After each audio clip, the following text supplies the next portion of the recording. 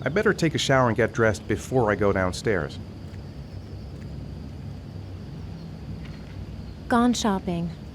I'll pick the kids up from school at lunchtime, and then I'll come home to get things ready for Jason's birthday party. Don't work too hard. I love you.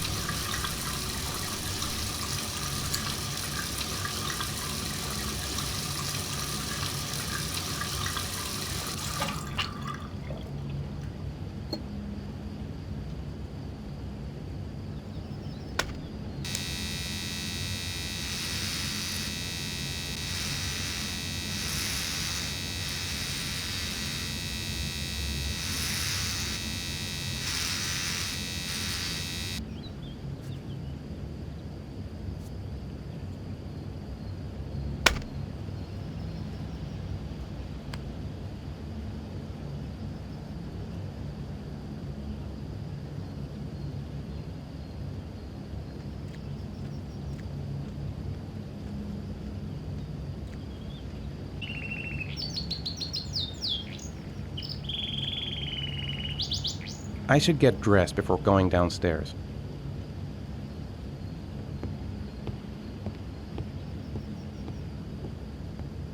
Nothing like a refreshing shower. I almost feel awake.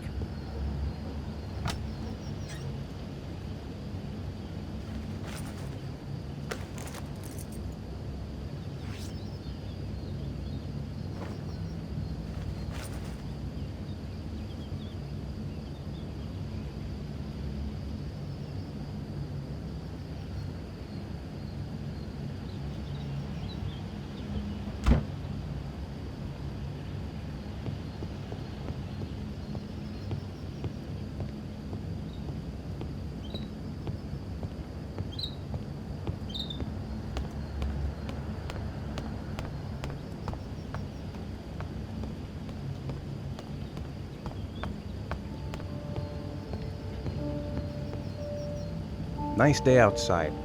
Maybe I could squeeze in a little garden time. I've got some time before Grace and the kids get back. Better get some work done.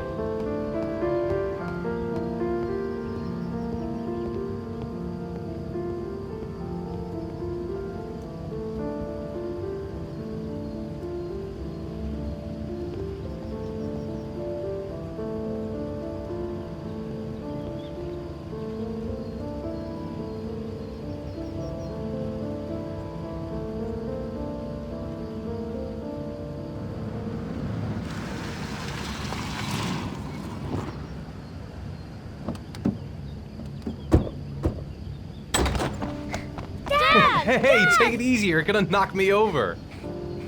So this is your big day, huh? Am I grown up now? 10 years old, that's not exactly grown up, but you're getting there.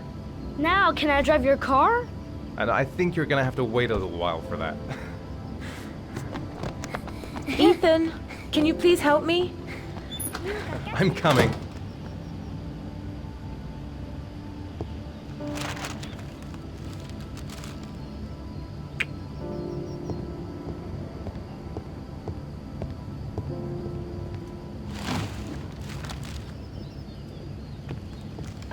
They've been so excited since this morning. I could hardly keep them in line in the supermarket.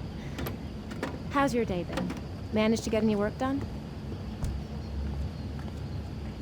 Not really. I tried, but I didn't really nail it. I hope I get inspired because we're supposed to be presenting the plans to the client next month. I've got a billion things to do. It'll never be ready before Jason's pals arrive. Can you please help me? There should be plates in the living room cupboard.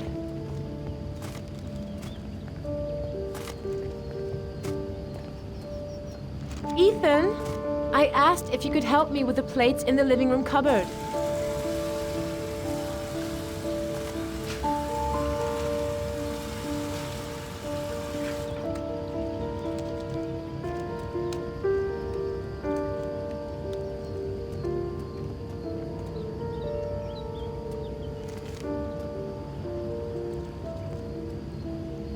Hey, Ethan, I thought I asked you to take care of the plates. I forgot, they're in the living room cupboard, right? Yeah, they haven't moved since last time I asked.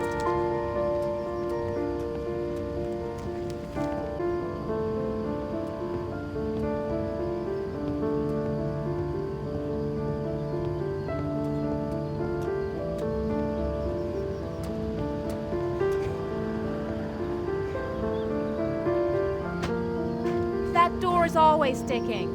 Give it a big tug.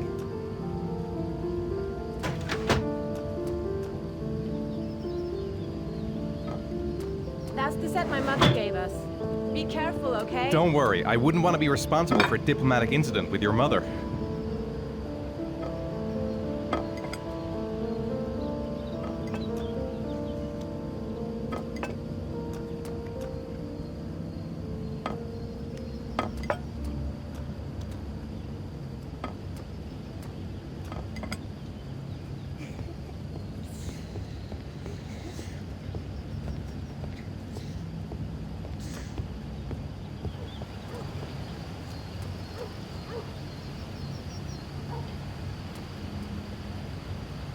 That's it, I'm free as a bird. Hey, 5 minutes, boys, okay? After that, we've got to eat, because your friends are going to be here Okay, soon. we promise, Mom. Who wants to go first? Me first! No, me me first! Easy, fellas, you can both have a turn. All right, Jason, let's do the helicopter.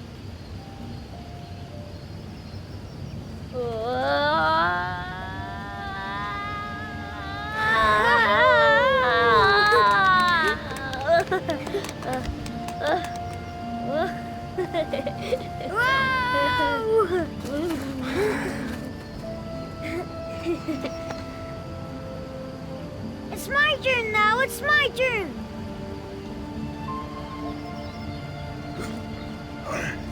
Okay, Sean, get ready. Here we go.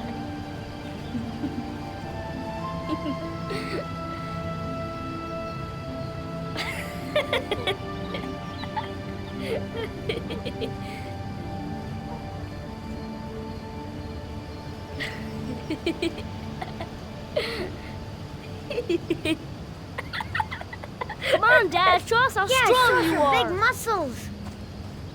Be careful, hang on.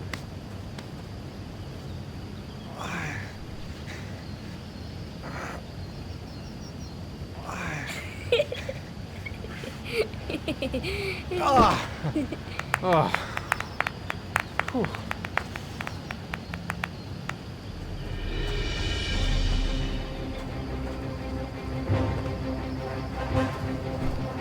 This time you're done for. You're gonna pay for all your crimes, evil one. Ha! Surrender, weakling! Say your prayers.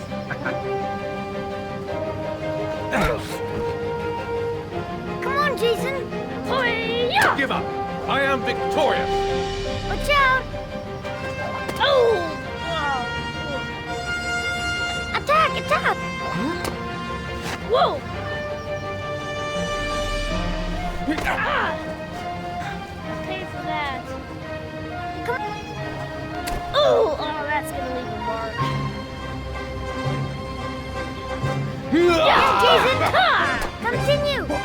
Watch out! Yeah! Ha! Ha! Go, Jason! Yeah! Yeah! Oh, no! My life. Scum. Food's ready, kids. You coming in?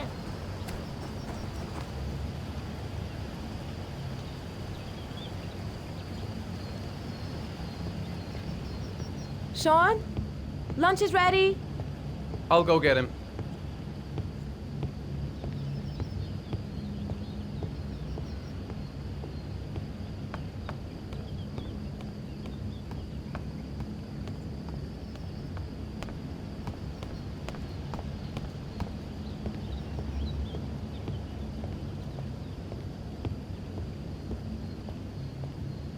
Sean?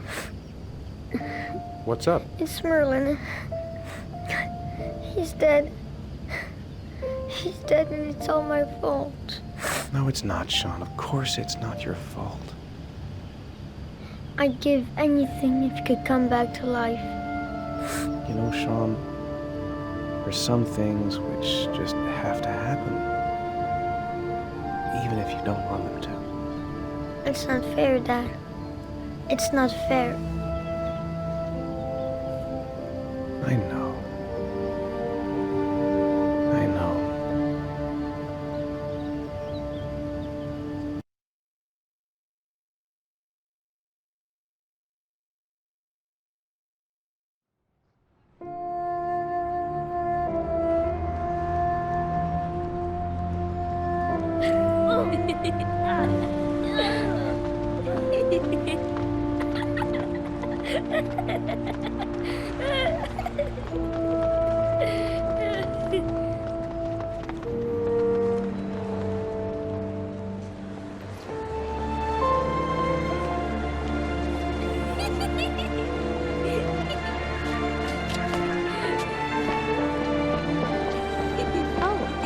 I'd like to have a quick look at some shoes for Sean.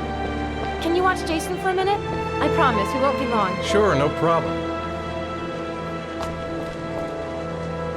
We're not going anywhere, are we, Jason? Come on, honey.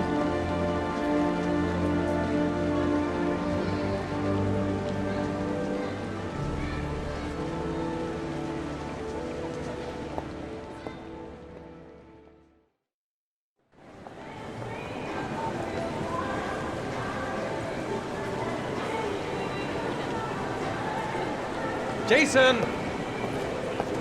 Jason! Jason! Jason! Jason! Jason! Jason! Jason!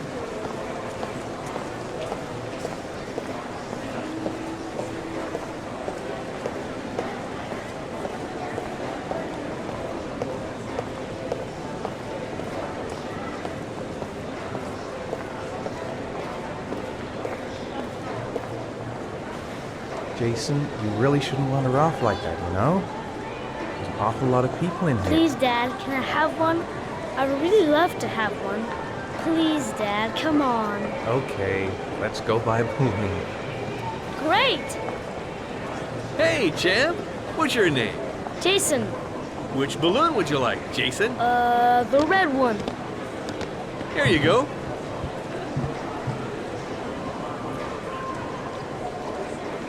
That'll be $2, sir. Jason, wait for me. Wait for your dad, son. It's really crowded in here. Keep the change.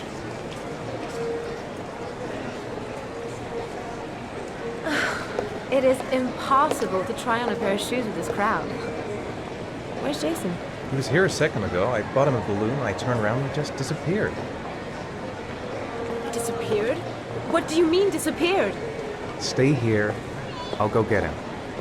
I'll be right back. Jason!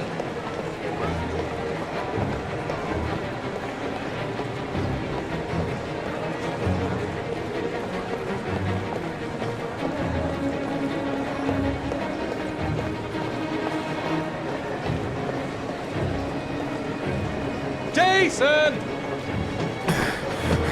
Jason! Jason!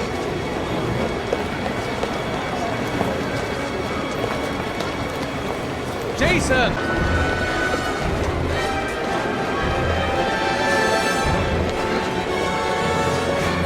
Hey, man, watch Jason, God, you really had me scared.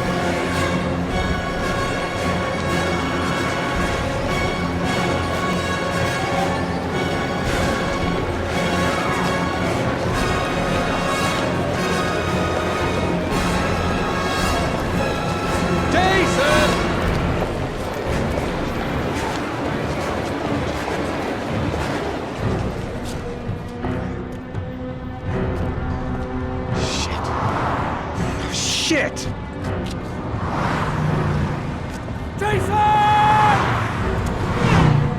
Dad!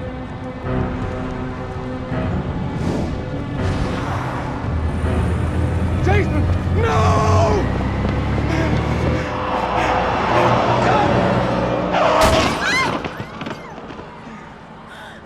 Jason! Jason! Oh my god, no! No! No, Jason! Oh my god, no! No! Oh my god. No!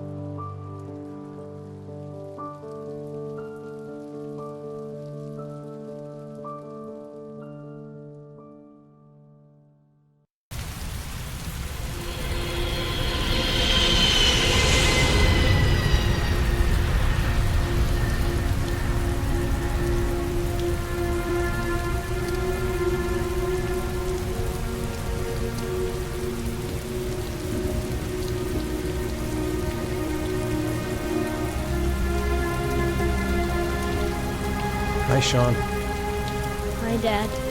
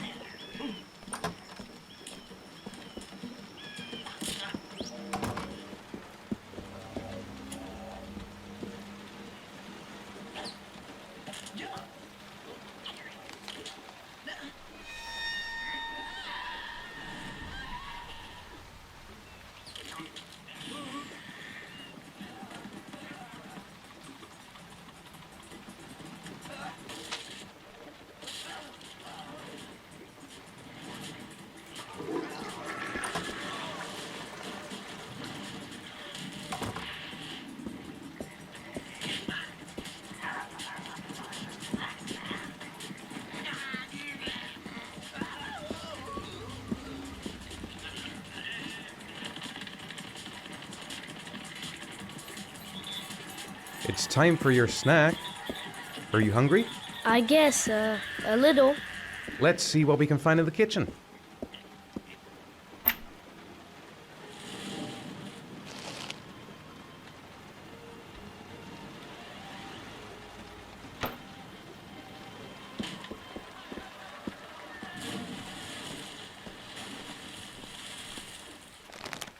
Here, Sean. Here's your snack. Thanks, Dad.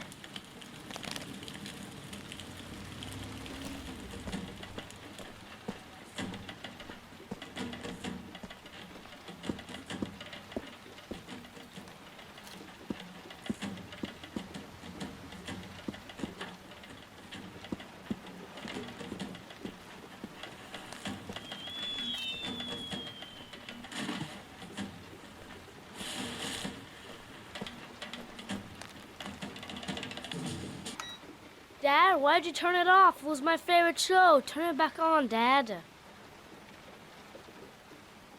No, I think you've watched enough TV for today. Please, Dad, just a little while longer. I said no, that's enough. That's not fair. Mom always lets me watch TV after school.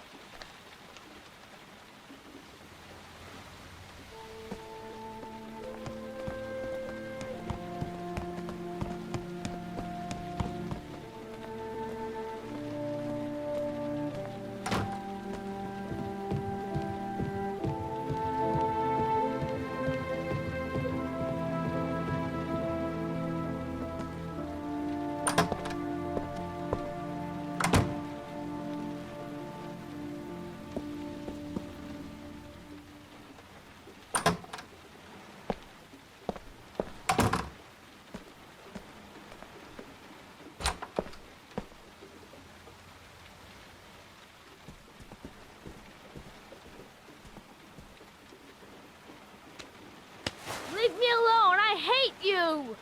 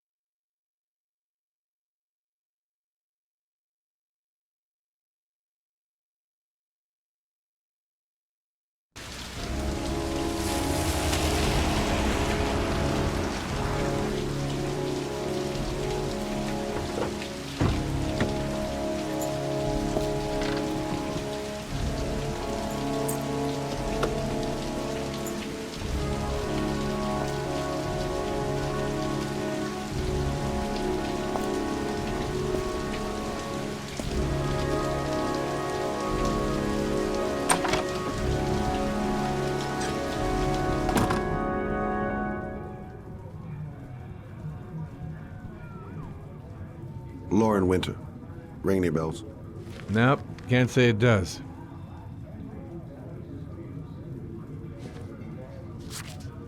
Oh, that Lauren Winter. 3rd floor, last door on the left at the end of the corridor.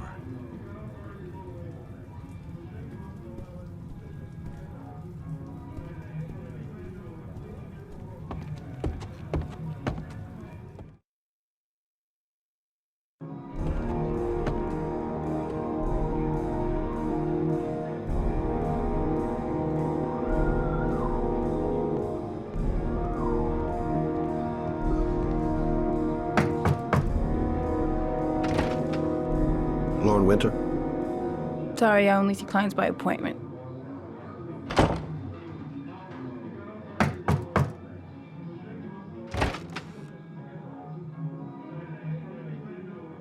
It's $50.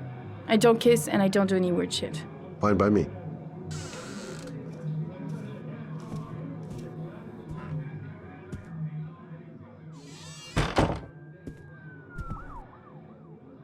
Put your money on the table. You got exactly 10 minutes. When the alarm rings, it's over, okay?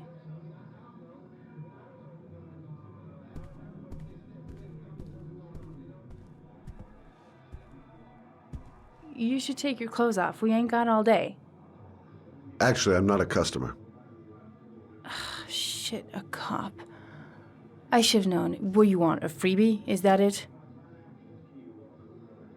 My name is Scott Shelby. I'm a private detective. The families of the victims of the Origami Killer asked me to investigate the murders. I came here just to ask you some questions about Johnny.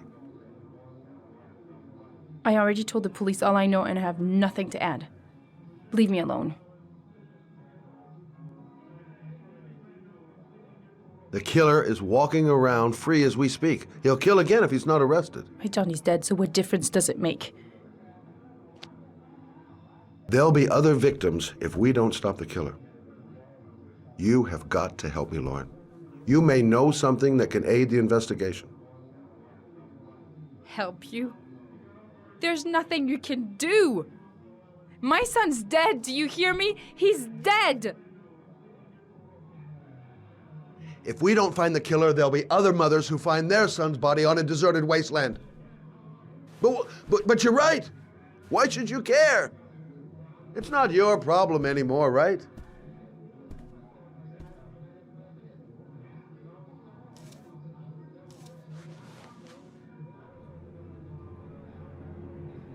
What do you want to know?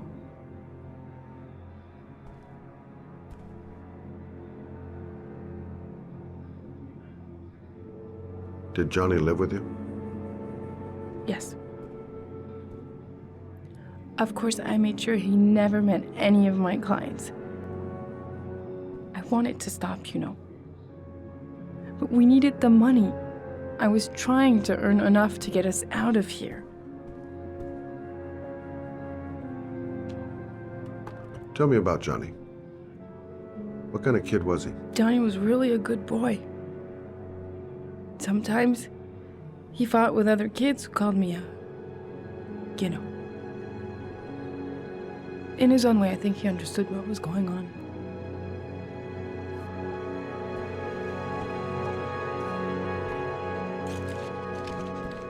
You want one? No thanks, I quit. That's brave.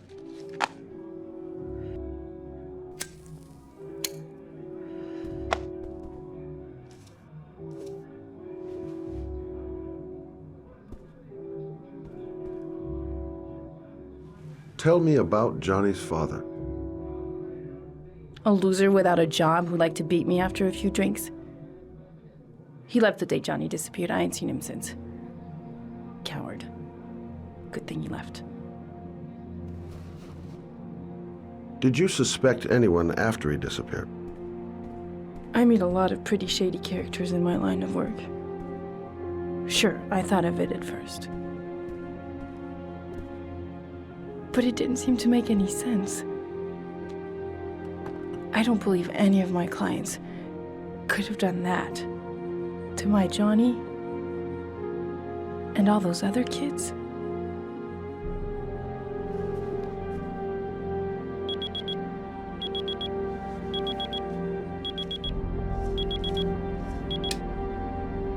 Time's up, Mr. Shelby. I hope you got what you wanted. Now get out of here.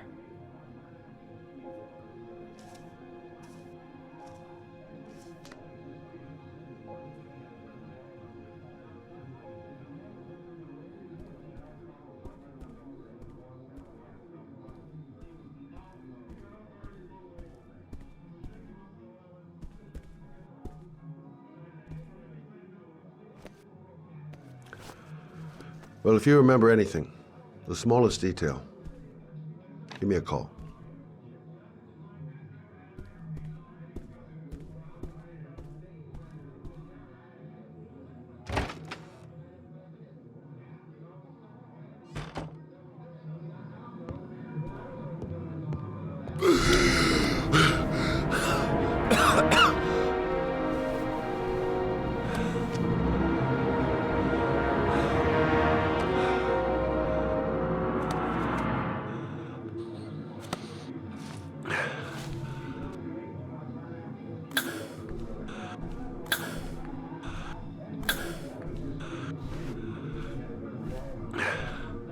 Lauren!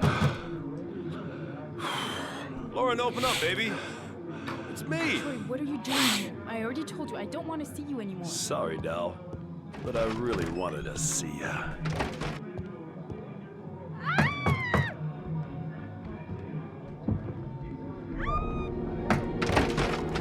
What do you want, asshole? Lauren! Is everything all right? She's just swell. Now beat it, loser! You again? If you're looking for trouble, you found it. I'm gonna beat the shit out of you. Oh!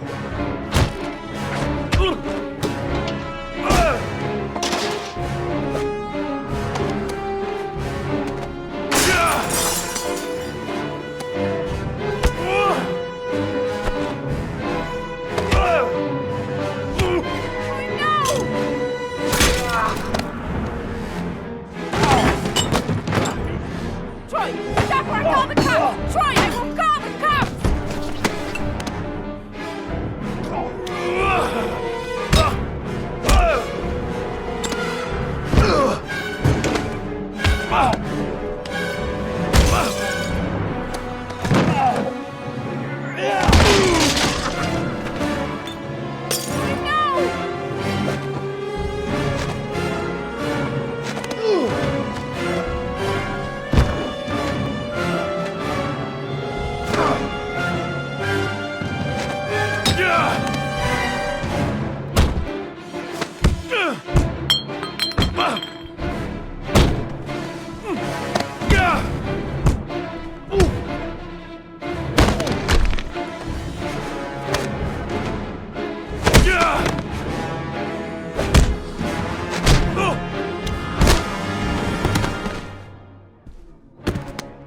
I'll see you again, asshole. Are you alright?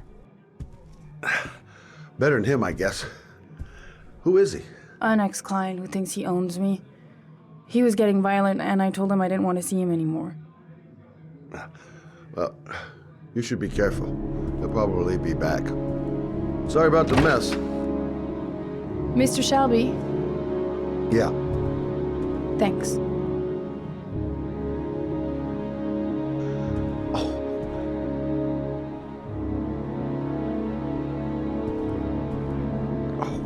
God. Oh.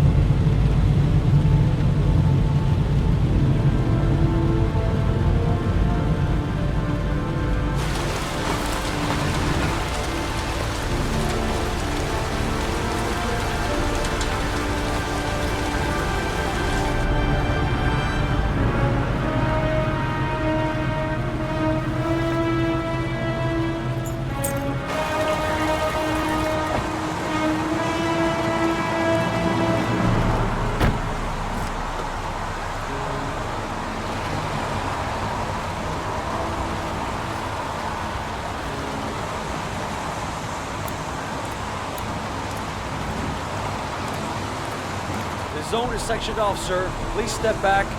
Agent Norman Jaden, FBI? You got a badge or something, Mr. Jaden? Yeah. Yeah, of course.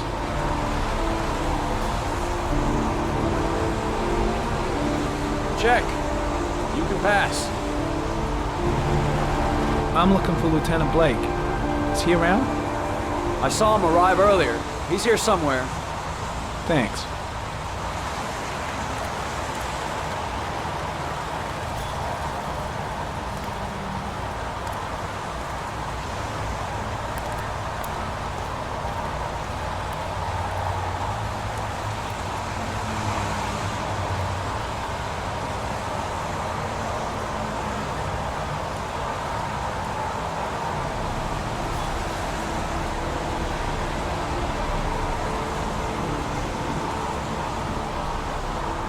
Video memo recording, Agent 47023, Norman Jaden, Tuesday, October 4th, 2011. Time is 8:14 a.m.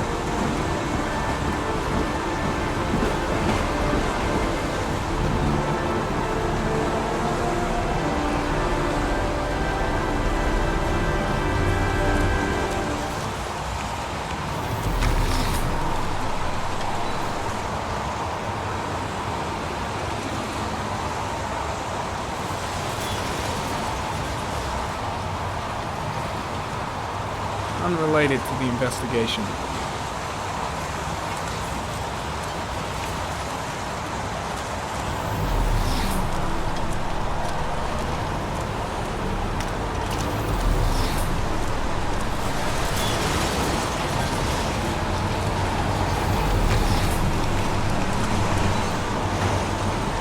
Some orchid pollen. The concentration of pollen in the air is quickly decreasing because of the rain, but it gets higher in the direction of the body.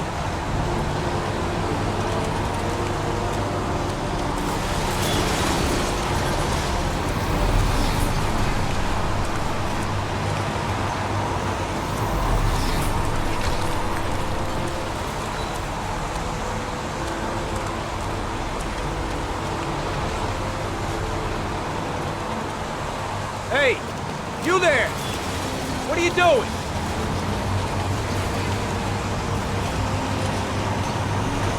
Lieutenant Blake? I'm Agent Norman Jaden from the FBI. I went by your office this morning. They told me you'd be here. Now, if you're looking for rain, dead bodies, and highways, you come to the right place. Mike, will you tell that asshole with the bulldozer to stop for 5 minutes? I can't hear myself think here. Right away, Lieutenant. Well, are you coming, Jaden? So, what happened? Some guy taking his dog for a piss found a body about 6 o'clock this morning. We don't know much more right now. Based on what we've seen, looks like the work of the Origami Killer. Any news on the coroner? He's on his way, Lieutenant. We've been waiting for an hour, for fuck's sake. Has the body been identified? No, not yet. We should know more later today. Has the time of death been established? Based on the rigor mortis, must be less than 6 hours ago. We should know more once the coroner has had a look. Do we know the cause of death? There are no marks on the body. Chances are he was drowned, like the others. Tony, I don't want to see a single shit-stirring journalist within a mile of here. You got it? Yes, Lieutenant. Any witnesses? None yet. Given the neighborhood, I'd be surprised if anybody saw anything. There are a lot of people on the crime scene. Aren't you afraid your men might destroy some clues? You don't find proof sitting behind a desk. We're not in the habit of trampling things into the ground, even if we're not in the FBI. No, of course not. That's not what I meant. Listen, I'm a little busy here. Why don't we discuss all this a little later, back at the office? Oh, no problem. I understand. Do you mind if I have a look around? Be my guest. Hey, Jaden, you come and see me if you find anything, okay? We're on the same team now.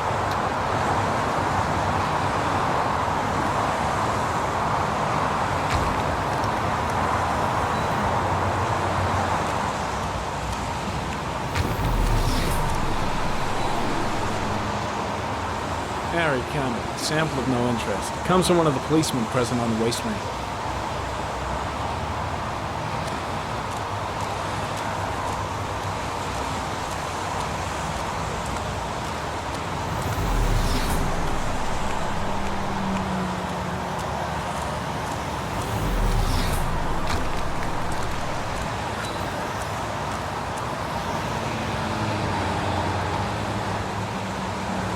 Footprints continue just after the pollen trail.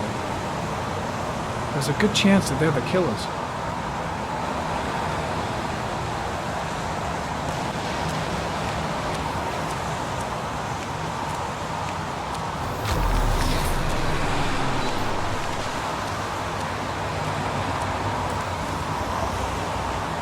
Harry, comment. Traces of blood on the railroad track. The blood report indicates an advanced and long-lasting state of exhaustion.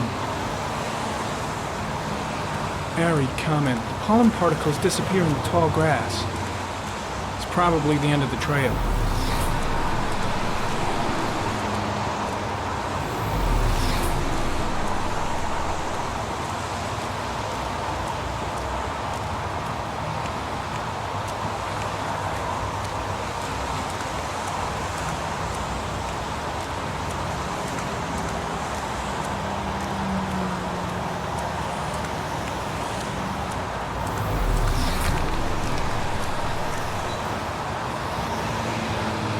Airy comment. Traces of blood detected on the fence behind the railroad line.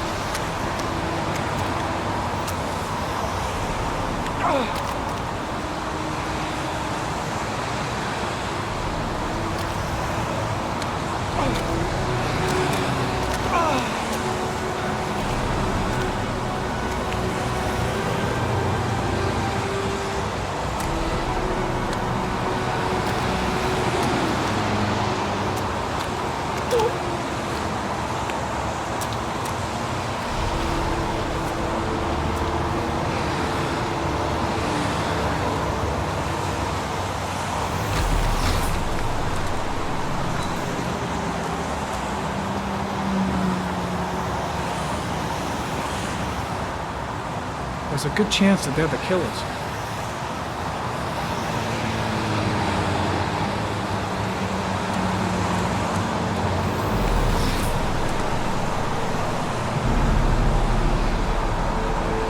Harry, comment. Tire tracks on the side of the road behind the railroad line. It may be the killer's car.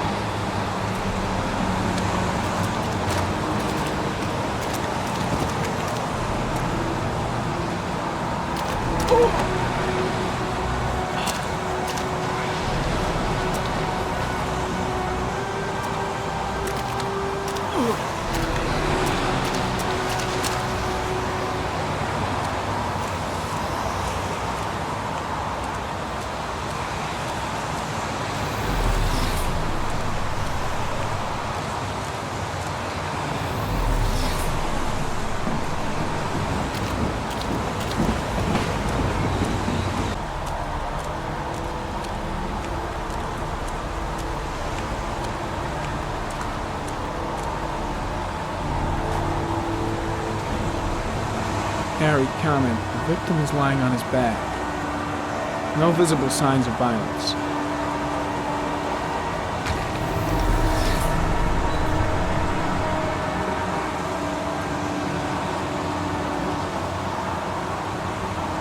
A small origami figure in the right hand. Fingers were probably closed after the time of death. An orchid was placed on the victim's chest.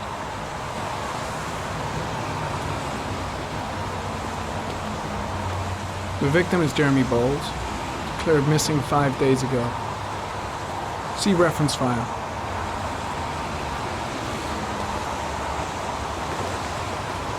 Think I've seen all there is to see.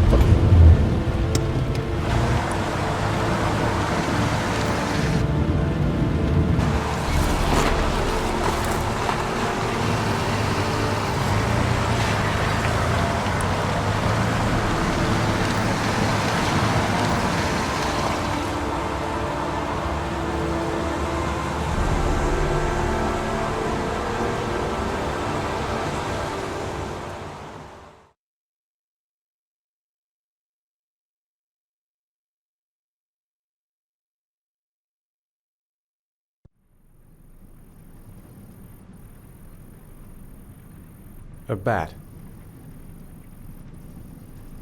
A fox. Two faces back to back. Death. Death.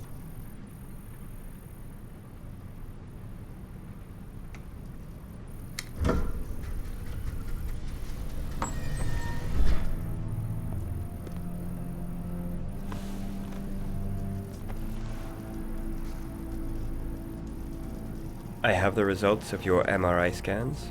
Everything seems to be normal. There is no physical damage from the accident. However, I am worried about your psychological condition. I know it's not easy, but you've got to start over, Ethan. You're not responsible for what happened. It's my fault Jason is dead. He'd still be alive if I'd been looking out for him. It was an accident. Accidents happen every day. You can't blame yourself forever for your son's death. How is Sean?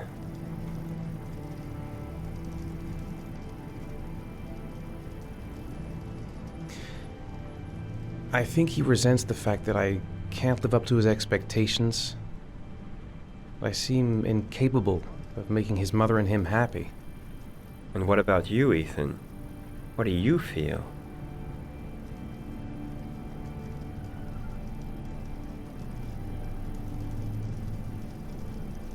I stopped living at the same time Jason did. When that car ran into us.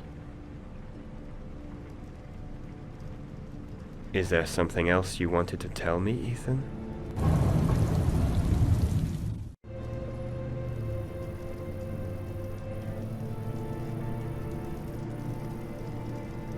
No. No. That's the end of this session. We'll continue this conversation next week. You were lucky, Ethan. It's very rare to survive such a traumatic accident. I don't exactly feel lucky, Doctor.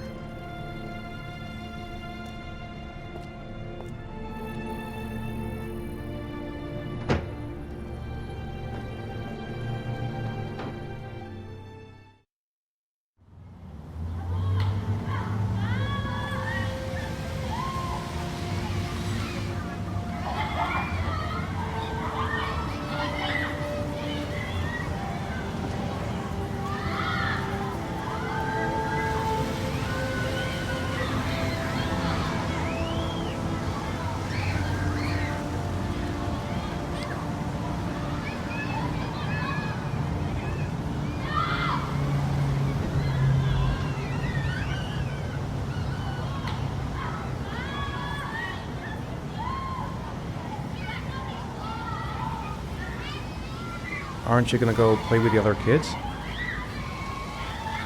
I don't feel like it.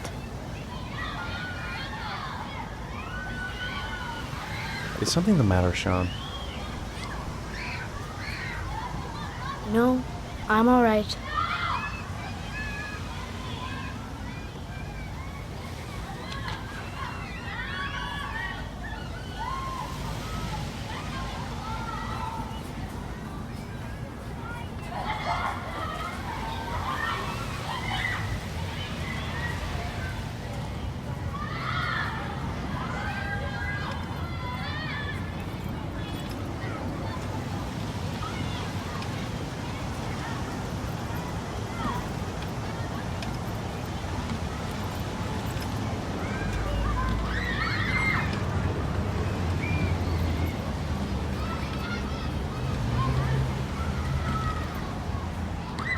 I'd like a packet of strawberry-flavored chewies, please.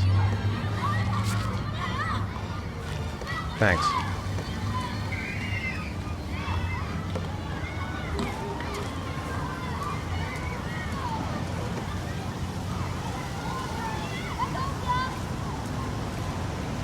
Hey, I got you some chewies. I hate strawberry. Thanks. It was nice of you anyway.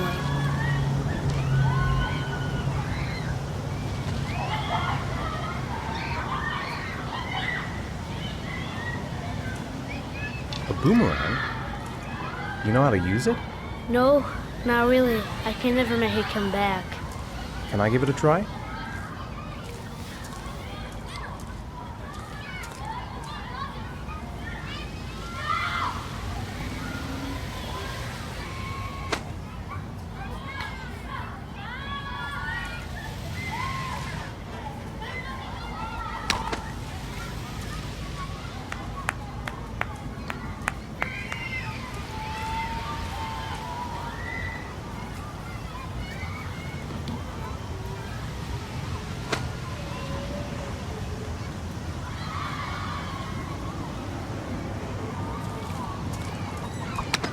Whoa! You did it, Dad!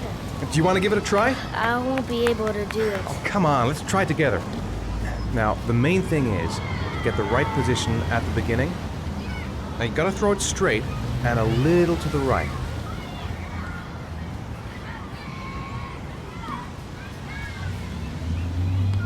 Now, throw it!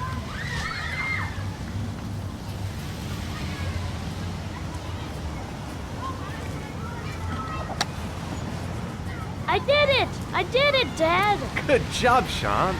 See? That wasn't so hard.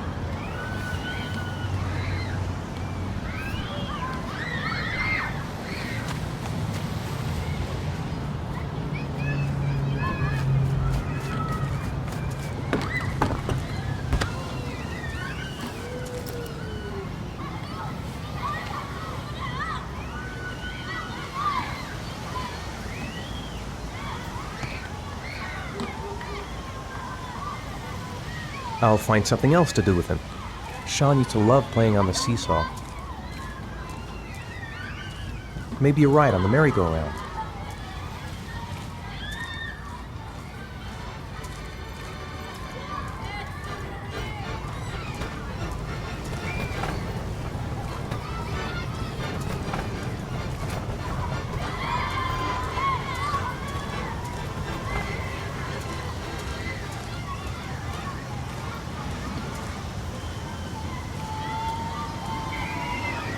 How did things go at school today? I was punished because I didn't do my homework. I'm sorry about that, Michelle. Next time, we'll really pull it together, okay?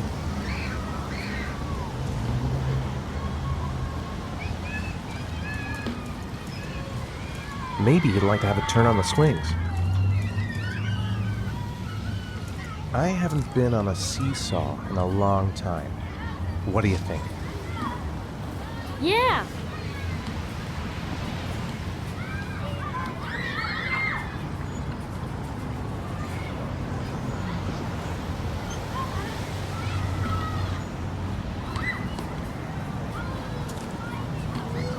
Come on, Dad, make me fly!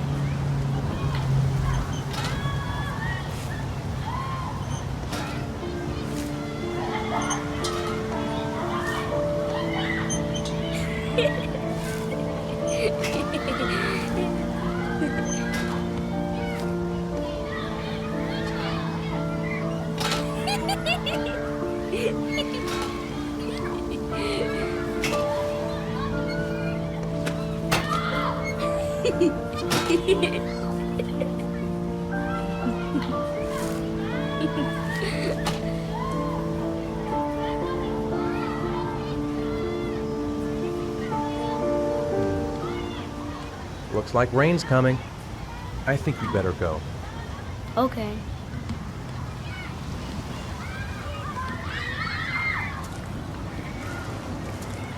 You know, I didn't mean what I said before. I was just angry. You were right to be angry.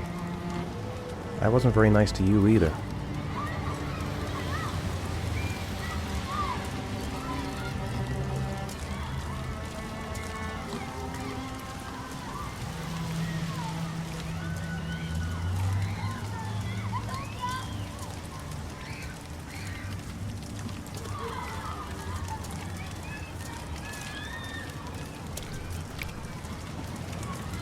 Hey, Dad, can I have a ride on the carousel? Can I? Sure. Go pick a horse and get on. I'll get a ticket.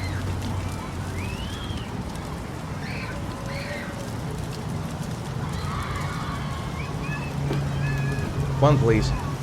That's $1.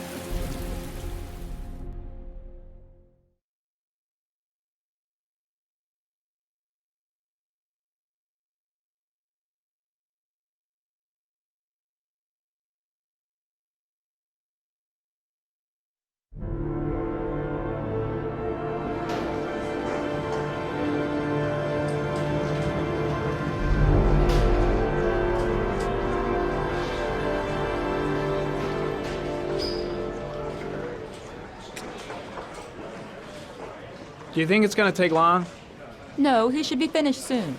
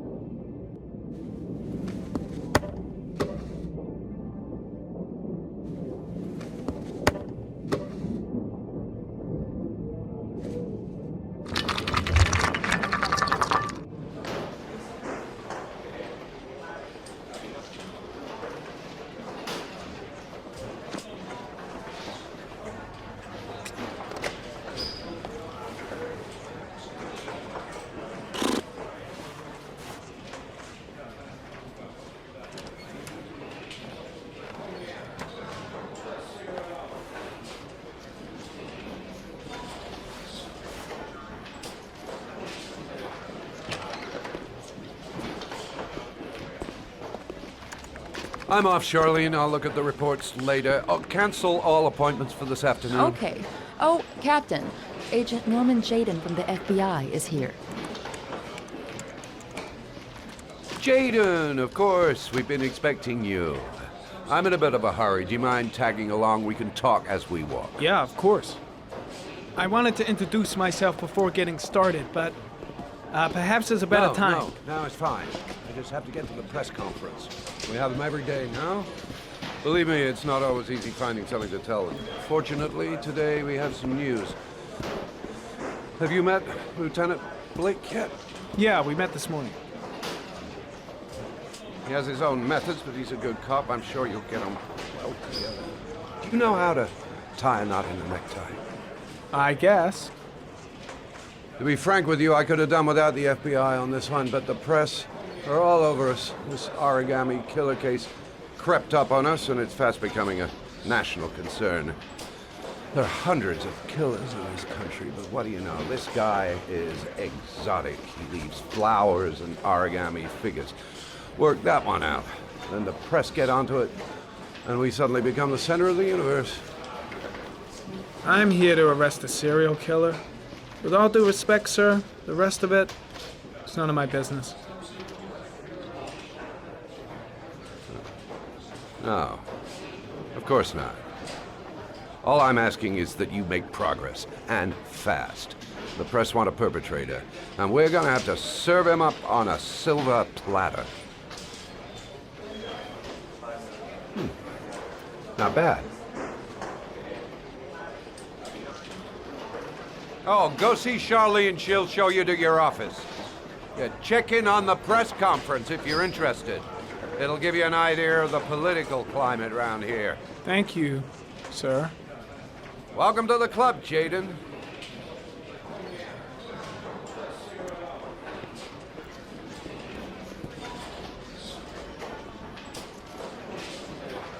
I should get Perry's assistant to show me my office. I can't wait to get to work.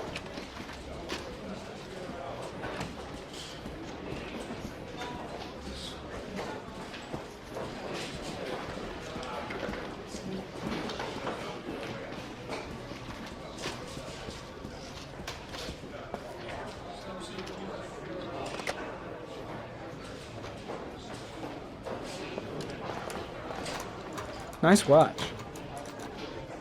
Oh, it's the present we offer to our new lieutenants. We've bought the same model each year for the past 20 years for each promotion. It optimizes everybody's time, and it's the kind of thing that always goes down well. You can contribute to our fund if you like. We're still a few dollars short. Sorry, I don't have any change. No problem. Maybe next time round. Captain Perry said you could show me to my office? Yes, of course. Follow me.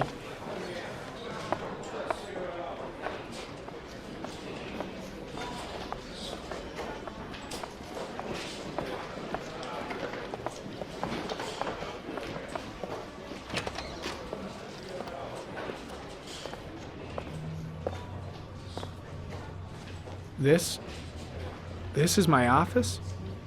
That's where I was told to take you. If you need anything, you know where to find me.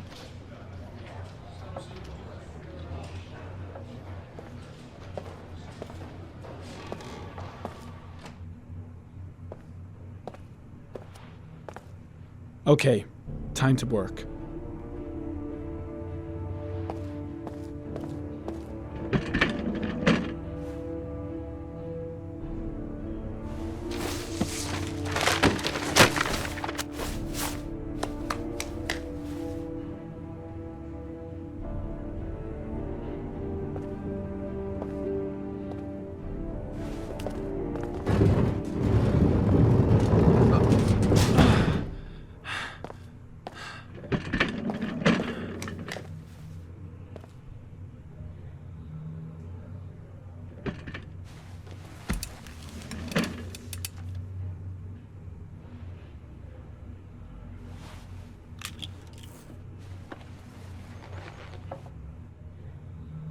Step 1. Change the office.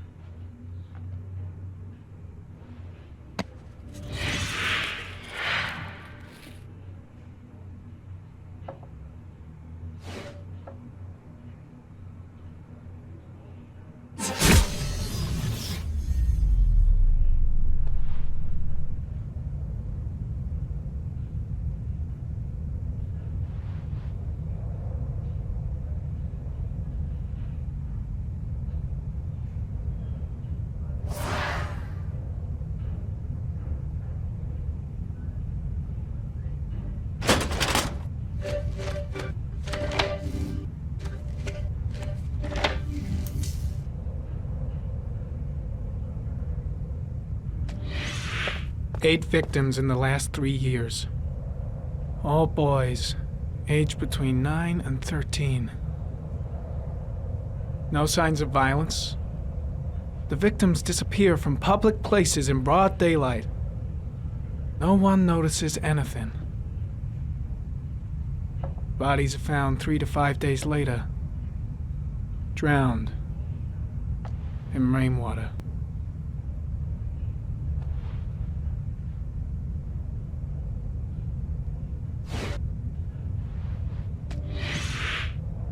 Always the same ritual. An origami in the hand, an orchid on the chest. The victims have always been dead for less than 6 hours when they were found, which means they remained alive for several days before being drowned. Over 3,500 people questioned. Over 100 suspects interrogated. Not a single lead to go on.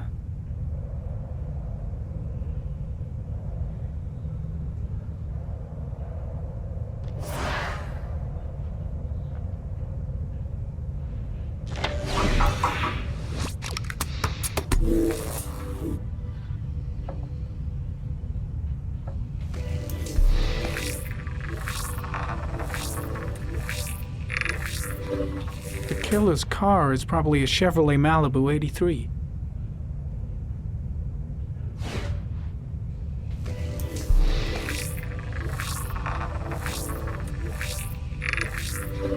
No prints or specific clues.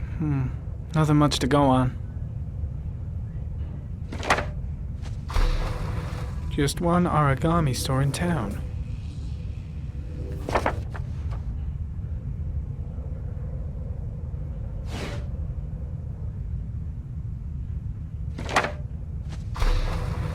The orchid is a common species. It can be found at any flower shop.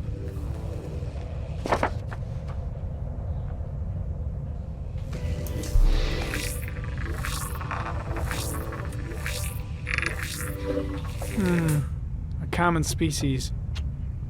That doesn't help much.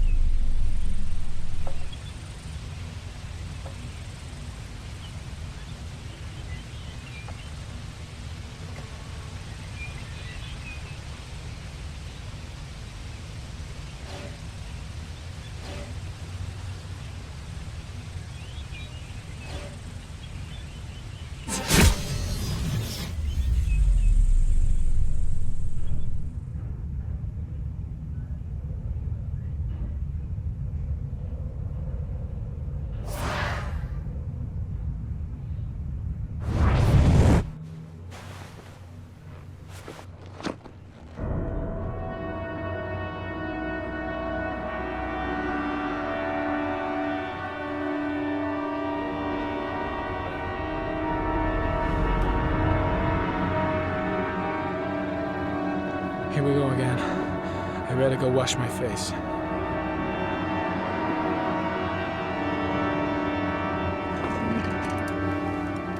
I need to take some. I'm gonna faint if I resist. That's all right. I know I can make it. I know I can make it.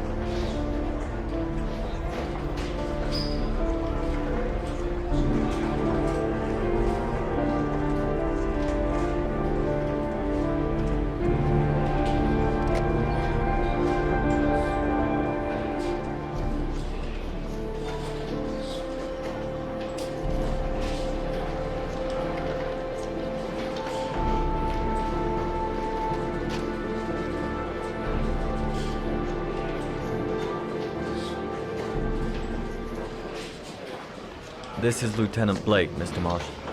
Could you please tell him what happened? It was this afternoon. I went to the park with my son, Sean. We played together for a while, and then he wanted to go on the carousel, so I put him on one of the wooden horses, and when I turned back, Sean had disappeared. Exactly what time did you arrive at the park? Try to remember exactly, Mr. Mars. Every detail can be important. It must have been about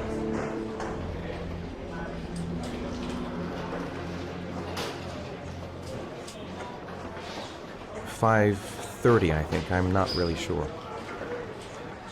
What was your son wearing when he disappeared? He was wearing a coat. A beige coat. And a pair of pants.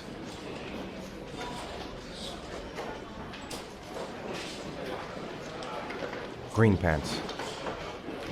How could Sean have disappeared without you even noticing? Weren't you right by the carousel?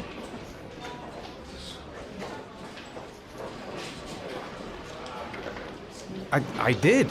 I didn't leave. I watched the carousel. How could Sean possibly have vanished if you were right there watching the carousel? I don't know. I don't understand. You say you took your son to the park after school, but you didn't report him missing until 8:15. Why did it take you so long to contact the police?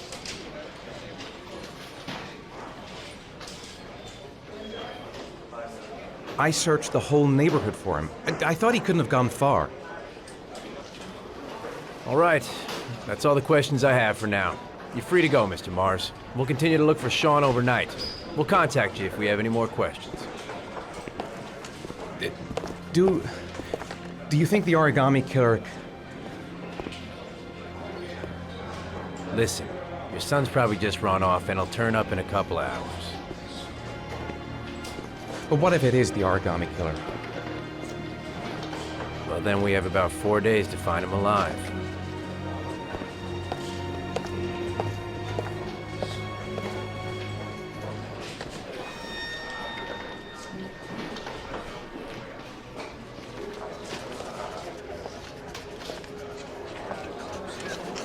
Did they find something? No, nothing yet, but they're gonna keep looking through the night. Do they think it's the Origami Killer? It's still too early to say. But it is a possibility.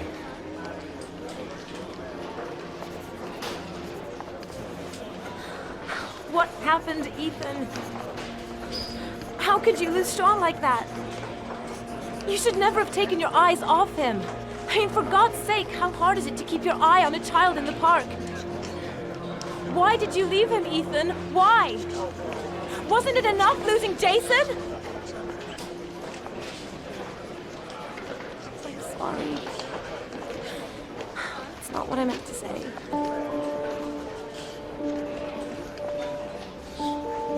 I miss him so much.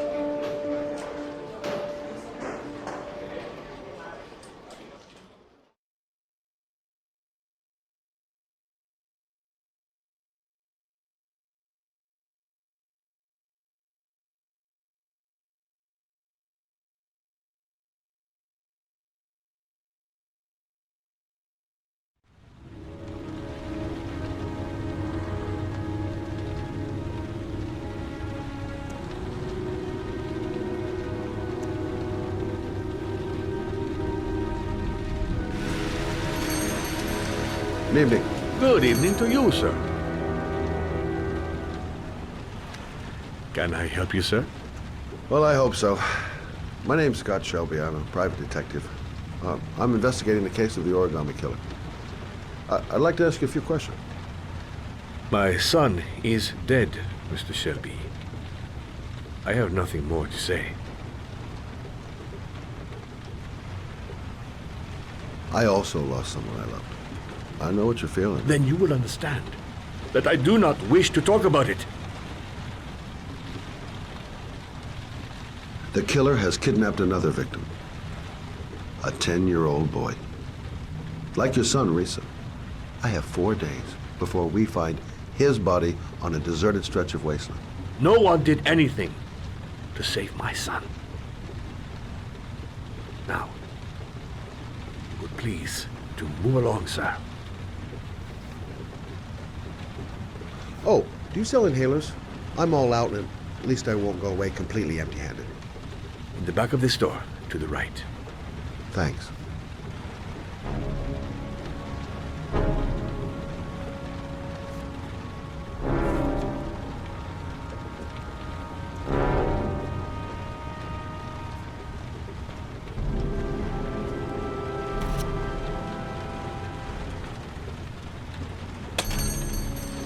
Good evening, sir.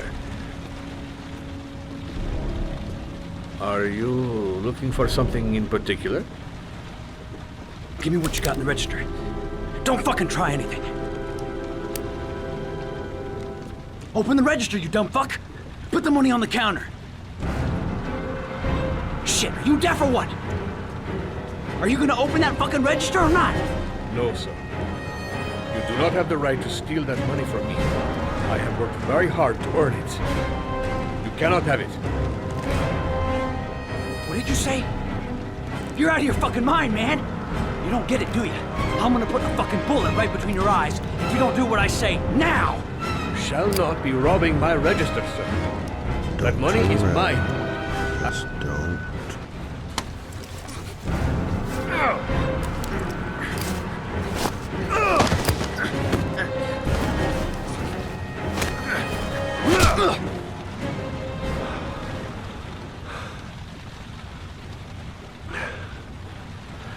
Thousand thank you, sir. I don't know what would have happened if you had not been here. Well, at least I didn't come by for nothing. Have a nice day. When my boy, Reza, disappeared, I received a letter with a locker ticket inside. Inside the locker, I found this box. I do not understand what it means, but I think it must be a sort of message from the man who took my son from me. Can I?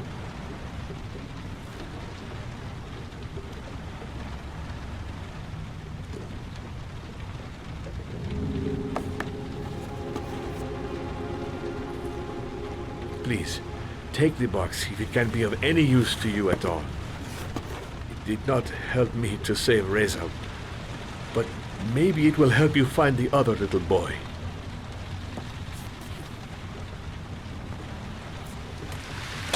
Mr. Shelby, I was beginning to think that there was no good to be found in this place. I can see now that I was wrong.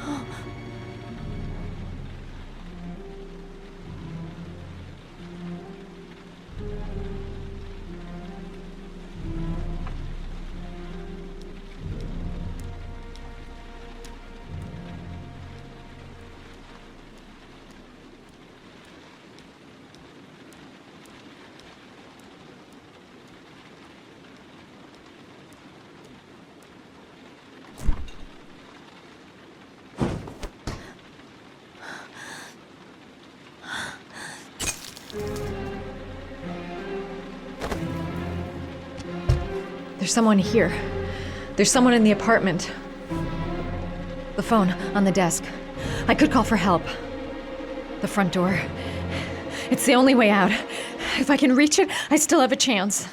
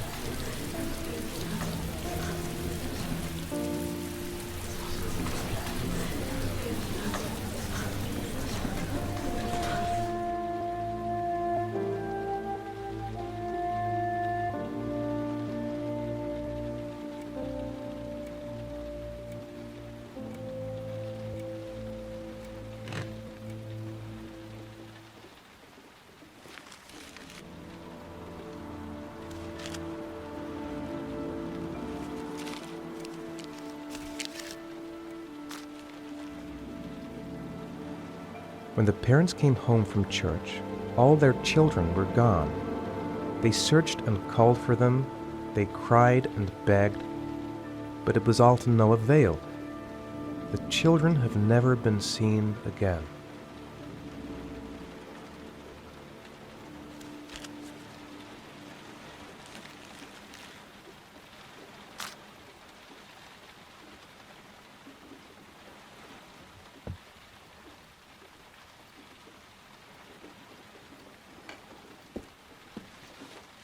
I have to get out of here and find out what this ticket is about.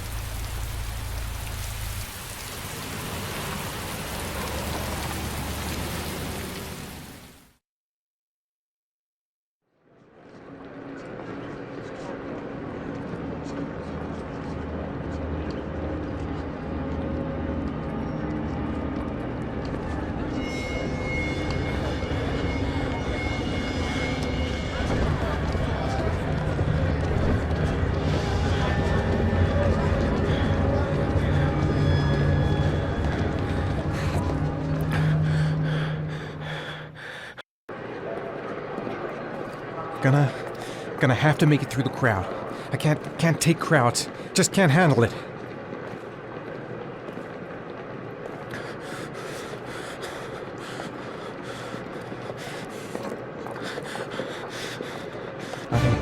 I can't make it.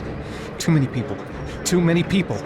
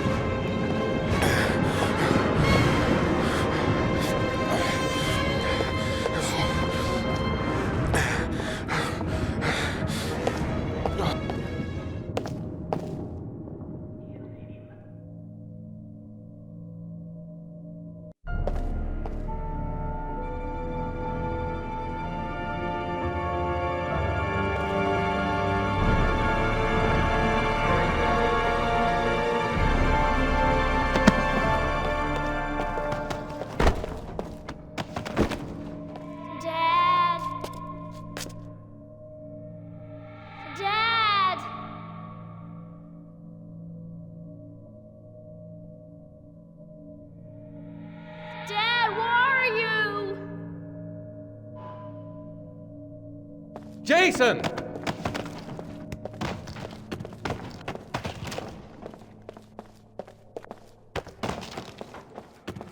Dad! Jason! Jason! Dad! Jason! Dad!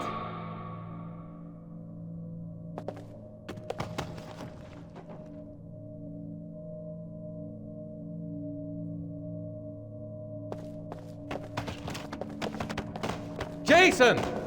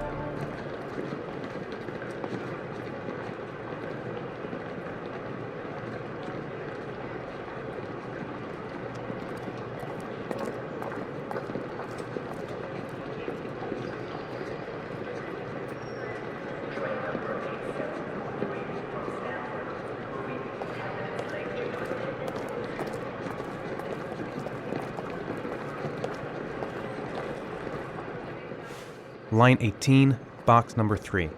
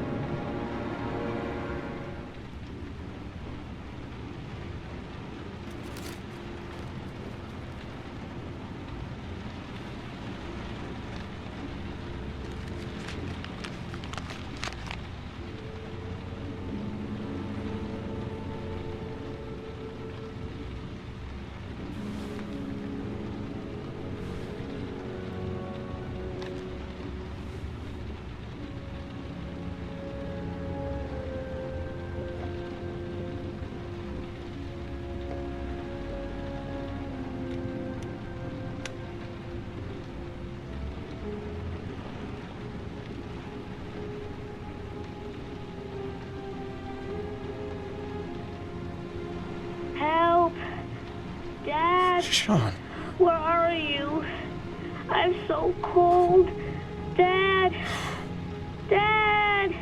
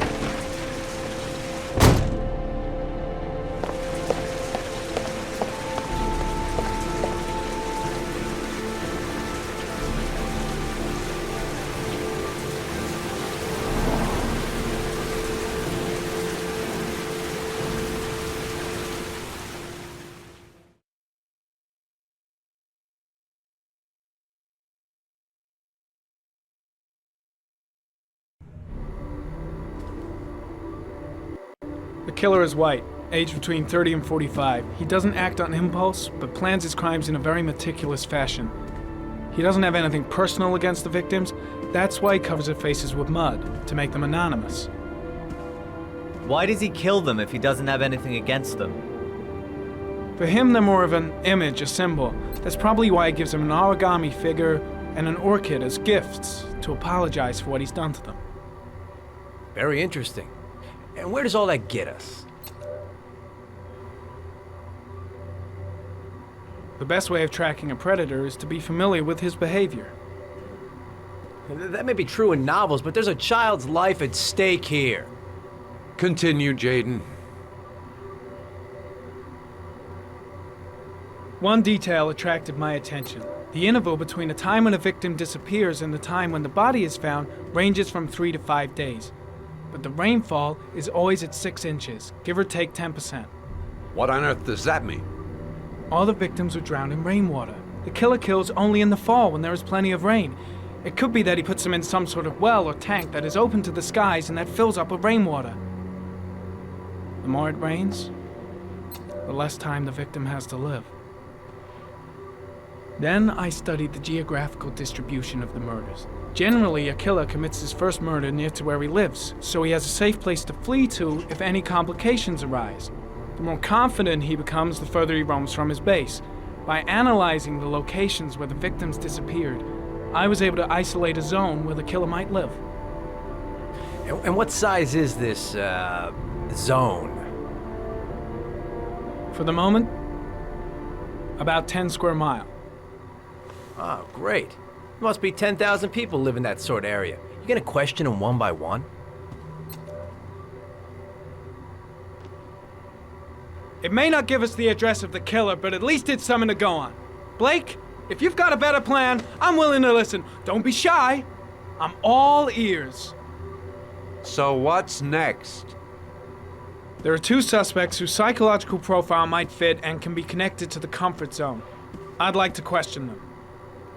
God damn it. We're wasting our time with this bullshit. The killer's out there somewhere, and we gotta get off our asses and find him. Blake, I've had just about enough of your shit.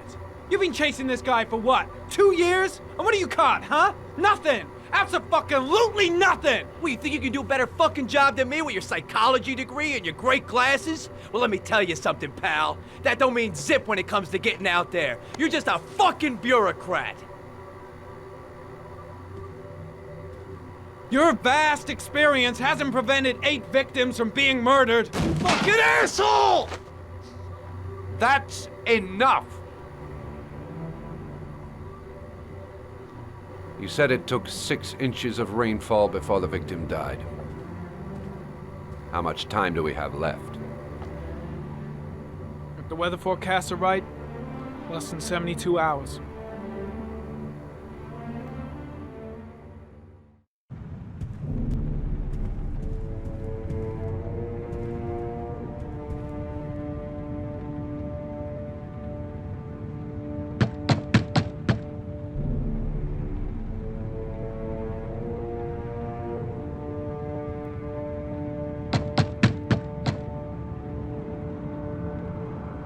No answer. We waste our time coming here. Maybe we should have a little look inside anyway. There's nobody home.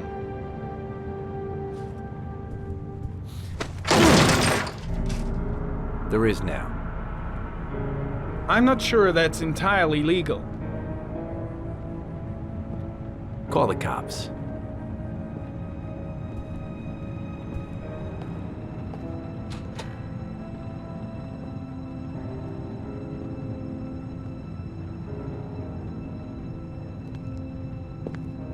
Looks like Nathaniel Williams is a pretty religious guy. He's a God-fearing idiot, waiting for the end of the world. We questioned him a few months back because he was causing a disturbance in the park. He was ranting and raving. Said he heard voices. Had this idea in his sick little head that I was the Antichrist. I'd come to Earth to persecute him. Real twisted.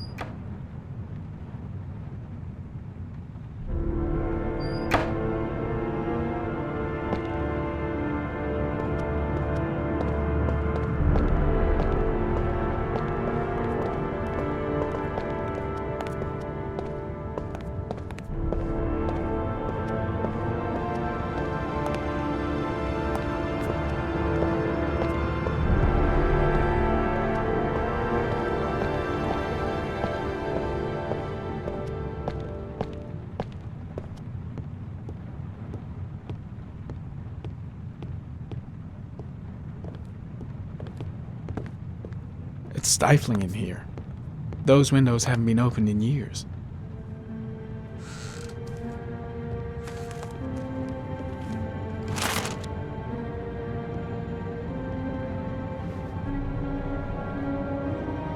Good timing, Nathaniel. Just the man we're looking for. Angels and ministers of grace defend us. I'm Agent Norman Jaden, FBI. I'd like to ask you a few questions. As God is my witness, I haven't done anything.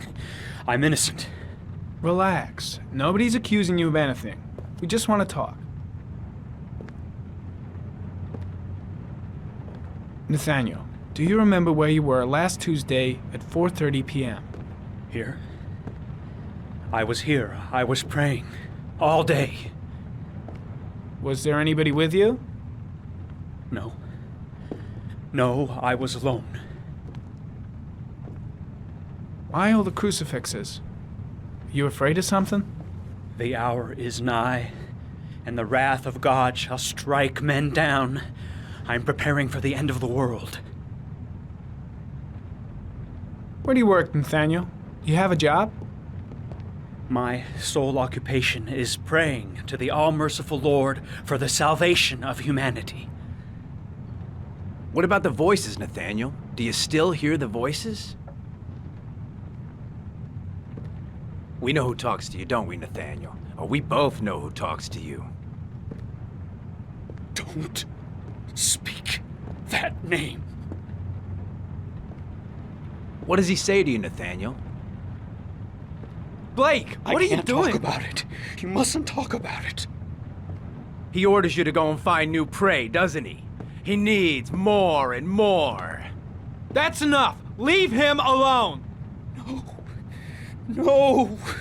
You mustn't mention him. You'll bring him here. He told you to go and find that kid in the park. The voices tormented you all night long. You wanted them to stop, didn't you, Nathaniel? Stop! Stop! That's enough!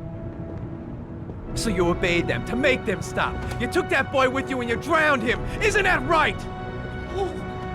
No! Stop! Stop!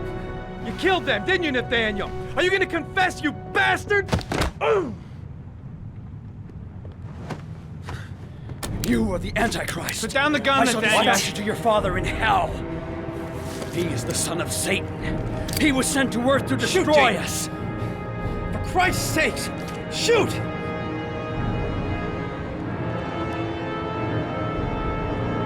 Drop the gun, now!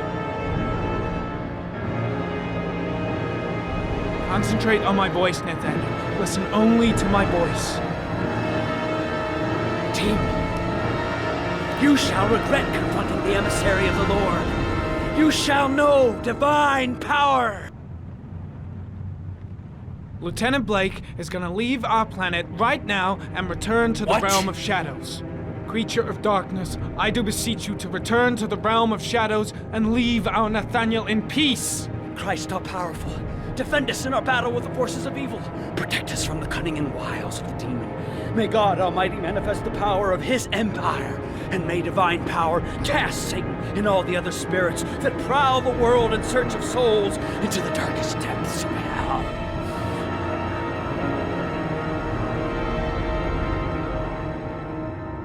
I'm here to help you, Nathaniel. To get rid of the voices in your head, but you have to trust me.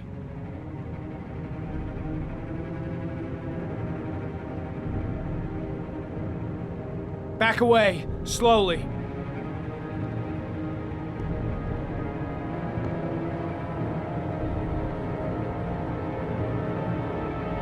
Now drop the gun. Drop it, Nathaniel.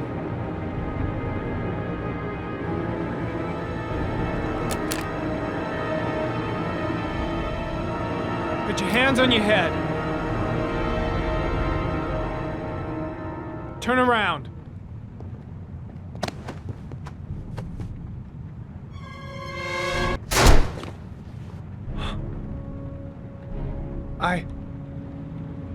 I shot him. Yep. Looks like you did. It was only a crucifix.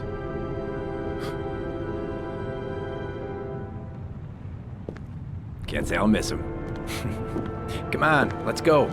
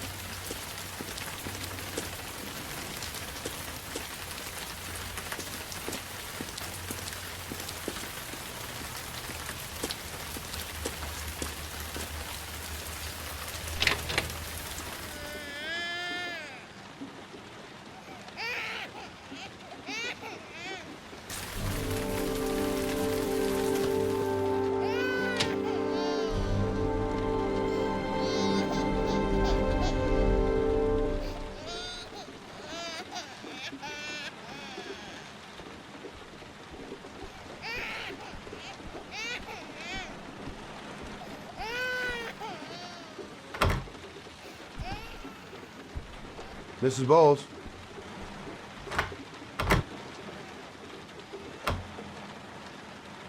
Anybody home?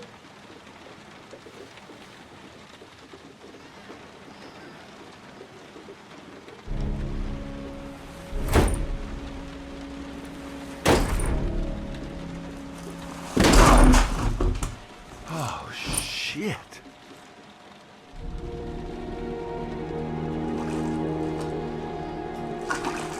Mrs. Bowles!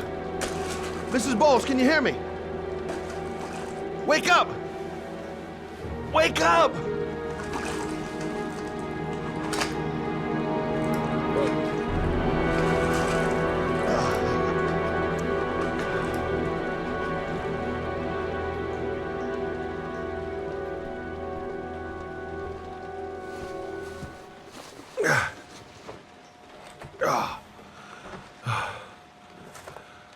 I'm gonna call an ambulance. No, I don't want to go to the hospital. Please.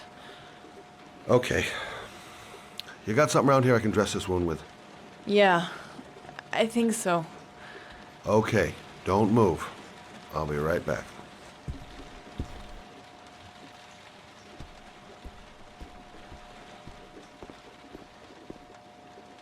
Let's see. I need this, and this, and this.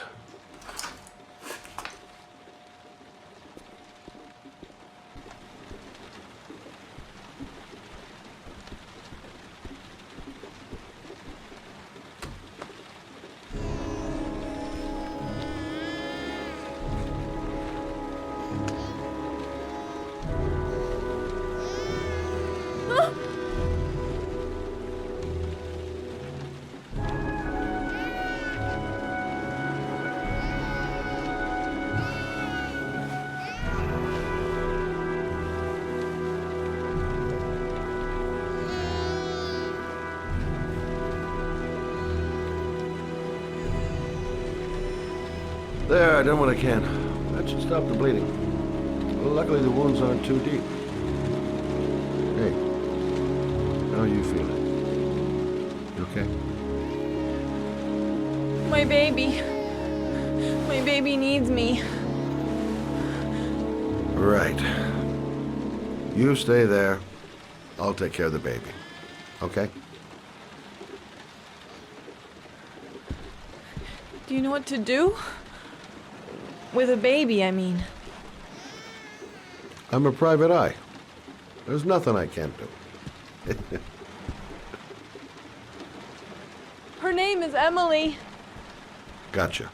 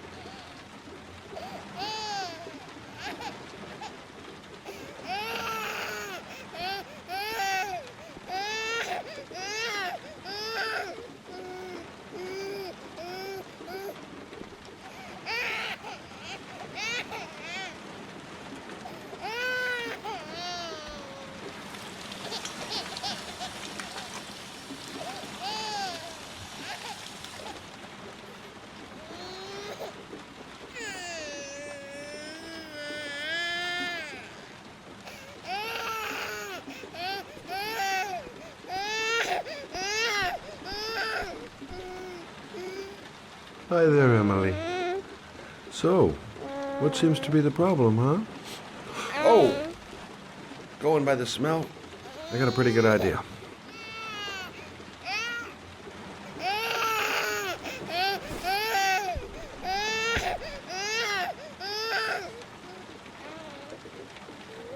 Okay.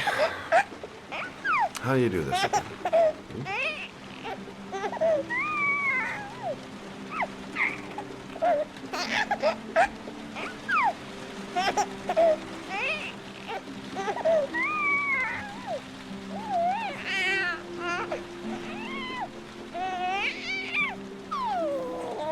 There you go, fresh new baby.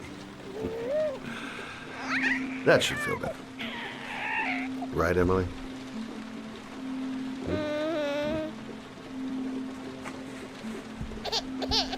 Hey, what's the matter? I thought we solved the problem.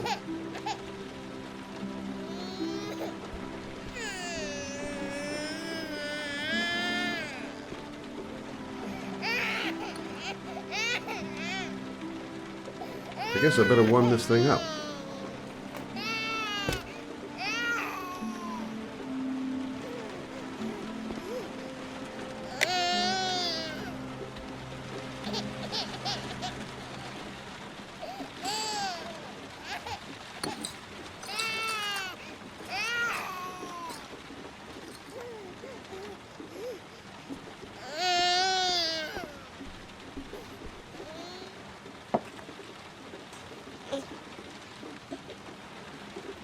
Oh, Emily, are you hungry? Huh? You hold on. I'll just tilt this bottle a little bit so you don't choke.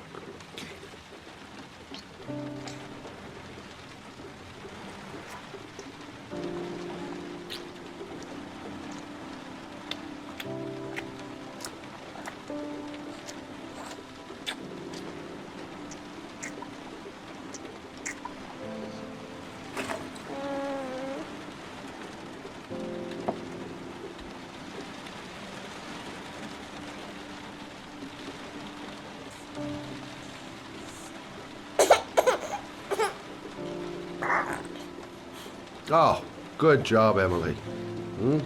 You're feeling good now, right? Now, I'm gonna rock you very gently so you can have a nice little snooze, okay? All right.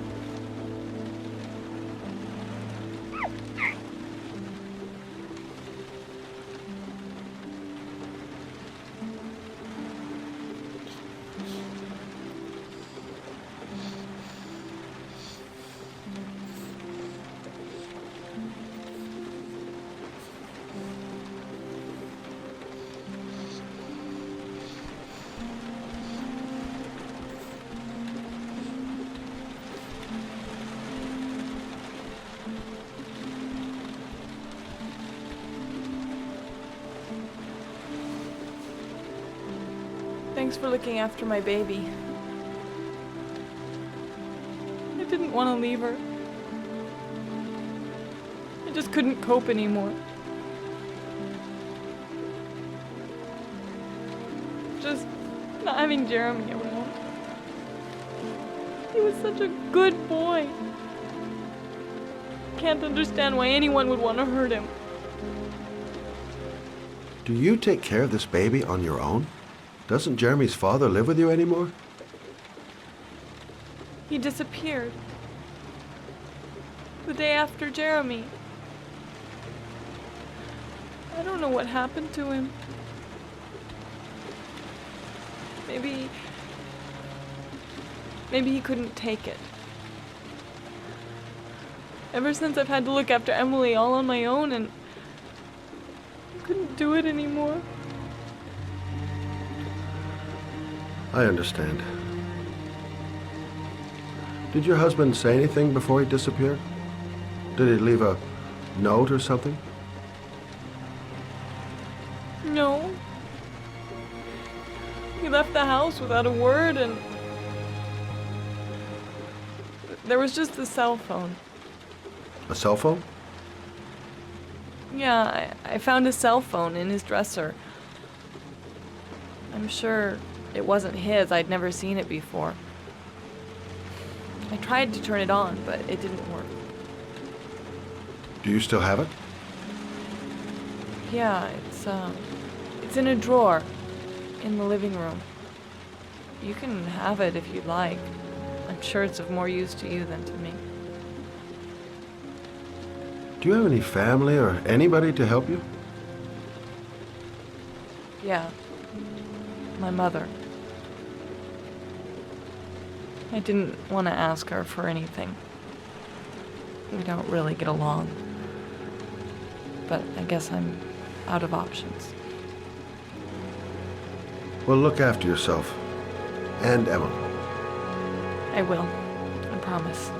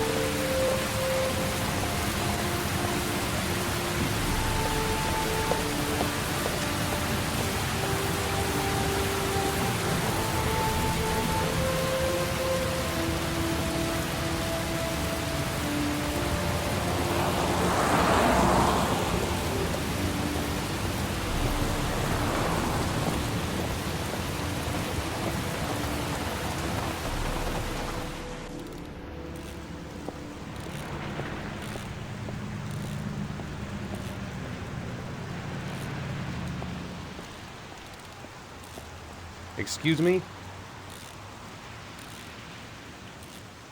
Hey! Oh! Huh.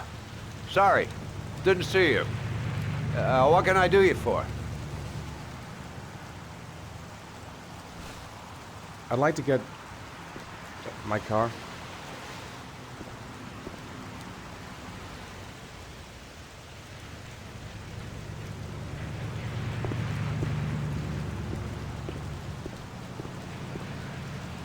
Hey, you're a pretty patient guy, you are.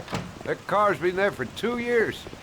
We took it out for a drive every month and checked the tires and batteries, just like you said. Here, it's the 3rd floor down. Thanks. Service elevator is at the far. Now, you have yourself a good one, Chief.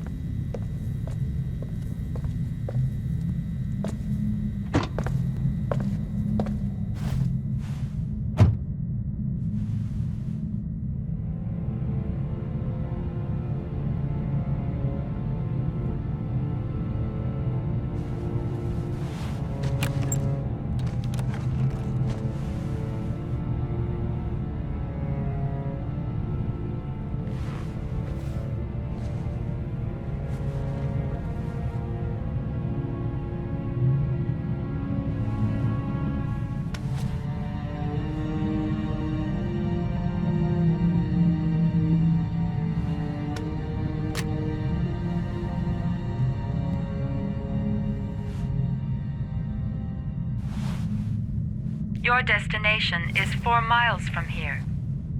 Leave the parking lot and take the first right.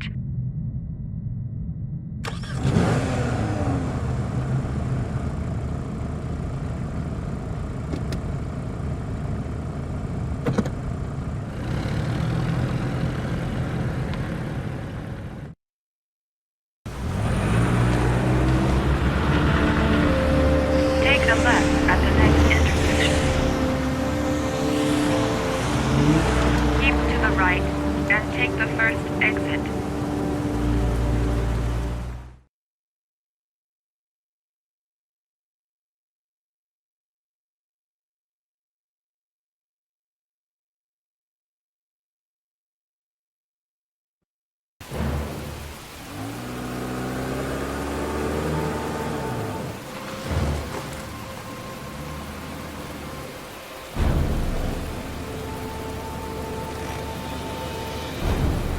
You have reached your destination.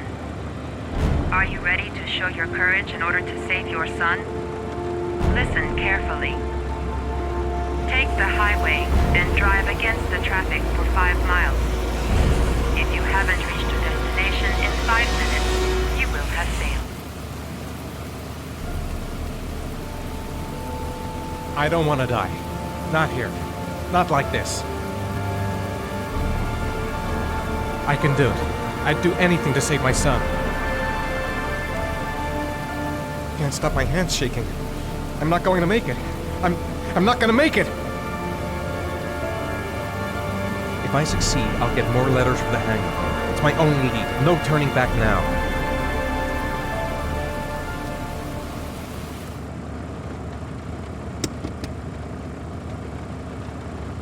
I've got to do it. For Sean's sake. I have no choice.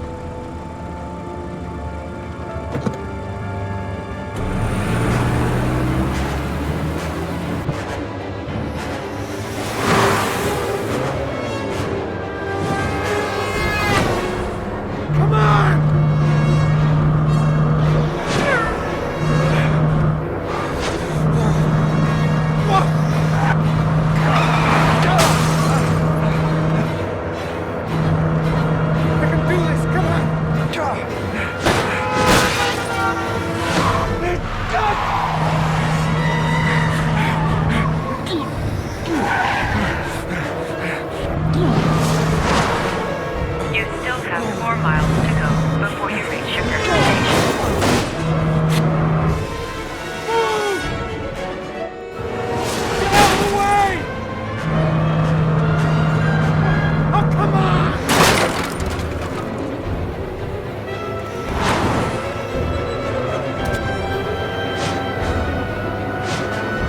You still have 3 miles to go before you reach your destination.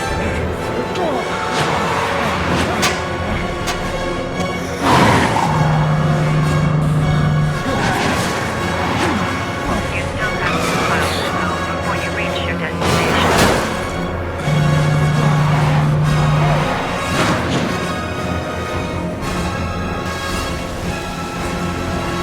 Come on! Move out of the goddamn way! Move out of the way! Come on!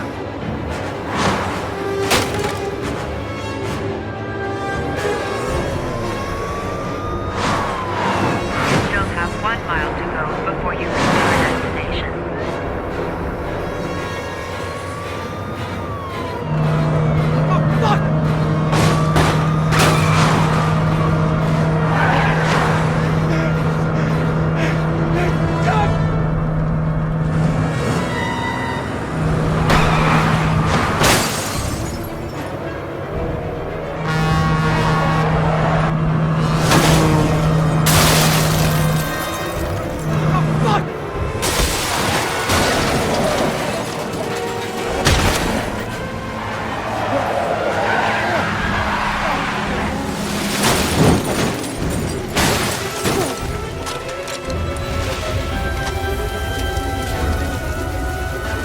Destination reached. Please press the screen. Destination reached. Please press the screen. Destination reached. Please press the screen. Destination reached. Your reward is in the glove compartment. The key is inside the GPS. Your reward is in the glove compartment. The key is inside the GPS. Your reward is in the glove compartment.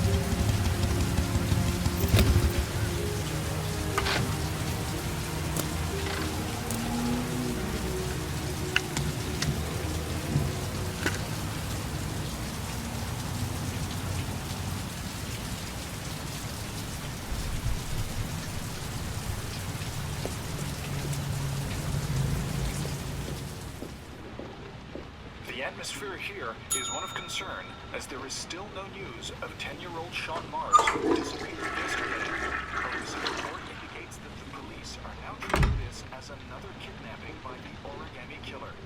If this information is confirmed, he may Hello still there, be alive, sweetheart. as the previous victims What can I do for you? 3 to 5 days I'd like a room. For you? Anything. Feeling the register.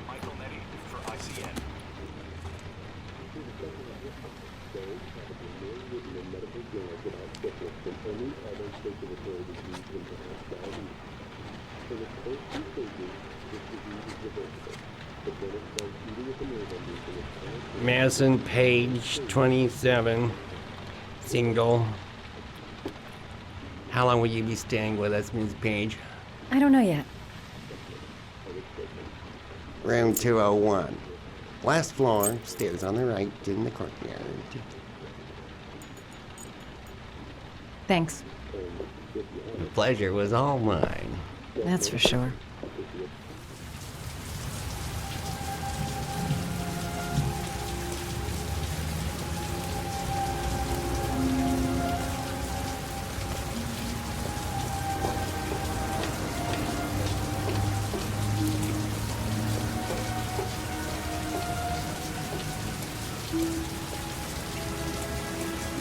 Room 201.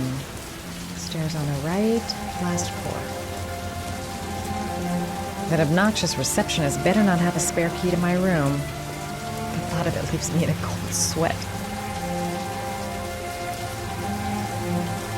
Room 201. Stairs on the right, last floor.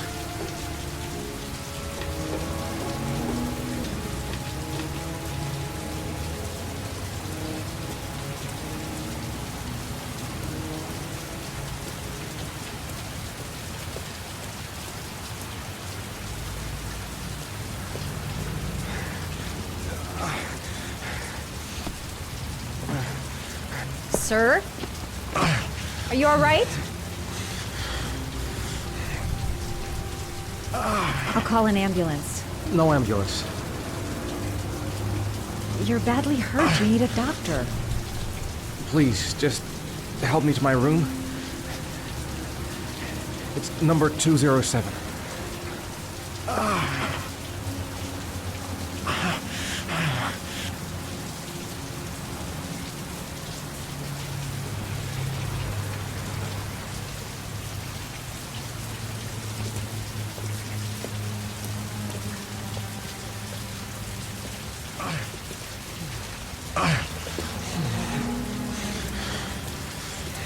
Have you got the key?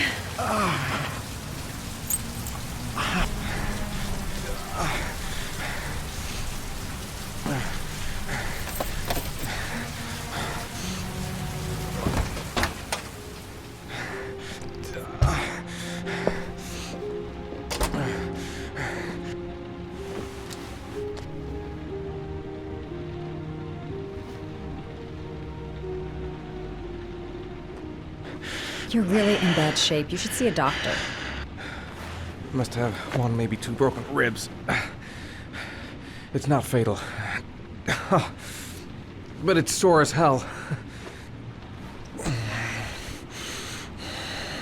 Your head is bleeding. It looks deep.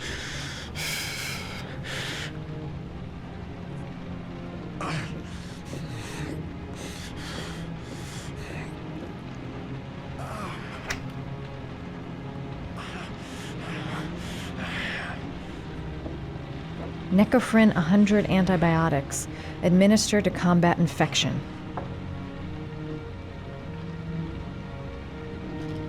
Paracetamol painkiller, administer in cases of intense pain. Do not take more than one pill every 24 hours.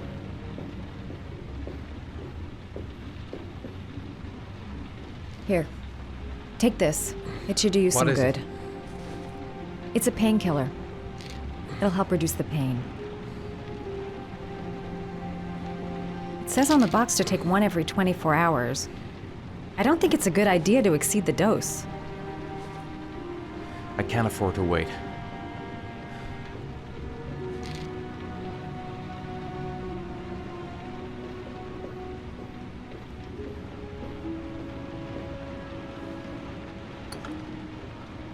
I should disinfect his cuts.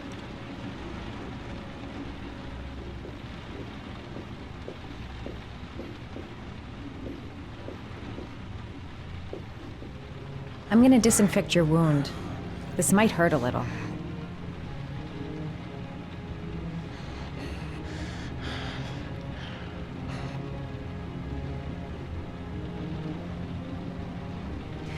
There. At least it won't get infected. Thanks. I wouldn't move around for a few days if I were you. I'm gonna take a shower. All right. Let me help you.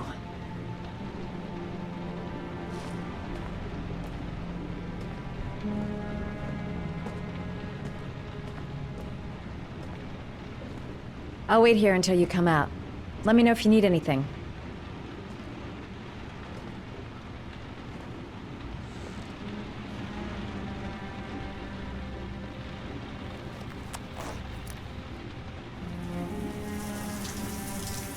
Talk to me.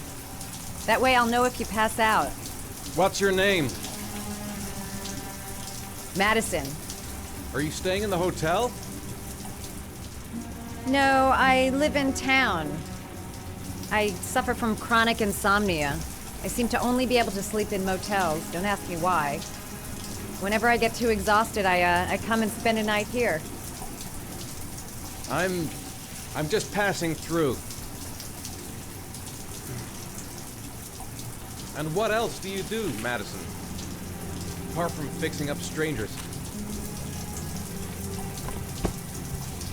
I'm a photographer. I take pictures of furniture for fashionable design magazines. And you? I'm an architect.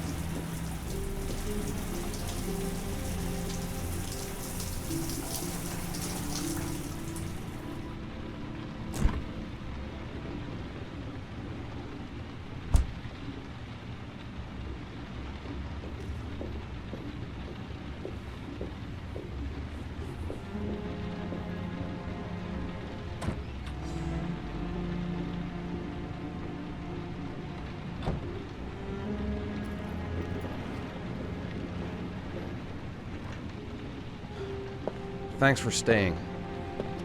I feel a lot better now. Okay. I better get going then.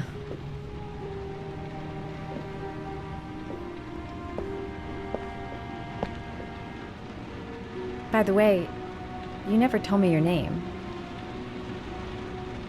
Ethan. Be careful, Ethan.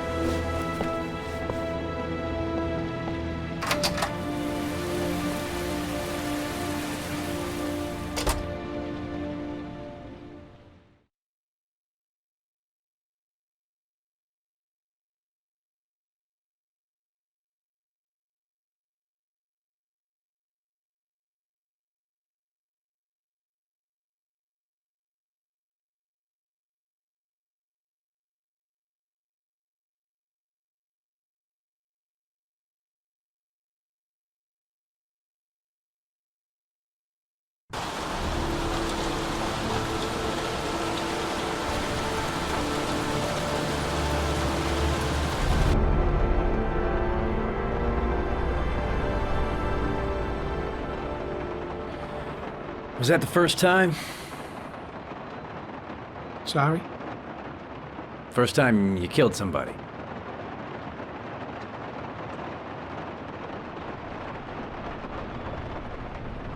It always does something to you the first time. Then you get used to it.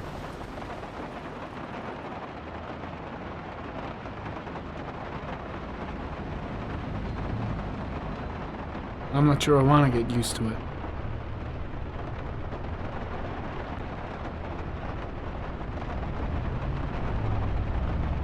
That's him.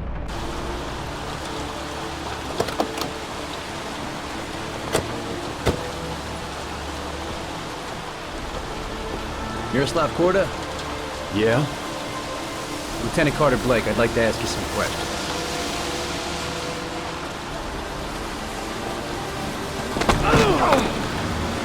Shit, don't just stand there, he's gonna get away! Ah! Hey man, watch it, dude!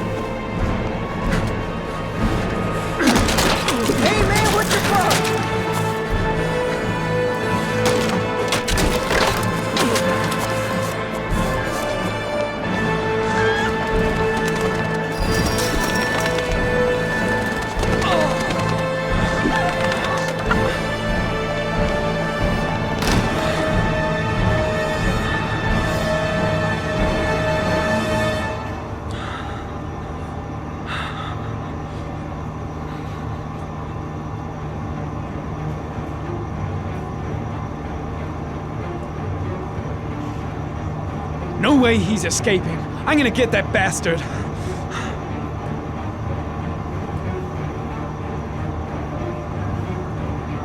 Damn place is freezing.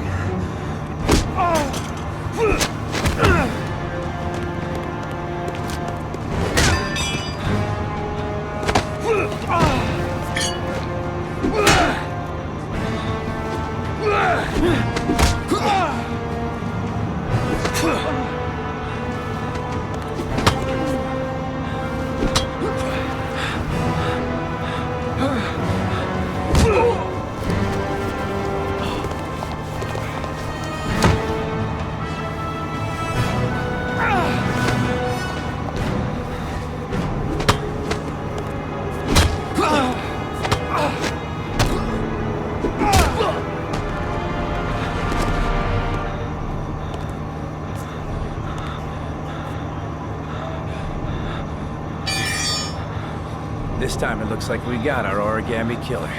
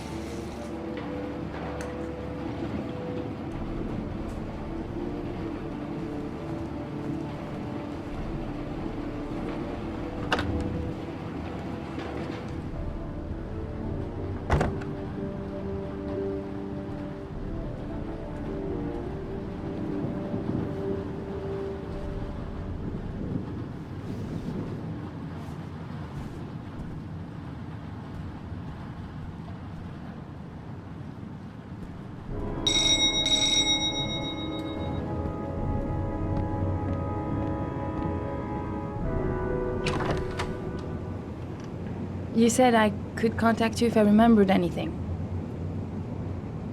Can I come in? Sure.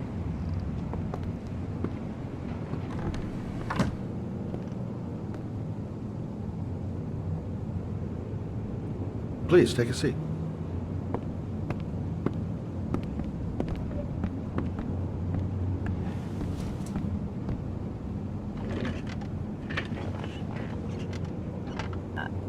I just remembered something. Maybe it's not important, but a letter arrived in the mail the morning Johnny disappeared. A letter? What kind of a letter? It was addressed to Johnny's father. I don't know what was inside it, but he read it and then he left. That's the last time I saw him. And you think there's a connection between that letter and Johnny's death, is that it? Do you remember anything else about the letter? Well, I don't know why, but I kept the envelope.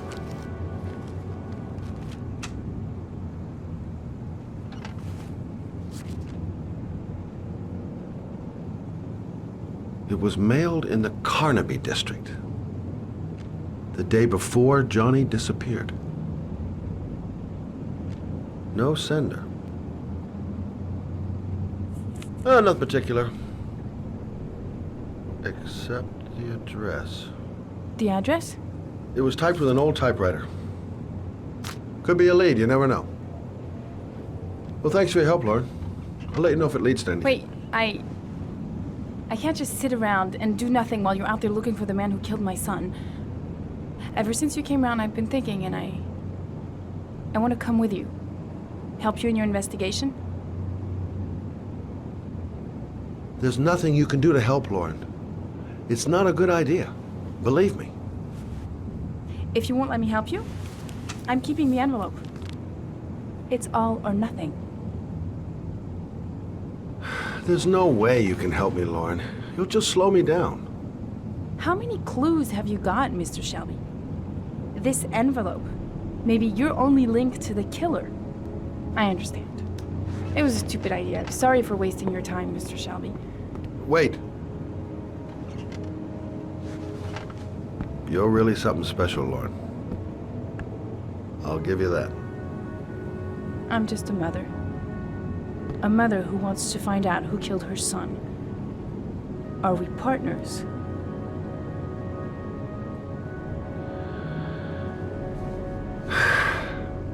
We're partners.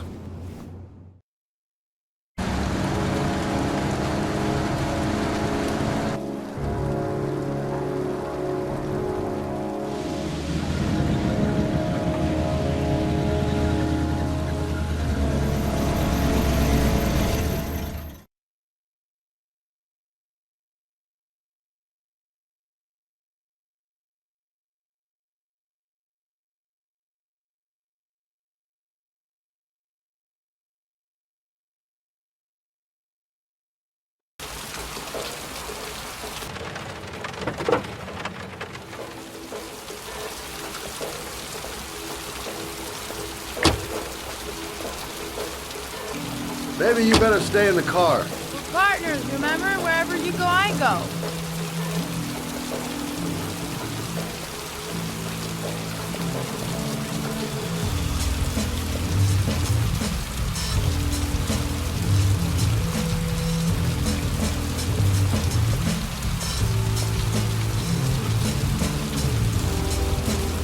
What are we doing here? We come to see Gordy Kramer. Kramer? The bigwig tycoon from Kramer Construction? No, his son. You think maybe he's the Origami Killer? But now I just have a few questions that need answers.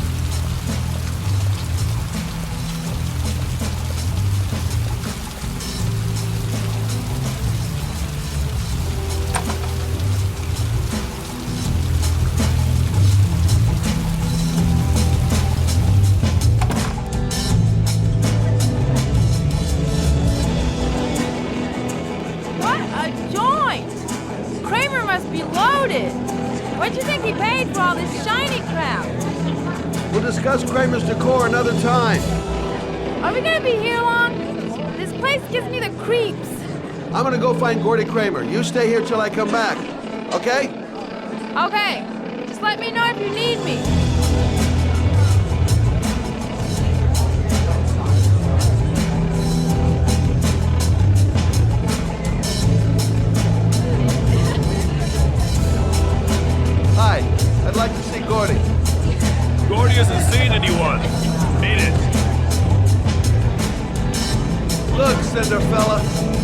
clock's just turned 12 and I don't want to have to turn you into a pumpkin. You're real smart, fella. Bet you won't be so funny with my foot up your ass. If I want to see Gordy Kramer, I'm gonna have to go about it some other way.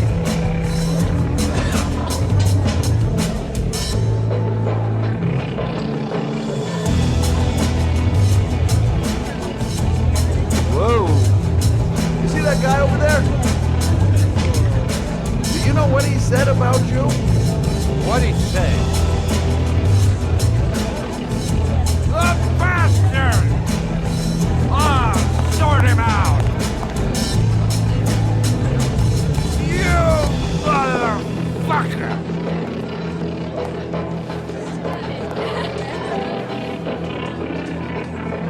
Were you talking about my mother, you big monkey in a cheap suit?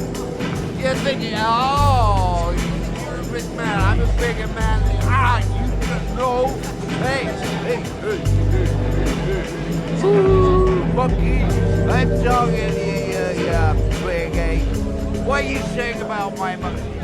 Nah, you get wild with me, my little friend. And you know who I am?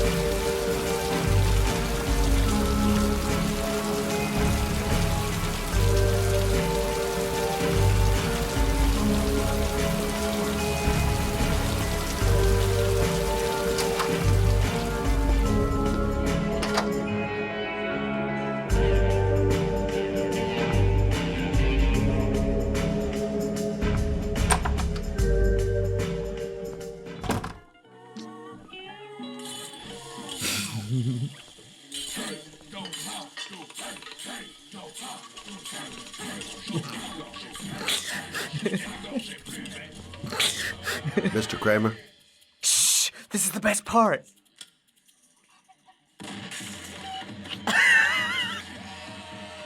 My name is Scott Shelby. I'm a private detective. I'm investigating the case of the Origami Killer. I'd like to ask you a few questions.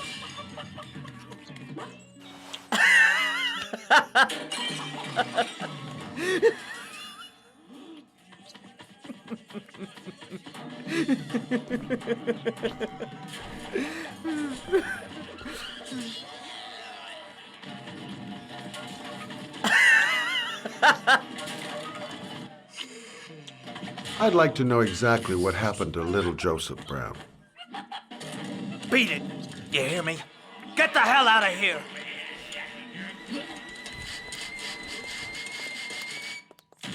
What do you want? A witness saw little Joseph Brown get into your limousine. That was the last time anybody ever saw him.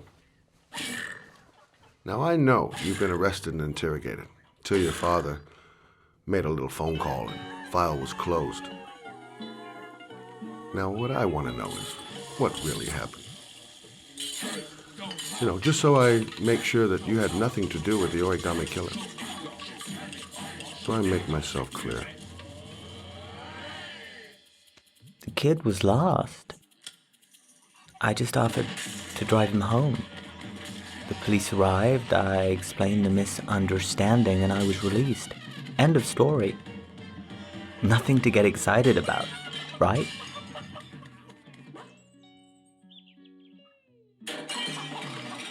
Okay, so you're a good Samaritan taking kids home who happen to get lost right next to your limousine? Now be a nice guy and tell me something I can't believe.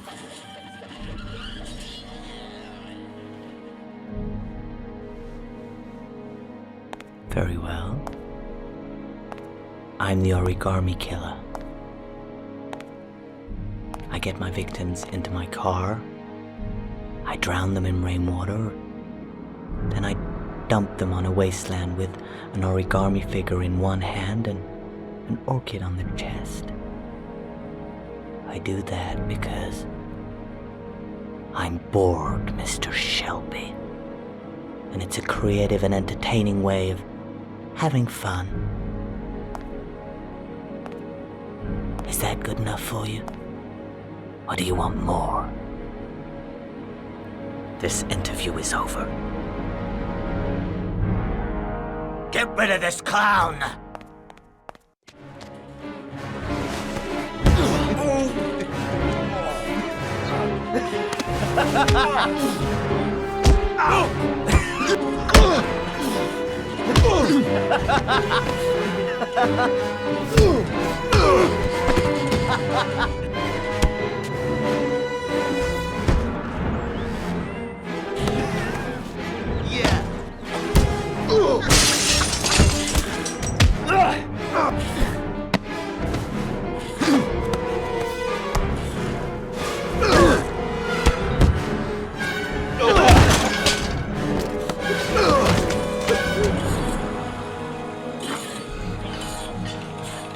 It's a dangerous game you're playing, Kramer. Do you know who my father is? He only has to lift one finger and you won't wake up tomorrow morning. You're the one that should be afraid, Mr. Shelby, not me.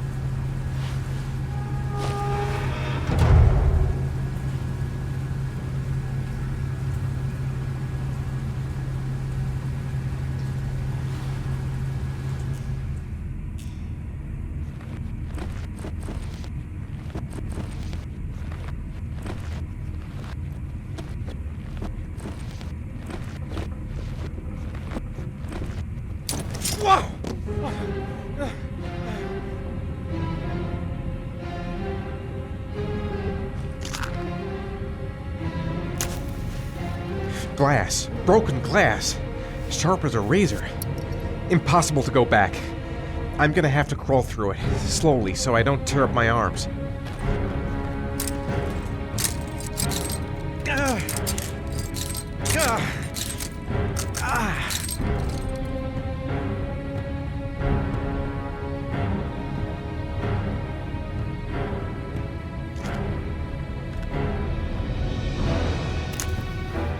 The match flame. It indicates where the fresh air comes from. All I have to do is follow the wind.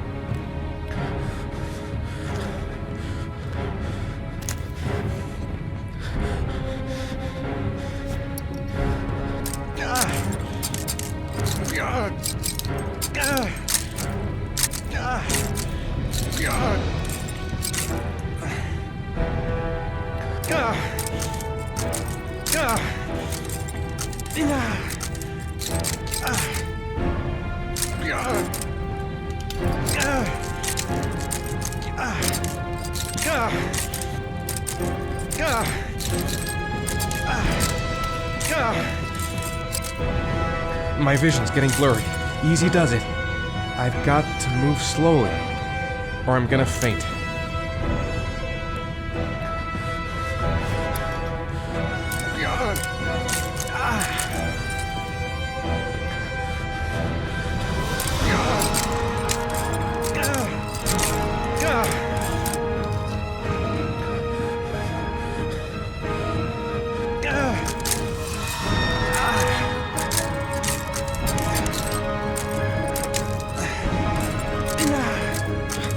I'm bleeding all over. My skin's torn to pieces.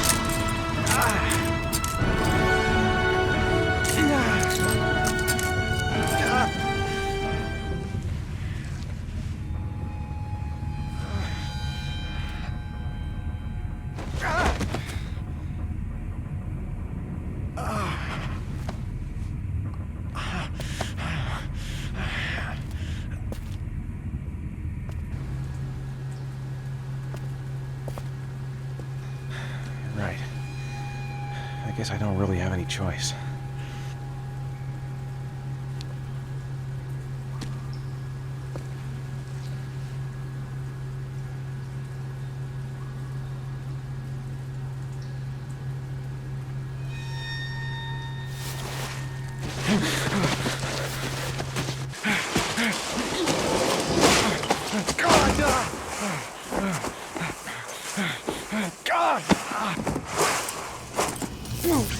God!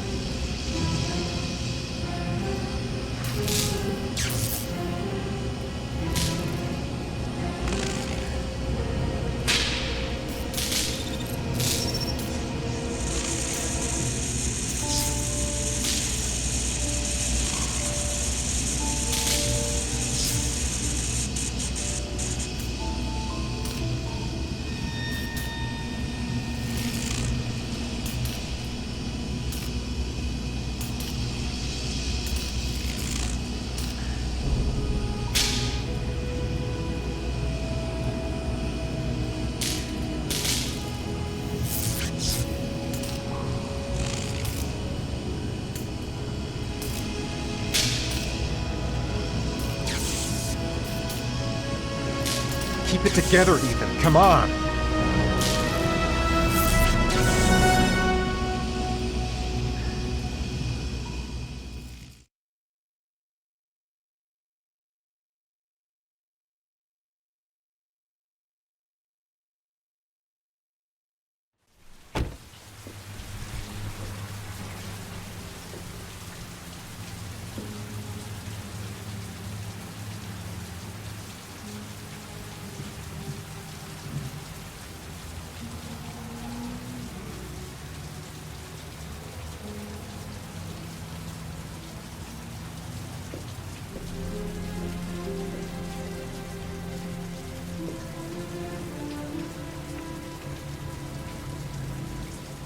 Oh my god.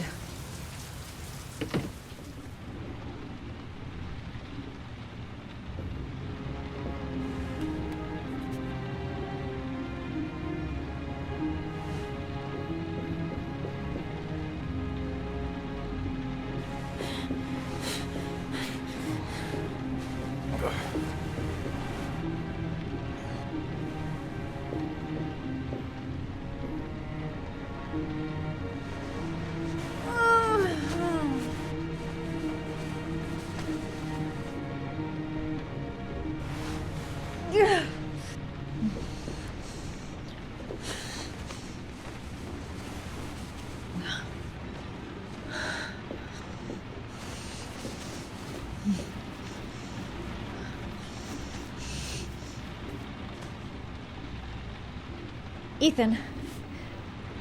Ethan, can you hear me?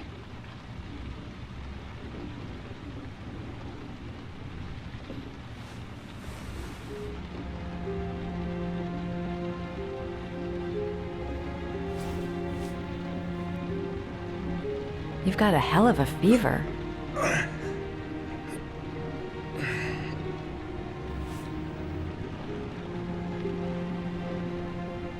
Are those burn marks on your chest?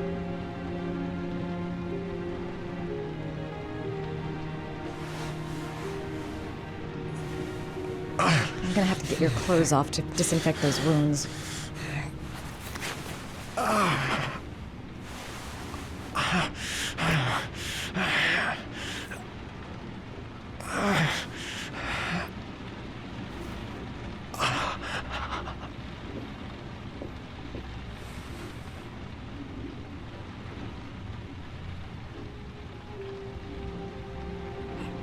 Those are serious burns. I don't know if I can do anything for you.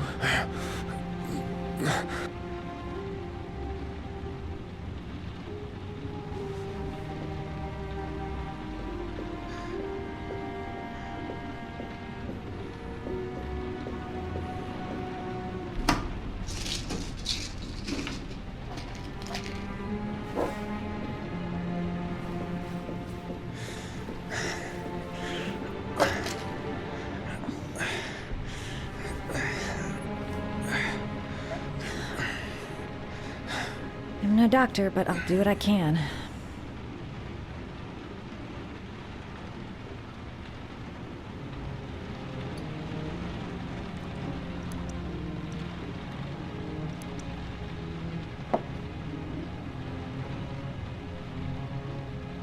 Crap. That's disinfectant.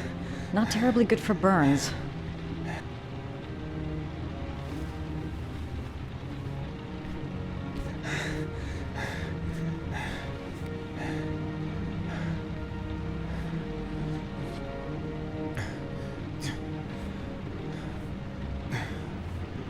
Your wounds are disinfected.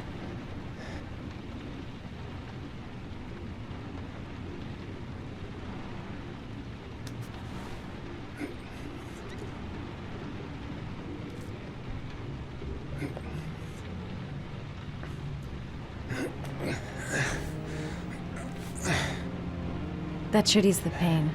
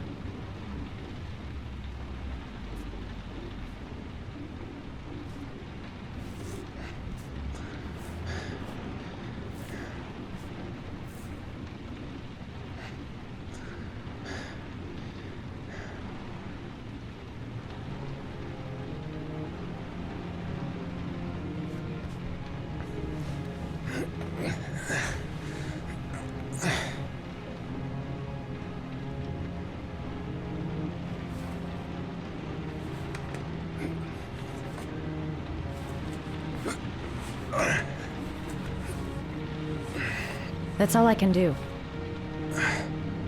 How do you feel? Ethan? He's unconscious. Now I'll just have to wait. And hope he wakes up.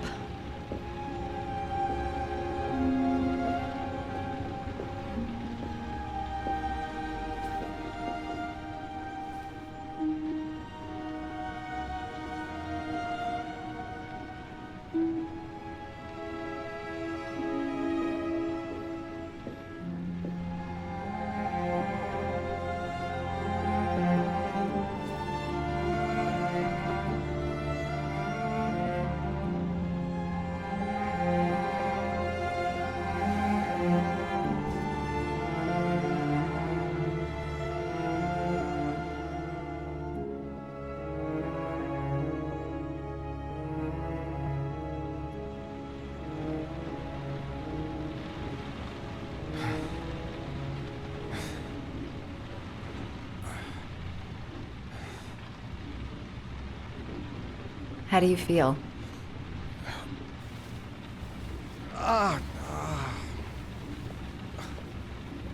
I've been better. Was I out for long? About 3 hours. Why the guardian angel act? You don't even know me.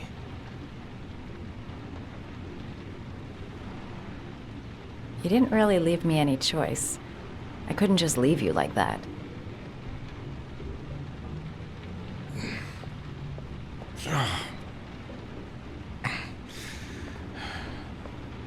You said you were here because you're an insomniac?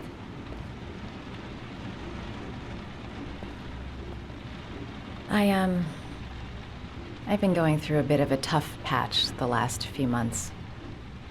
It's the kind of stuff you prefer to forget. I do what I can to live with it, but it's not easy. You seem to lead a dangerous life. It's not the one I chose. You mixed up with the mafia? Owe someone money? Something like that?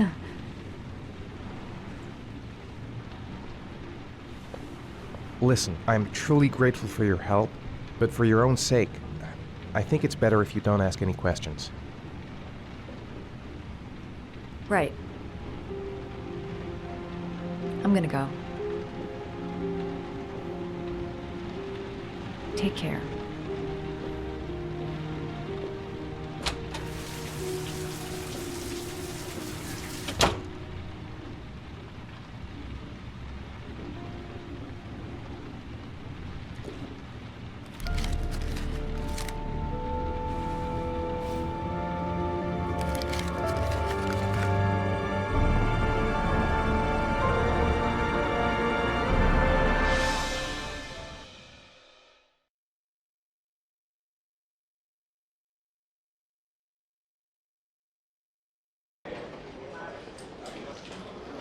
I didn't do it. I swear I didn't do it. I've got nothing to do with that business. I never killed nobody. Oh, no? Then why did you run away when they came to question you? I already told you I forgot to report to my parole officer. I didn't want to go back to prison. When I saw the cops, I just bolted. I wasn't thinking straight. We checked out his statement. He has an alibi for at least 3 of the murders. Fuck, that bastard was a perfect fit. Shit!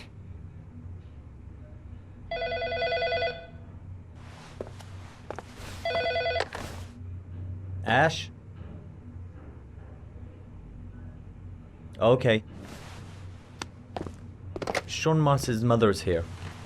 She'd like to speak with you.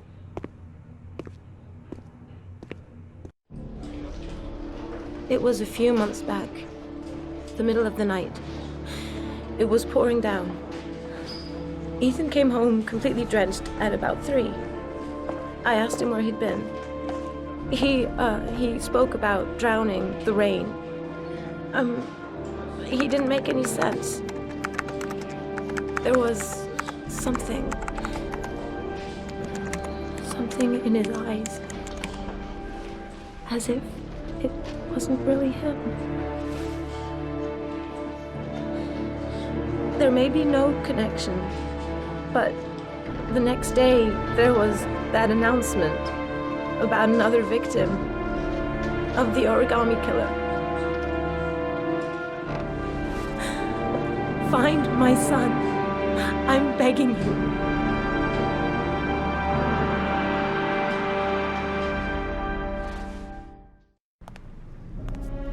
I'm Police Lieutenant Carter Blake, and this is Agent Norman Jaden of the FBI. According to our information, Ethan Mars is one of your patients. We'd like to ask you a few questions about him. I'm sorry, that's impossible. I beg your pardon? I'm bound by an oath of secrecy. Under no circumstances may I discuss my patients. My job is to find Sean Mars alive, and I don't give a damn about any bullshit oath. He's right. Legally, you gotta tell us what you know. I'm sorry, I can't help you. And now I must ask you to leave. You need to cooperate. For your own sake. Sean Mars's life may depend on what you know. Tell us what you know, Doctor. Are you threatening me? I'm just giving you some free advice, Doc. I suggest you take it. It's your duty to inform the police if you suspect one of your patients, Doctor. I am going to call the police and make a complaint about your behavior. Doctor, you are really pushing my buttons. The only thing I'm interested in is saving that kid's life. So, you're gonna be a good boy and tell me what I want to know, or I am really gonna lose my temper. Blake, Let go of me. Let's get out of here. You have no right!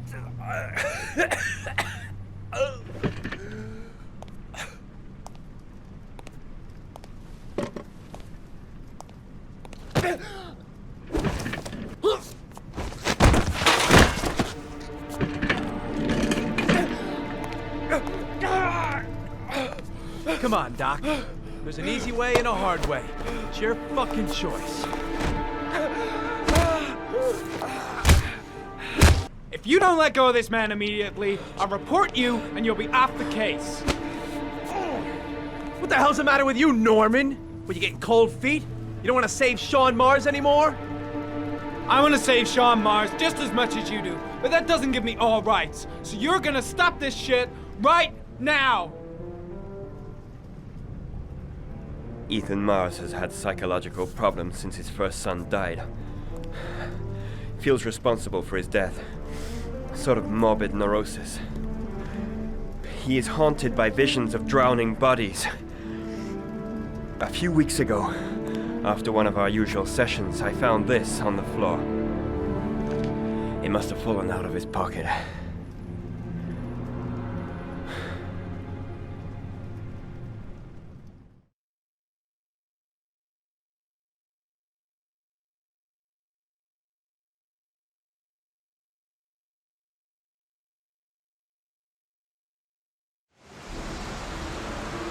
Ash, I want you to assign every available man to finding Ethan Mars. I want a man outside his place day and night. Notify all agencies to start looking for him. I want you to keep an eye on the train stations, the airports, the bus terminals. I want every cop in the city on his ass, so that if he moves, we know about it. Yes, Ethan Mars is the Origami Killer.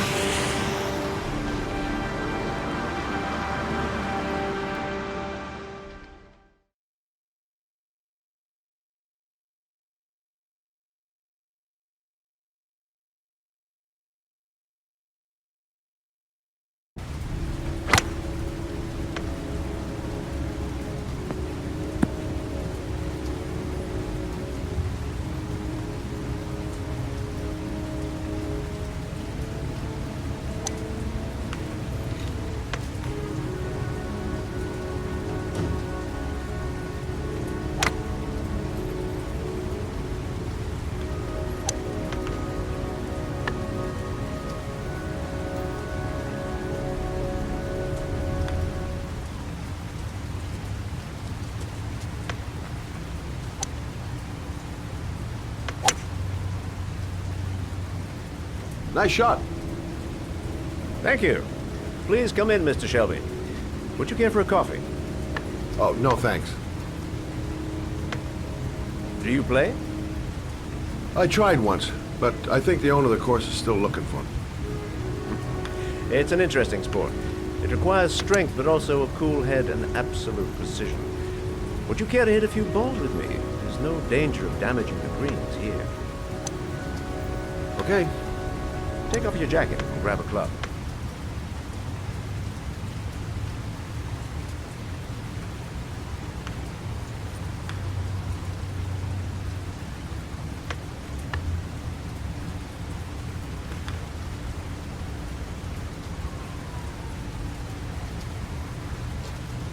The balls are in that basket.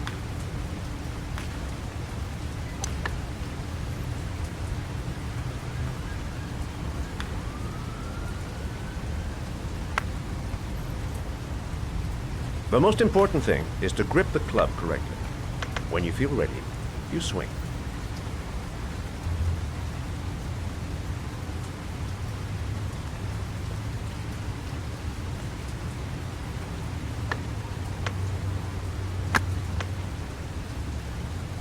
Well, it's only your first ball.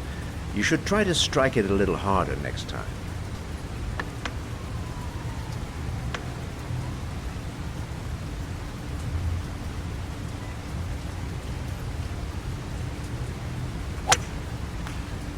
I'm assuming you didn't invite me here just to play golf, Mr. Kramer. I hear you've been asking questions about my son. That's right. I want to know if Gordy is linked to the Origami Killer case in any way.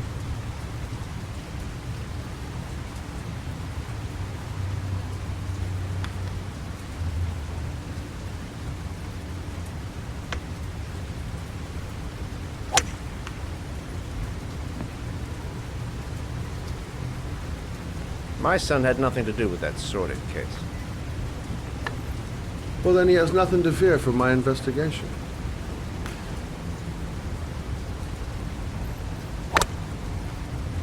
You have no business investigating my son. I told you, he had nothing to do with it.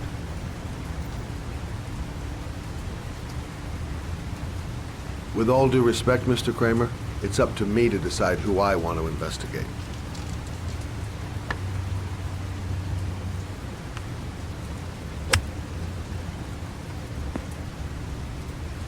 I'm an influential man, Mr. Shelby, and I pay very well for loyalty. Are you trying to buy me? Let's just say I'm trying to show you where your interest lies. How much do you want to leave my son alone? I think you misunderstood me. I don't play that game. Don't go near my son, Mr. Shelby. If you do, you'll regret it. Have a nice day, Mr. Kramer.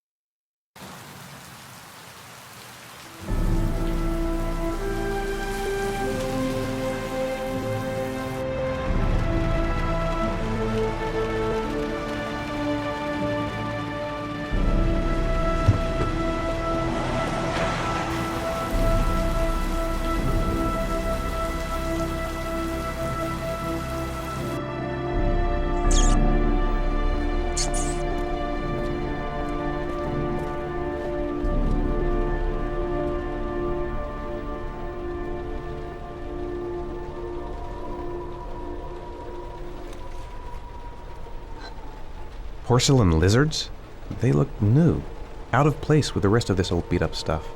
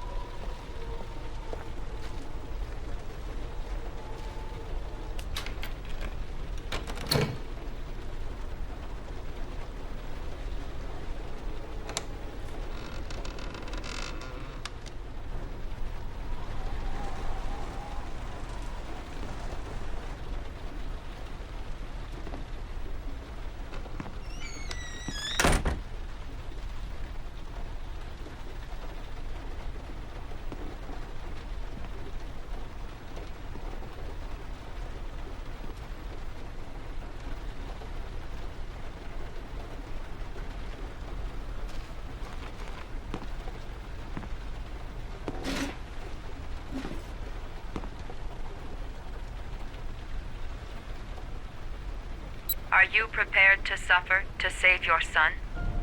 You have 5 minutes to cut off the last section of one of your fingers in front of the camera. If you succeed, you will get your reward.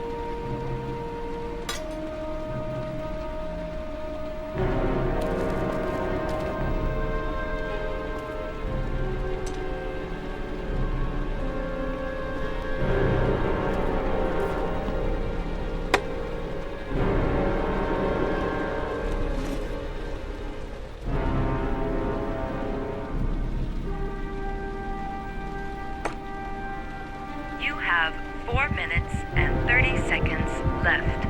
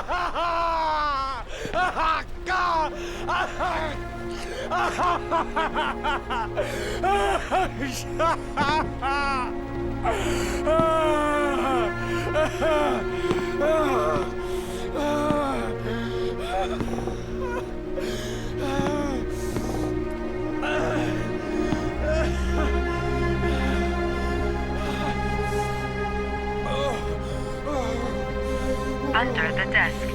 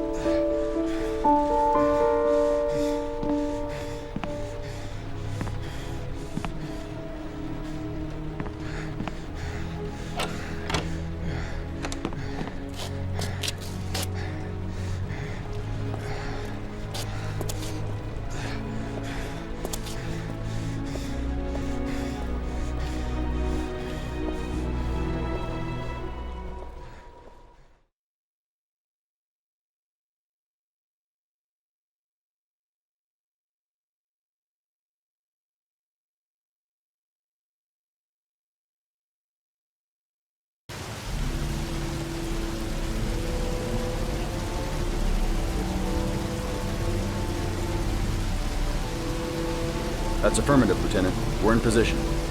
Perfect. Nobody moves until I give this signal. Is that clear? We nail him as soon as he sets foot outside. Right, Lieutenant. Lucky that patrol spotted his car. What's he doing in there? Beats me. You're the profiler, right? I thought you were supposed to be right inside the killer's head. Well, that's just it. What I know of Ethan Mars doesn't match the killer's psychological profile. I know what the jury's gonna choose between your theories and concrete proof.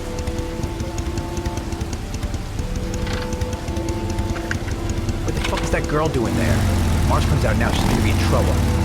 What do we do, Lieutenant? Want to get her out? No, stand down.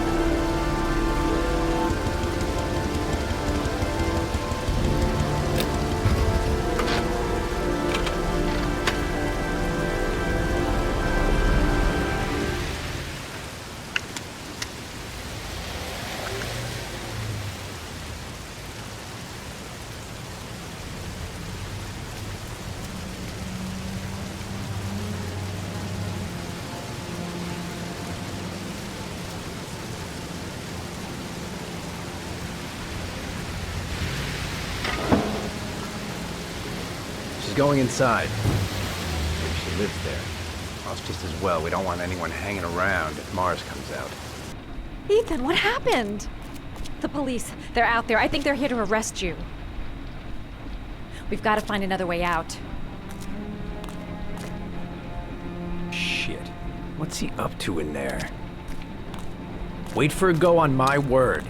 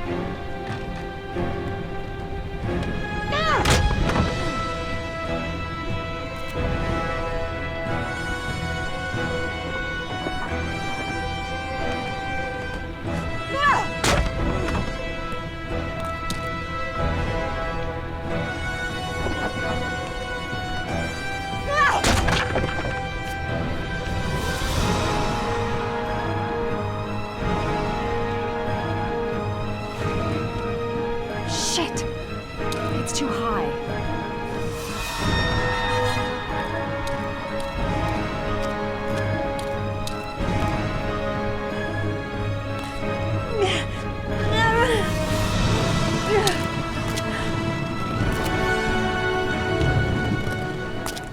Ready on my go. Stay here, Jaden. Out of the question. I'm coming with you. 2 men at the door, hold your positions. It's a go.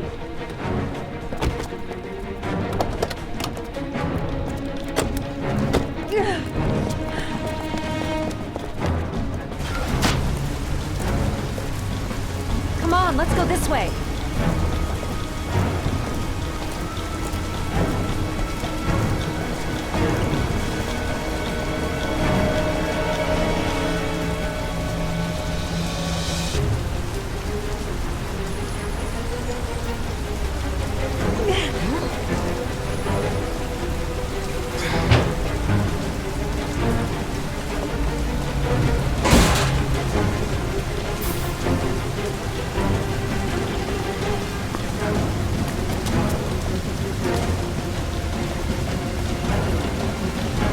Hey, you, don't move! I'll shoot! Come on! Quick! I can't. Hands in the air! Lieutenant, there's a man and a woman exiting the alley. A woman? Shit! It's that girl who went in! Everybody downstairs! They're in the alley! Follow them! The subway.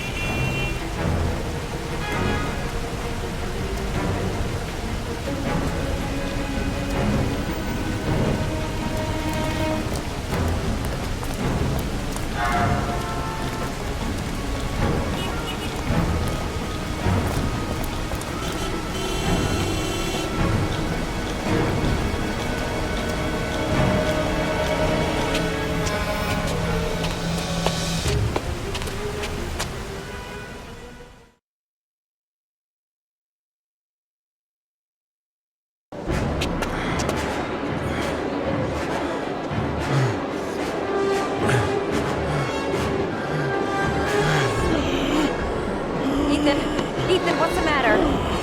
We've got to keep going. Ethan! Ethan, they're coming!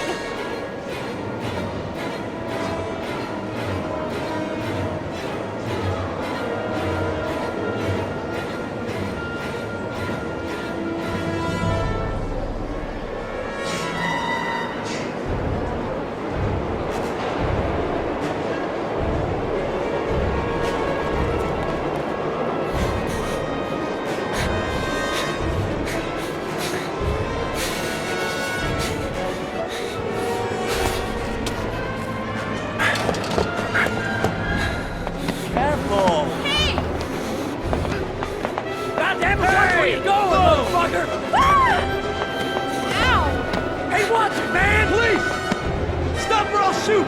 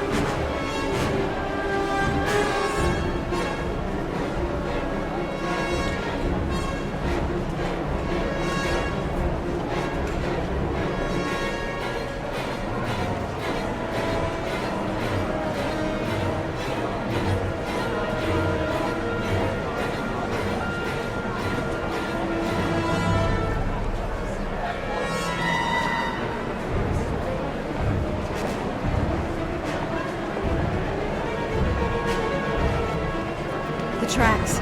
We've got to cross the tracks.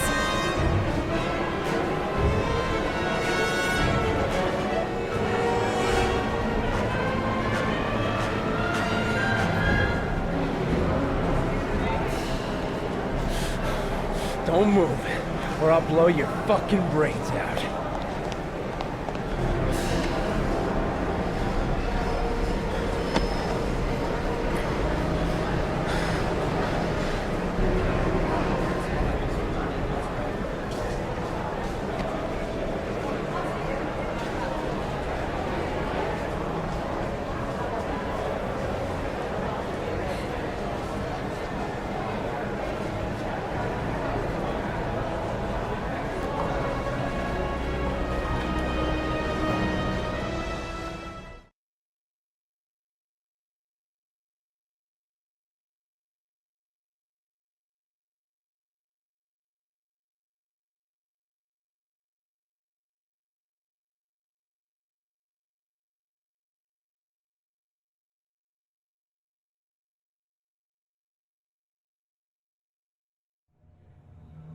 I'm not here to judge you, Ethan.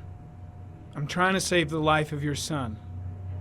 We still have time, but it's running out. Help me, Ethan. Tell me what you know.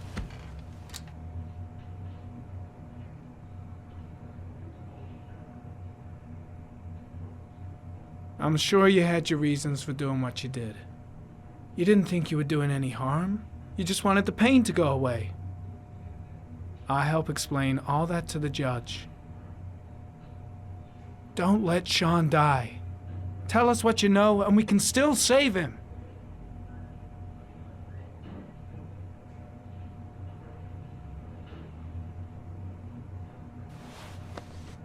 Look at these, Ethan. Look at these. 8 photographs. 8 lives taken. Drowned in the goddamn rain. Recognize this one, huh? That's your son, Ethan. That's Sean. He is still alive. Talk to me, Ethan. Say something!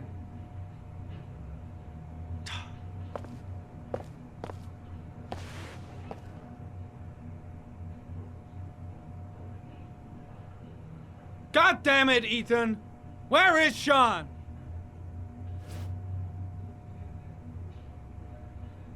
I kidnapped my son.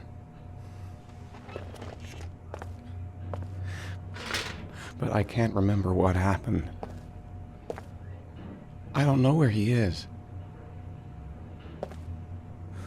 The only way to find him is to let me out of here. I'm the only person who can save him.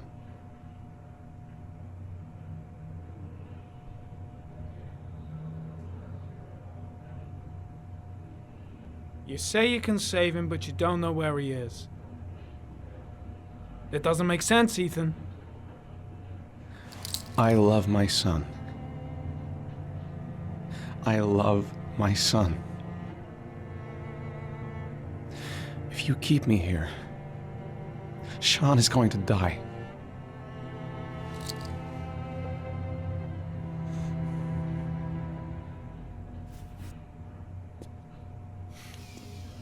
Time's running out, Ethan. And frankly, I don't care why you did it. The only thing I want to know is where you've hidden Sean. I don't know. I would already have saved him if I knew where he was. Okay. This is your last chance, Ethan. And this time, I suggest you think carefully before you answer. Where is Sean? I told you I don't know. Ah! Wrong answer. Blake! What are you doing? This guy's a killer! He's got no fucking rights! He's gonna tell me everything!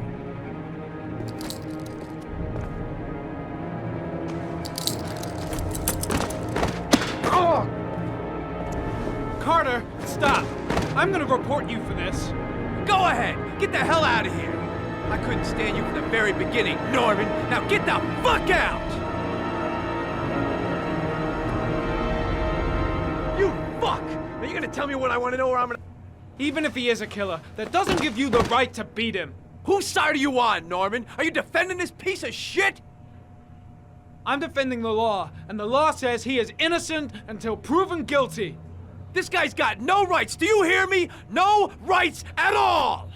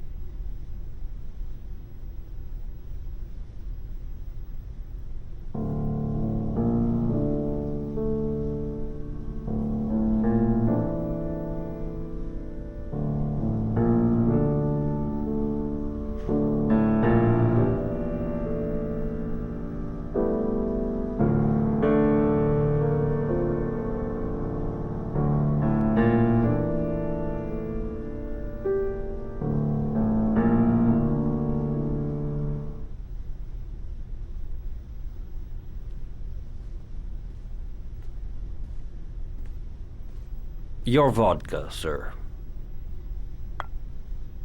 Thanks. You look preoccupied, if you don't mind my saying so. Problems with the investigation? Blake is convinced that Mars is the killer. Not you. I thought there was some evidence to that effect. That's true. But it just doesn't make sense. His psychological profile doesn't fit, neither does the geolocalization. I can't see this father drowning 8 victims before kidnapping his own kid. Mars is not the Origami Killer. I'd stake my life on it. Then who is? I haven't the faintest fucking idea. Maybe you should review the evidence in your possession. That's just what I was thinking of doing. Oh, one last thing, sir. You should be careful not to overindulge in you-know-what. It can be dangerous. Very dangerous. I'm trying to keep a handle on it, but that's difficult. It gets more and more difficult. It'll end up killing you if you're not careful. That would be most unfortunate, sir.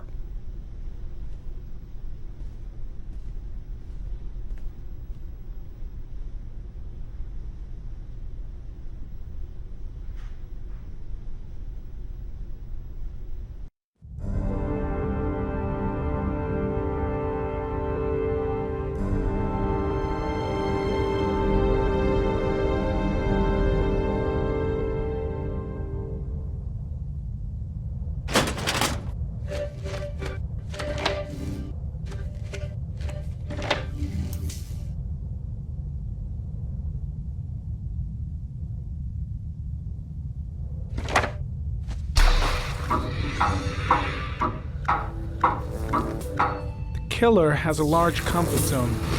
He gained confidence rapidly and moved away from his base. This won't make the geoprofiling any easier.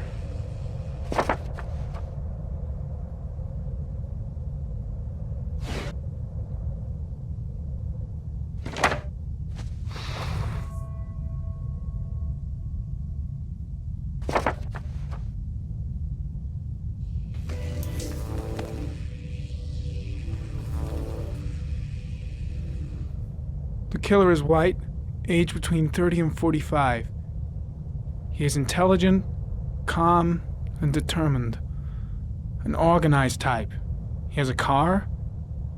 He's probably employed, but his work allows him free time.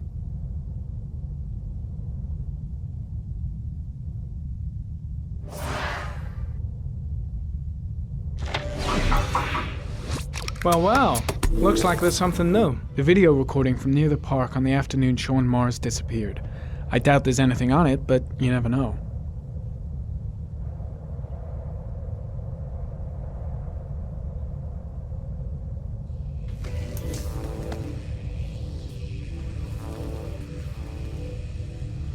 A Chevrolet model corresponding to the tire prints passed at 16:02 heading for the park, when in the opposite direction at 16:37. That could fit the time that Sean Mars disappeared. Could it be the killer's car?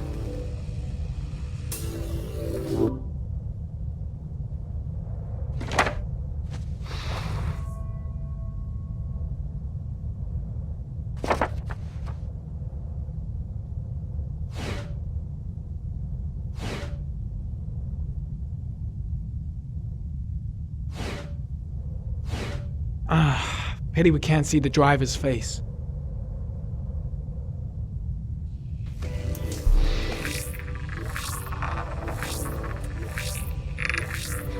The car was stolen. Let's see. A certain Jackson Neville was suspected of stealing it, but the charges were dropped. Not enough evidence.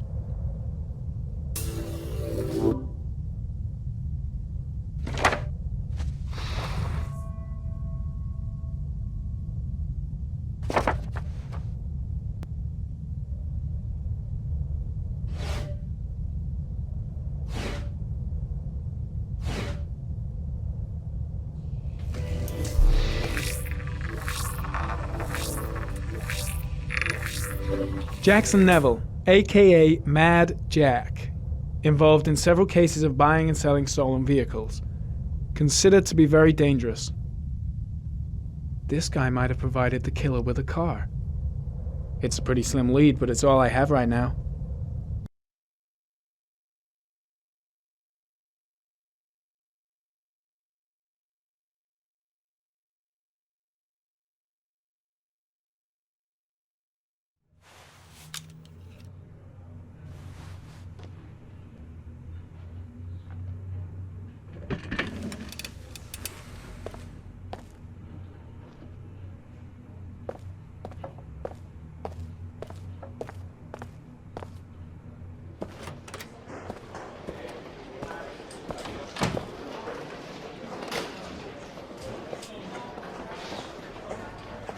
Did Mars confess?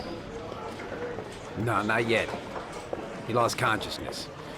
We'll give him a break and then we'll get back to him. He must be tougher than I thought. Tough or not, he'll crack. They all do. In any case, congratulations, Lieutenant. You've done a fine job. I've called a press conference. Gonna kick off in 1 hour. I expect it'll be quite an event. Don't you want to wait until we actually got his confession? No point. We've got him dead to rights. That's all the press wants to know. Ethan Mars is innocent. He truly believes that he alone can save Sean. What if he's right? I'll play those odds. I've got to get him out of here. I should consult my superiors. Maybe... No, that's stupid. I gotta handle this on my own. I gotta find some way to get Ethan Mars out of here. Even if there's only a 1 in 1,000 chance he's telling the truth, he may still be able to save his son.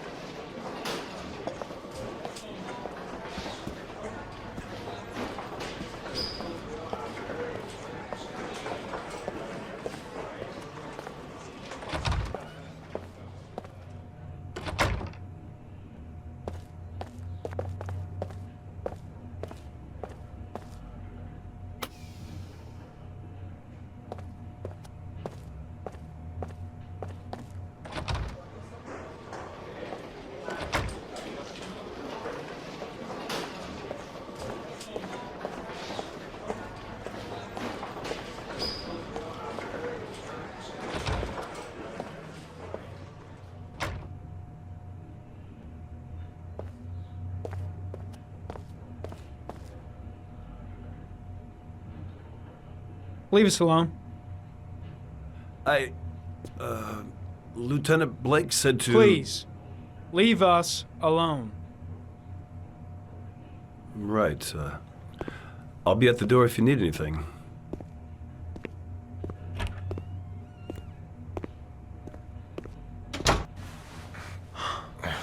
Christ. Are you all right, Ethan?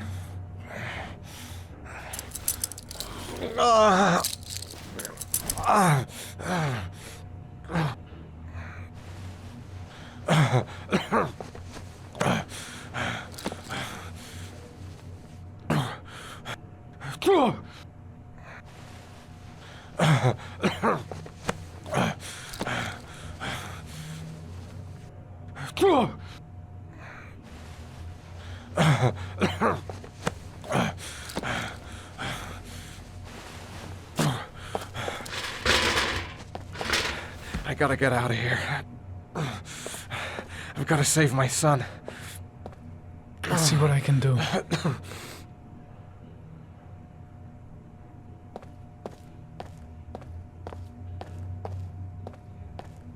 Gotta find some way to get rid of the guard if I want to free Mars.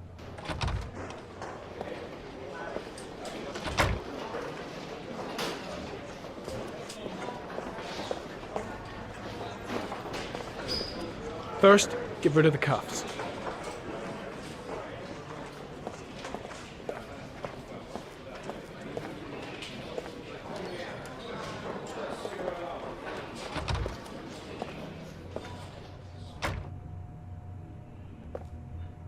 I'm gonna find a way to get you out of here, Ethan. Stay put.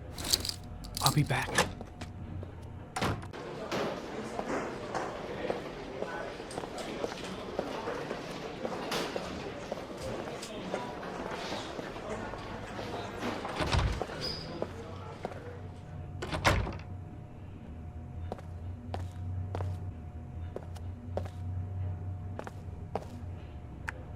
Gary, you can take a break. I'll keep an eye on him. You sure? Actually, I was busting for a piss. If you need to adjust his handcuffs, the keys are on my desk.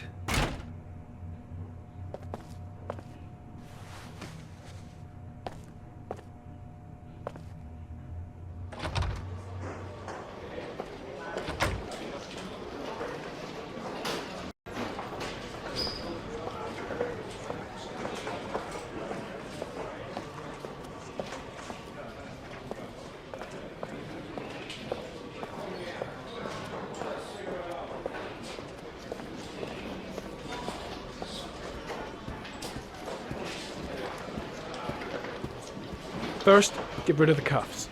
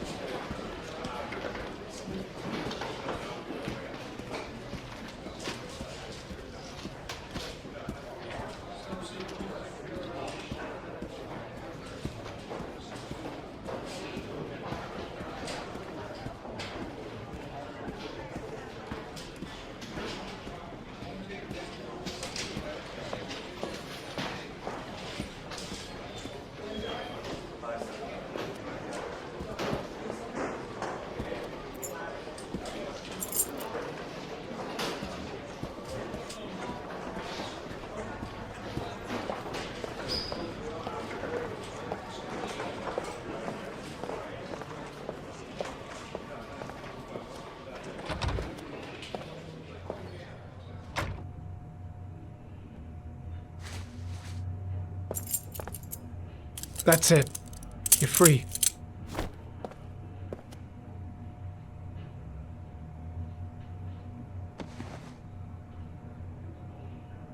Here, put this on.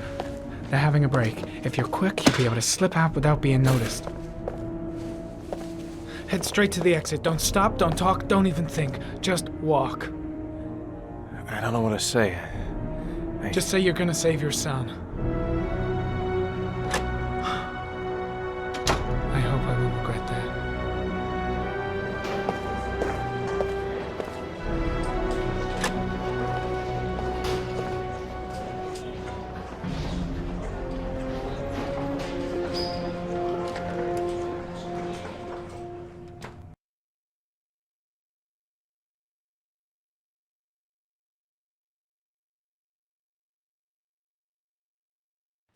Less than an hour ago, we heard from the police who have identified the man thought to be the Origami Killer.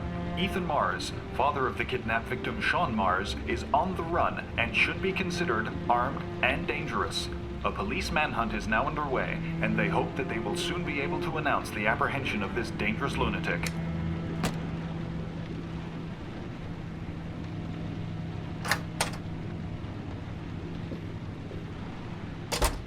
I brought some food. I didn't know what you liked, so I brought some of everything. I hope that's okay.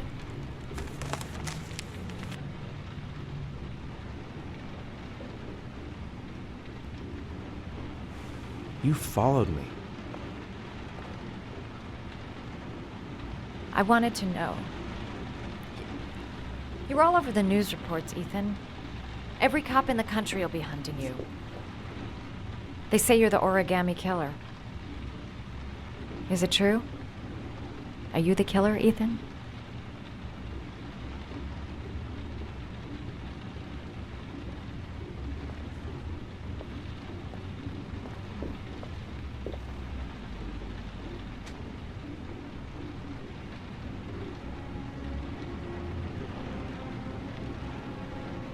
I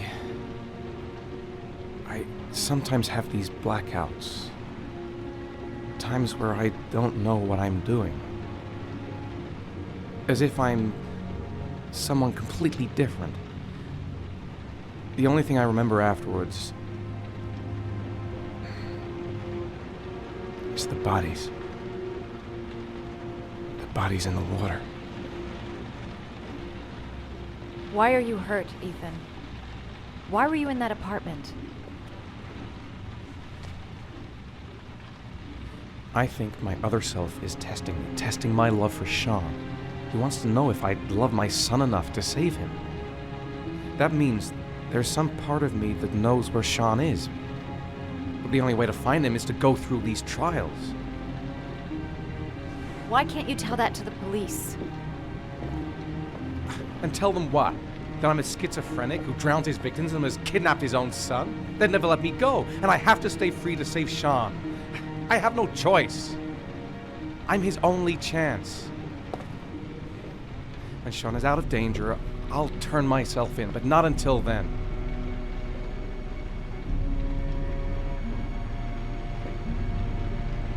You can't keep going like this.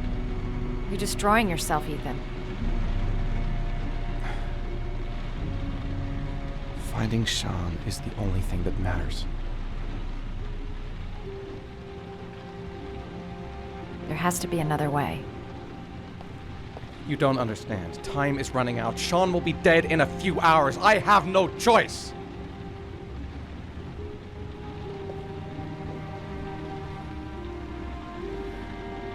Please, Madison, leave.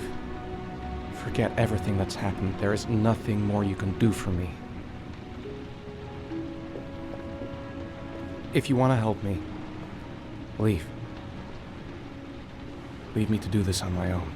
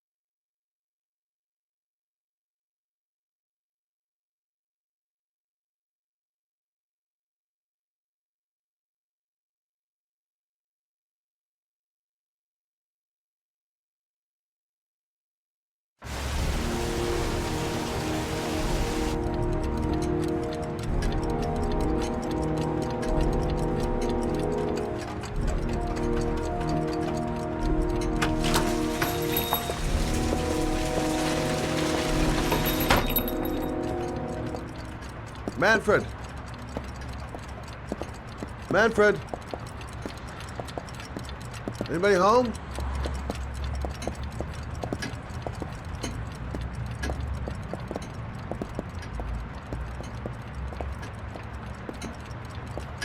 Hi there, Manfred.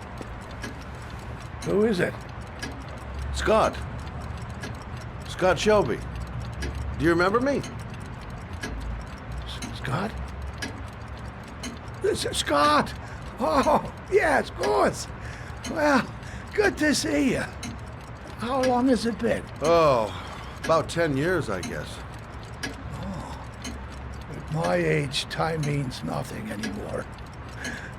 I repair clocks, but I try to forget about time. How about you? Are you still with the police? Oh, no, I quit. I'm a private investigator now. This is Lauren. She's a friend. Hello. Oh, hello, young lady. Well, this calls for a celebration. I've just the thing. Wait there. I'm sure I saw a bottle of scotch around here somewhere.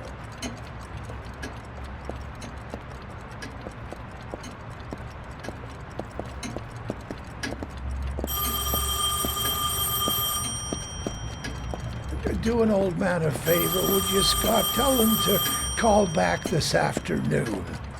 Sure, no problem. Hello? Yeah, this is Manfred's. He's not available right now. Could you call back later this afternoon? Thanks.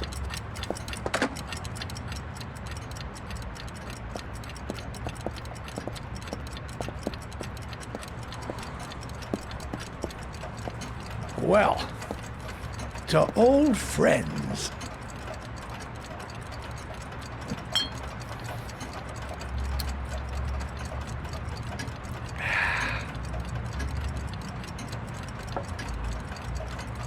I'd like you to have a look at an envelope. I thought maybe you could tell me about the typewriter that was used to type the address on it. Well, let's have a look.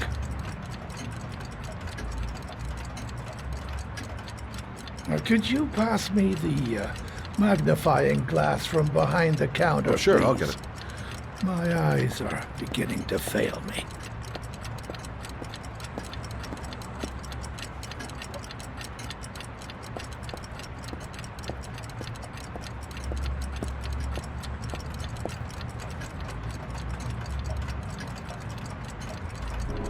Thanks. Well, let's see what this envelope has to say for itself. A Royal 5.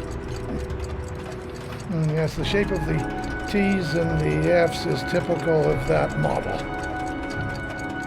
Produced between 1907 and 1924. Yes. No doubt about it. It's a Royal 5.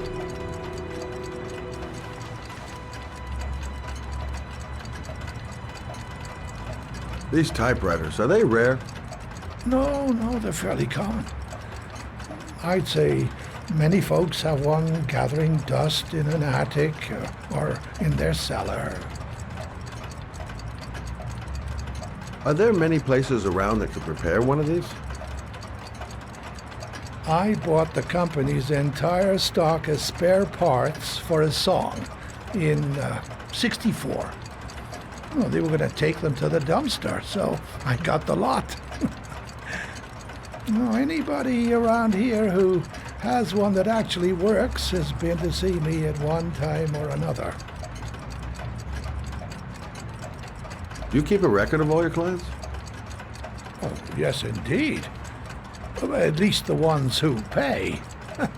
Any chance I could get a peek at that? Yes, of course. I keep my account books in the office. If you're not in a hurry, I have a list of all the clients who ever bought a Royal 5 or had one repaired. Yeah, that would really help us out. Delighted to help. Give me 2 minutes, and I'll be right back with the list.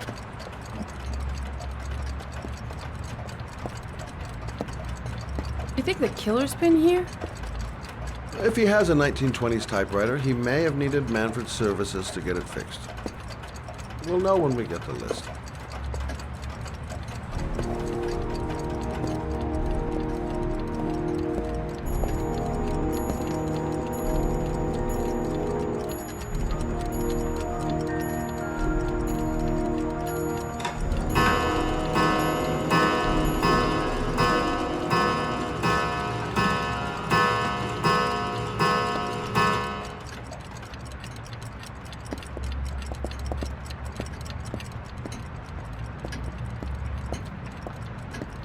Hello? Manfred! Hello? Your call is lodged, sir. A police car will be there in a few minutes. I need to know who you are, sir. Sir? Hello?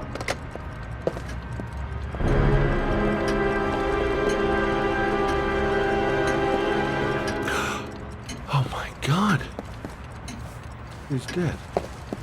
Oh, God.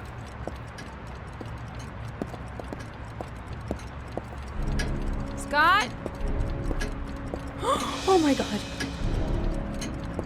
What are you doing? I'm calling the police. The killer has already called the police. I think he wants us to be his scapegoats. We gotta get the hell out of here. What do you mean? We have nothing to do with his death. We were just here when it happened. Look, we're running out of time to find Sean Mars. The last thing we need is 24 hours in a police station explaining this whole thing. Well, so what do we do?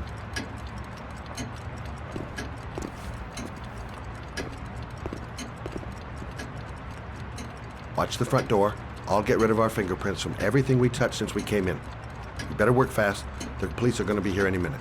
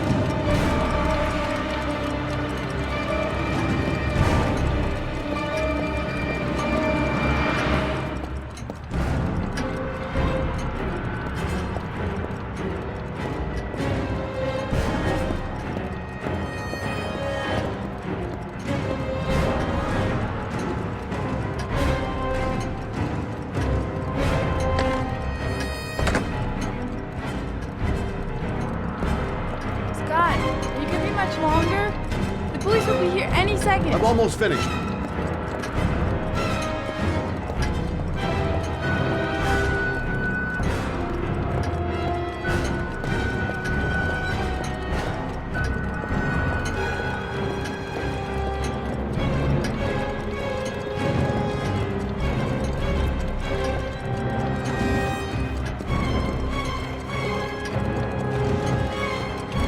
That's it. We're done. You get all the prints?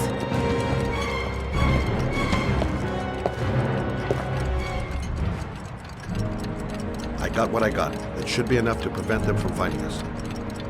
Come on, let's go.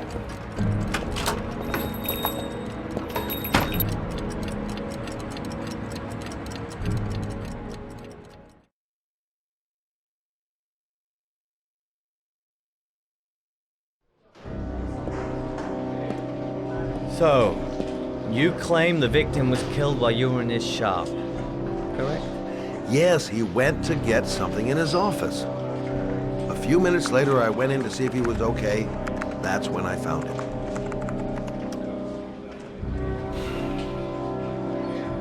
You should have called the police immediately, Mr. Shelby. Would have saved us dragging your ass down here. Listen, we had nothing to do with his murder. We were only there by coincidence. I just wanted to spare myself a few hours declaring I didn't see anything to a police officer. PI or not, Mr. Shelby, don't leave town. And if you end up next door to any more dead bodies, remember to call us. Okay?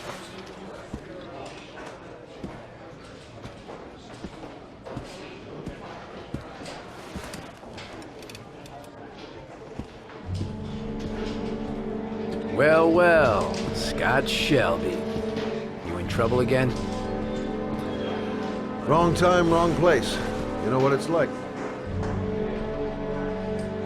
Don't sweat it. I'll take care of it. For old time's sake. Thanks, Carter. I owe you one. You on to anything at the moment? Well, I got some ideas. Nothing concrete. Well, if it goes beyond the idea stage, you'd tell me about it, wouldn't you, Scott? Sure.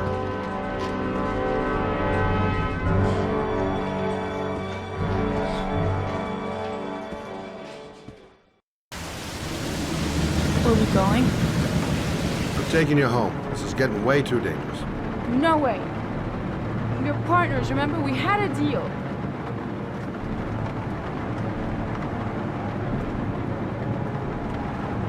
The deal's off. I changed the rules. Whether you like it or not, you're going home. And I don't want to talk about it. That's it. I'm not a child. I know what I have to do. I've got to find my son's killer. You're not going to stop me.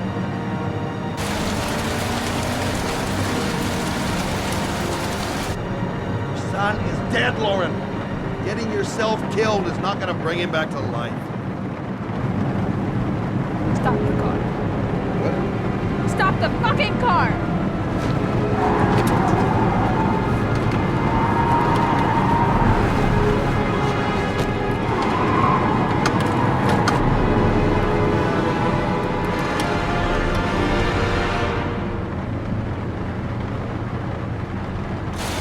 If you're not gonna help me find the bastard to kill my Johnny, I'll do it on my own.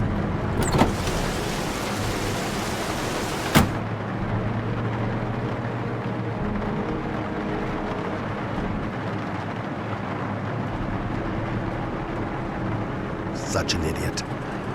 I better catch up with her.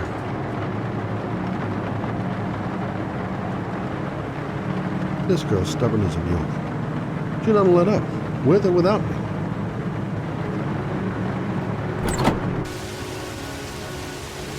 Lauren!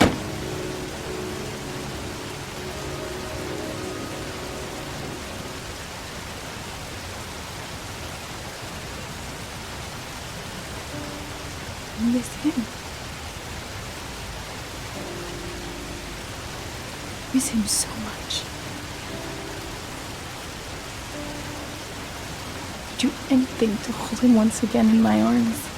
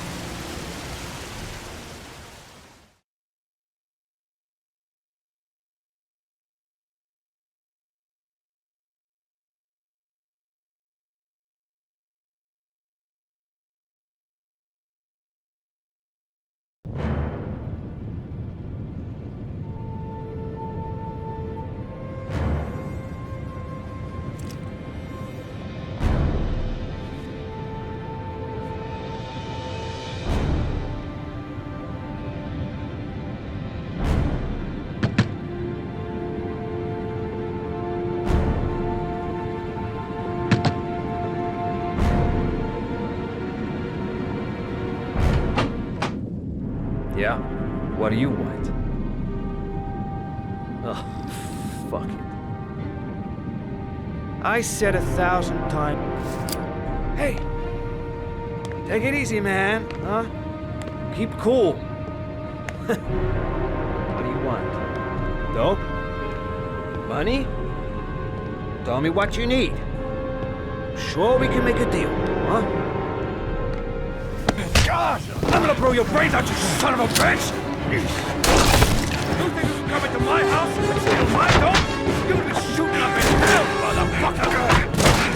Come on, man. Will you stop fucking moving?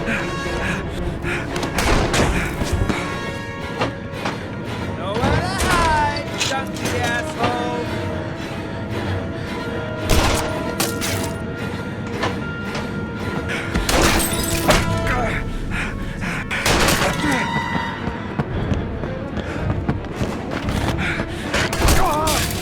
Here, buddy. Like it.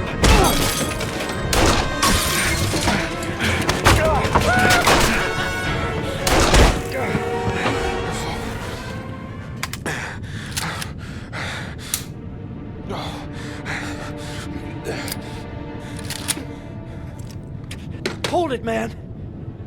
I give you whatever you want. Got dope? Got cash? You want some dope? Please. Please don't kill me, man. I got children. These my girls, see? This one's Sarah. And a little one. That's Cindy. Please, man. I want to see them again. Please. Please don't shoot.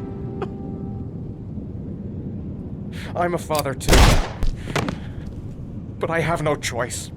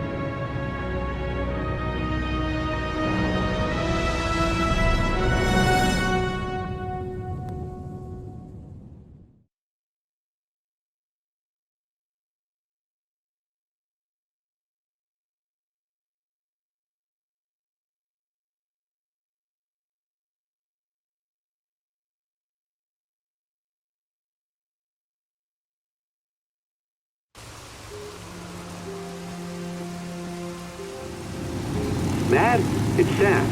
I got your information. The owner of the apartment in Marble Street is a Dr. Adrian Baker. He's a struck-off surgeon. He used to sell drugs to junkies on the quad. He made some cash and bought up some cheap-ass apartments, including the one in Marble Street. Of course, he got caught. He did a few months in prison and was struck off the medical register. Interesting. Thanks for the information, Sam. I owe you one. Hey, Matt, be careful, okay? I'm on it. Talk to you later.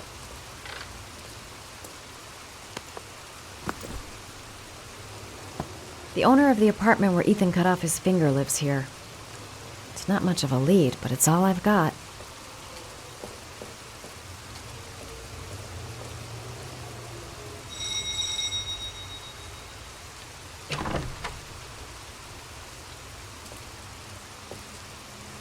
Hi. I was told that you could get Bitropin. Without a prescription? Sorry, you were misinformed. Goodbye. Hold on. I really need your help here. I can pay. Well, why didn't you say so? Please, come in.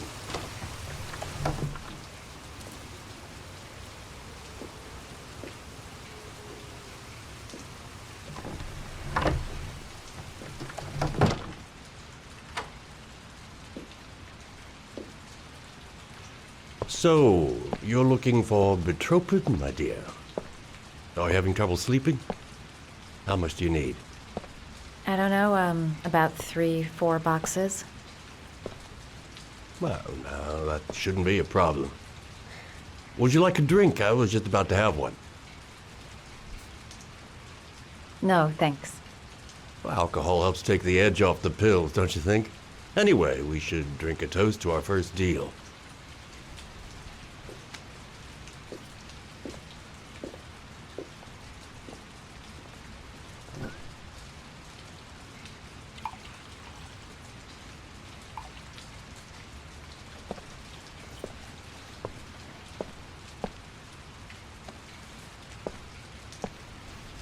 I haven't seen you around here before. Who told you about me?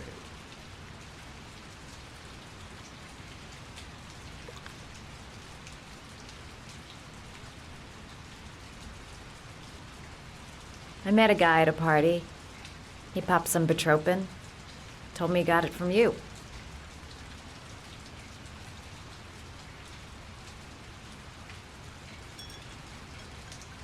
Can you get other types of medicine? Everything has a price, my dear. What about you? Do you have a price? Forget it. I'm not for sale. I heard you had some apartments for rent. I'm looking. Sorry, darling. Those are all booked up. Shame. I was looking for something around Marble Street.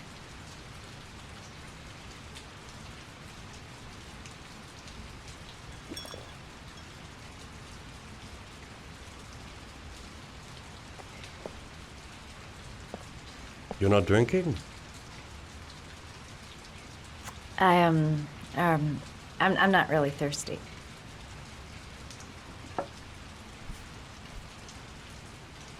I'll get your prescription. Won't be a moment. Wait here. That guy gives me the creeps. I better take a look around to see if I can find anything before he gets back.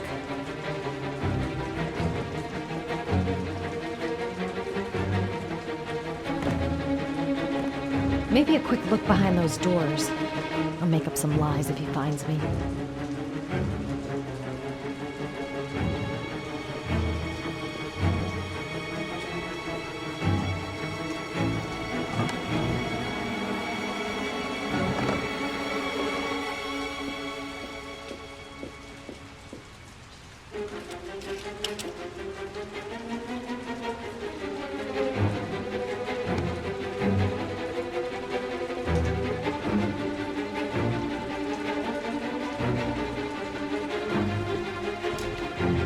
Surgical gowns? I thought he stopped performing operations. Must be some kind of a weird nostalgia for the past.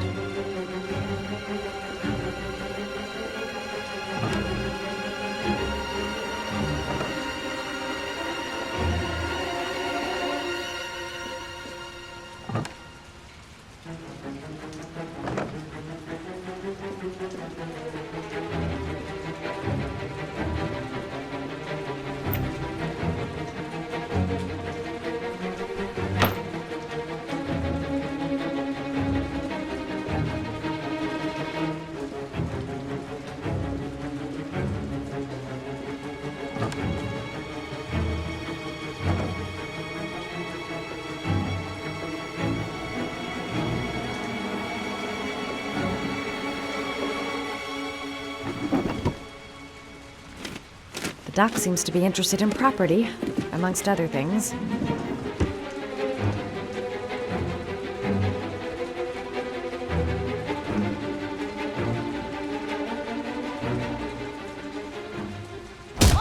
Nosy little ferret. We're gonna have some fun together, my darling. I promise.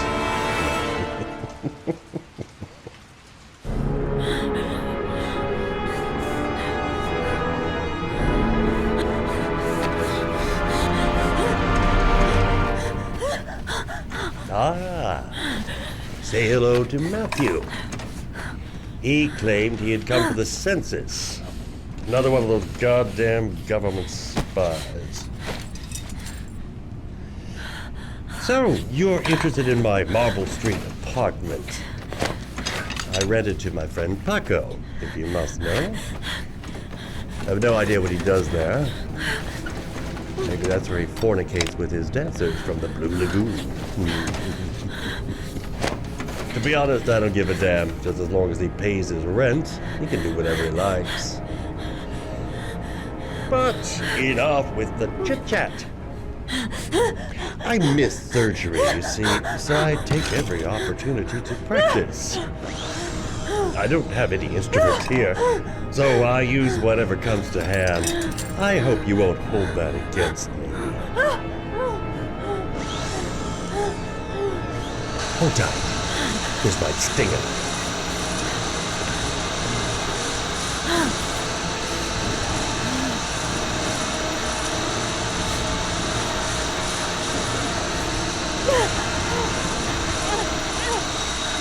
Have you ever noticed, as soon as you start to do a little housework, someone always comes calling?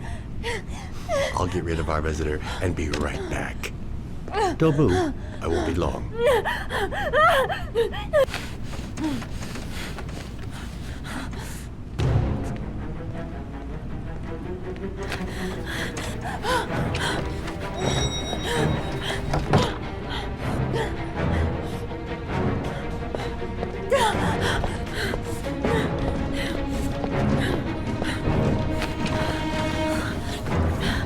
Hello, sir. I've come to bring you the word of the Lord in the form of these magnificent Bibles, which I will gladly leave with you in return for a contribution of only $5. No thanks, Come now, brother. I cannot believe the word of the Lord is of no interest to you. We, his humble flock, should walk in his steps, for St. John has said, Thanks a lot, but I don't need any. He does not need the Bible in these times of violence.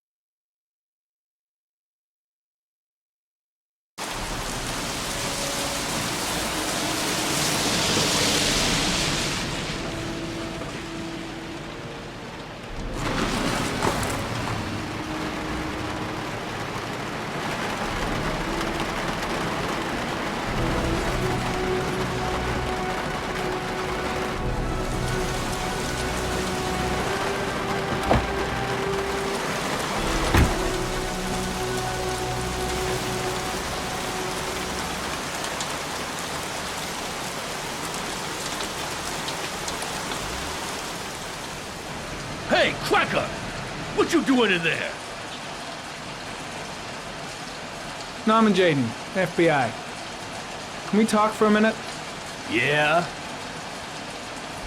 I'm looking for the owner of a blue Chevrolet Malibu 83. I don't give a damn how the car got here, whether you stole it or not. I just want to know who bought it from you. Sorry, man. Don't ring a bell. I got a real bad memory for names. Perhaps I can help you to remember.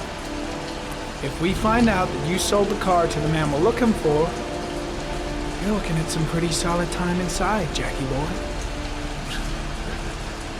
You trying to scam me with your big talk? I never saw your damn car. Now take a walk.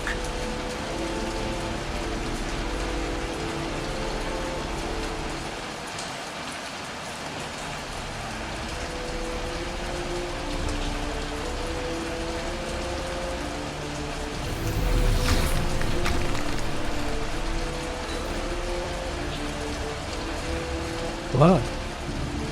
Now why is there blood here?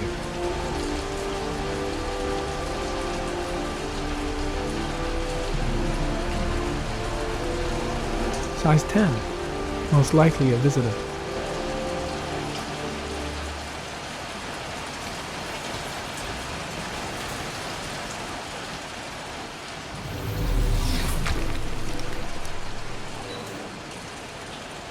Fingerprints. Probably Mad Jack's.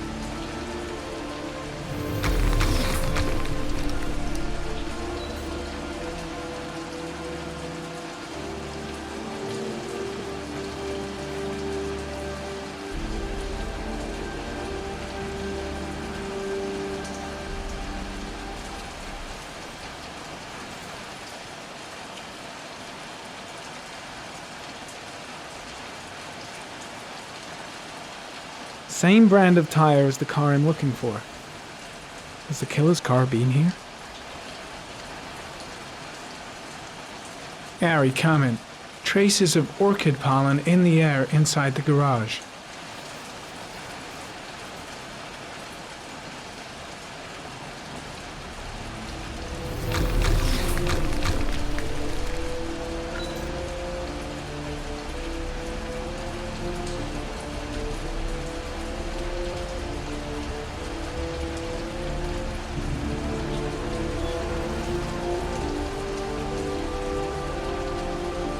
Size 10.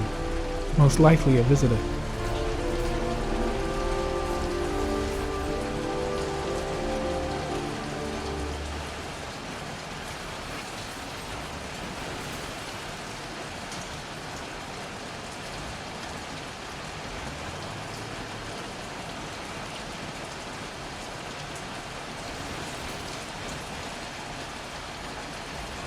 Size 13.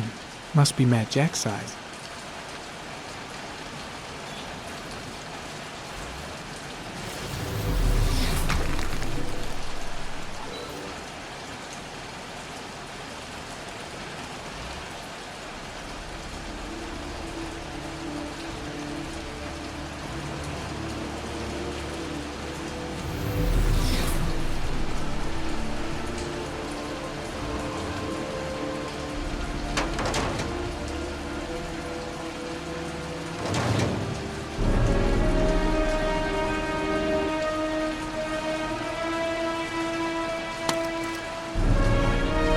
One of your cop buddies asking too many questions. I had to solder up his little mouth. Hands on your head, pig. I ain't got time to be playing around with you. Let's just get you out of sight and finish you off.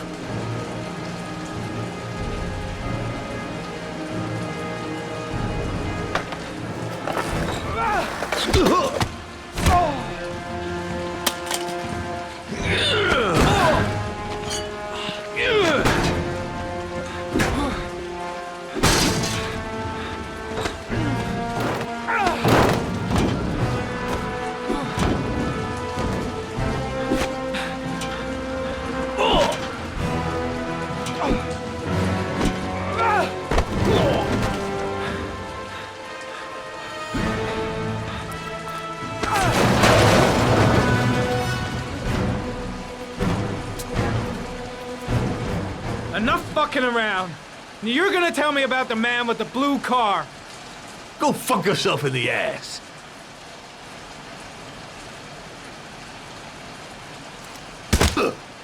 Broke my fucking nose, pig! Next, I'm gonna blow a hole in your face. Spill! All of it! You don't scare me, Mr. CSI. You ain't got it in you.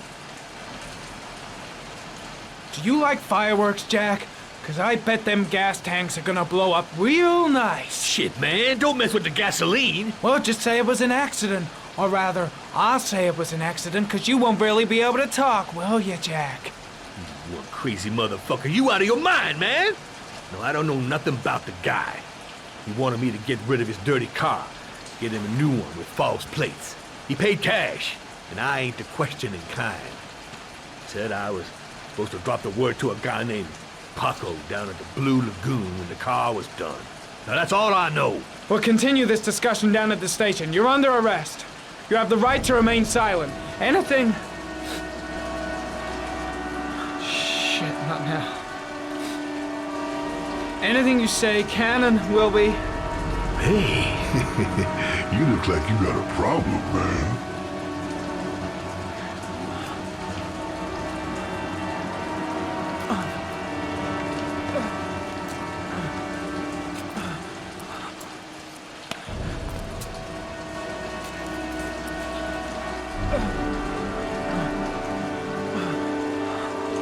Turn around.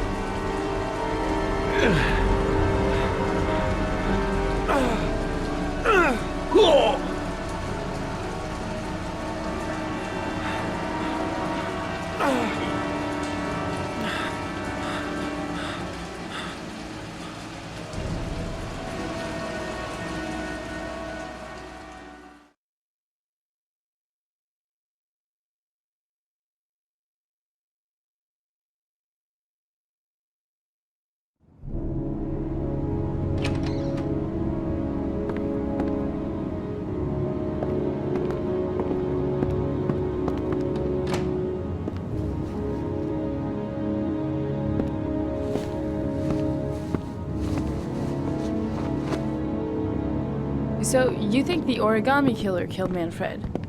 That makes sense. Didn't want him spilling his guts to us. And you suspect Gordy Kramer, right? Oh, him or one of his men. Gordy has the time and the means, not to mention the fucked up attitude to go along with it. He's only a suspect, but he's a pretty guilty-looking one. Are these your files on the case? Yeah, I've been working on him for a couple of years. I built up a mountain of paperwork. Magazines about origami? You think the killer could have subscribed to one of those? If he was even remotely interested in origami in the last 30 years, his name may be in there somewhere. Trouble is, there's over 500 names. That gets us squat. I'm starving. Do you have anything to eat? Well, I'm no chef, but I should be able to make some scrambled eggs if you like. Great. I'm soaking wet. I need to warm up a little. Is it okay if I take a shower? Be my guest. Go in my bedroom. It's the next door. Oh, I'll cook up the eggs while you're under the shower.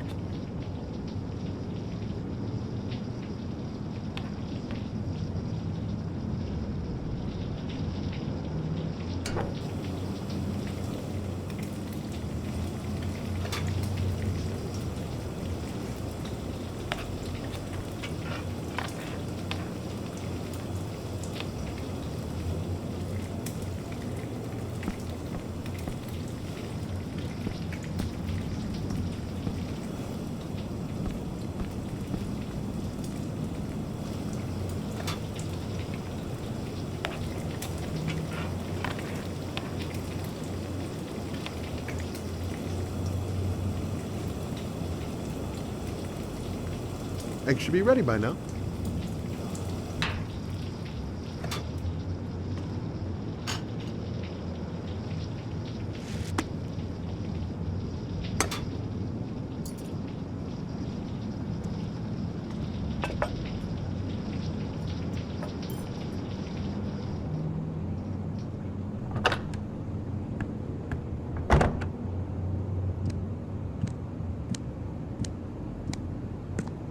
I took the liberty of borrowing your bathrobe. Looks better on you. Hey, that almost looks good enough to eat. What's that? The notebook I took from Manfred's place. According to this, about 30 clients bought spare parts for Royal machines in the last 10 years. The killer may be one of them. Oh, you know, checking out the alibi of 30 clients one by one, that's a lot of legwork. Except that if we cross-check them with the list of subscribers to Origami magazines, you still got that, right? Yeah, of course. Lauren, wait.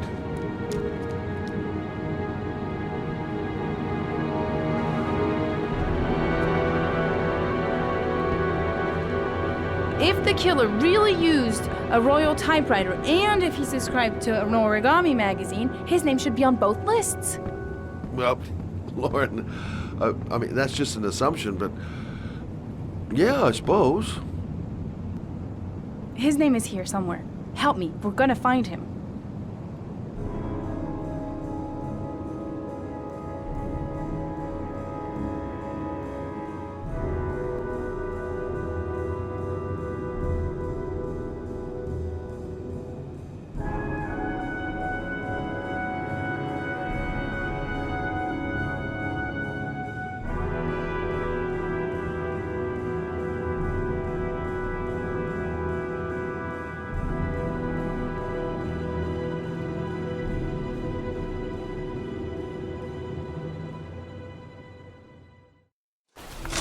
The only guy whose name was on both lists died when he was 10. What are you gonna do now? Dig up his coffin, make sure he's dead? I know it doesn't make any sense. Unless the killer was only using his name. But why use the name of a kid who died 30 years ago? Well, that's what we came to find out. The name is John Shepard. It should be on a grave around here somewhere. You never give up, do you?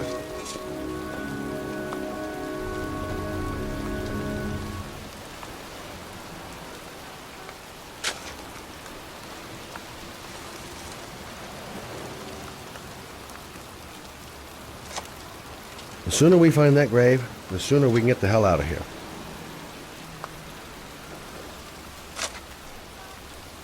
Excuse me, I'm looking for... Well, don't worry about it. I can manage alone.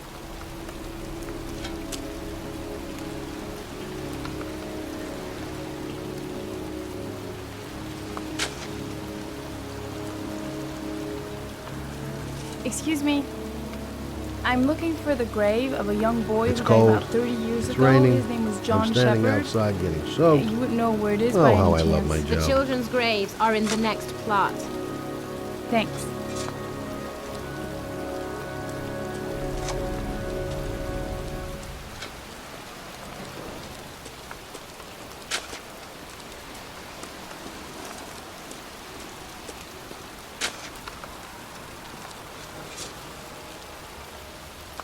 Hey, Scott, where are you going? John Shepard's grave must be somewhere around here. Did anyone ever tell you shouldn't shout in the cemetery? Take it easy. The dead don't mind.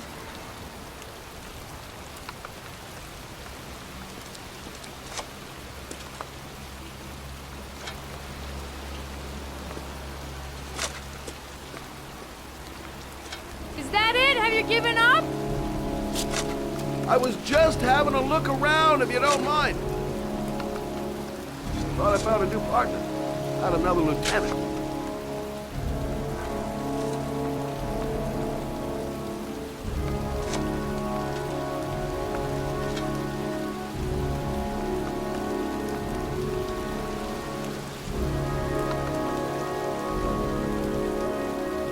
Scott!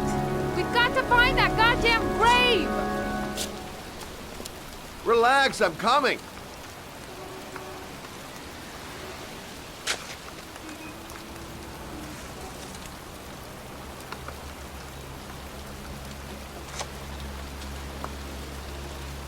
Excuse me. I'm looking for the grave of a boy named John Shepard. Straight ahead, a little further on. Thanks.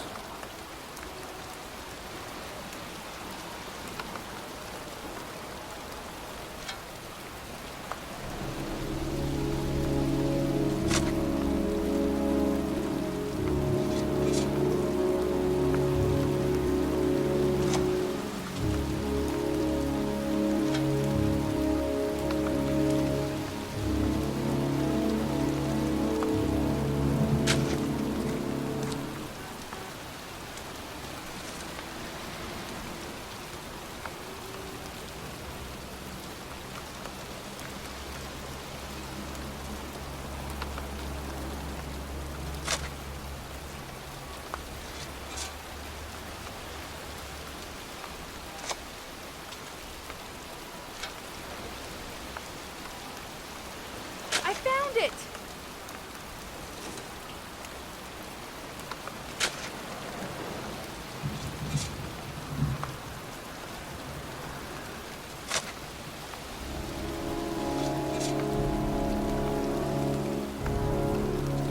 These flowers are fresh.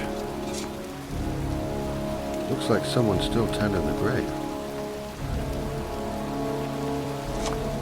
Origami figures. That's one hell of a coincidence.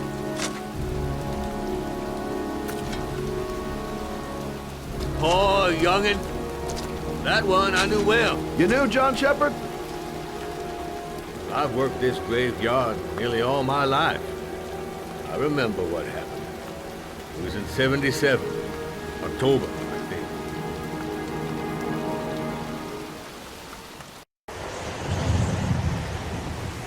Yeah, good for nothing hoodlums. Get the hell out of here! lousy, no good brats! Come back when your fucking mother comes home from work. He's drunk again. What are we gonna do? It's pouring rain. We're gonna get soaked if we spend a day outside. Well, at least you won't get beat.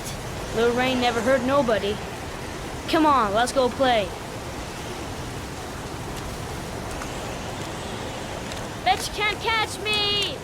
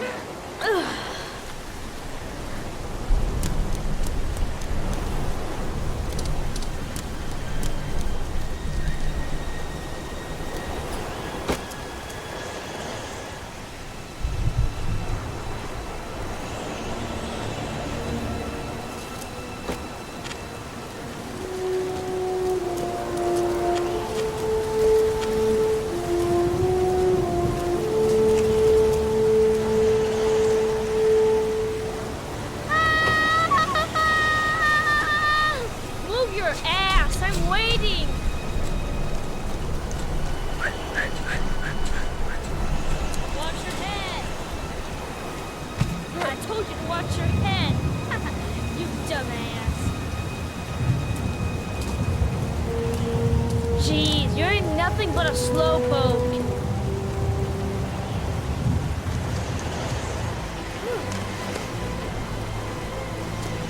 Bet you can't do that.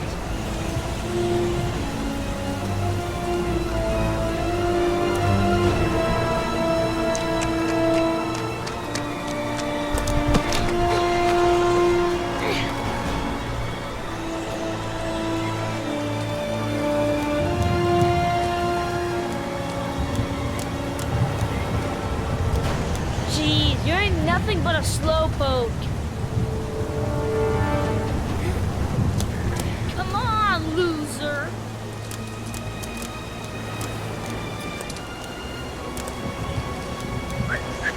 What you doing? You're coming or not?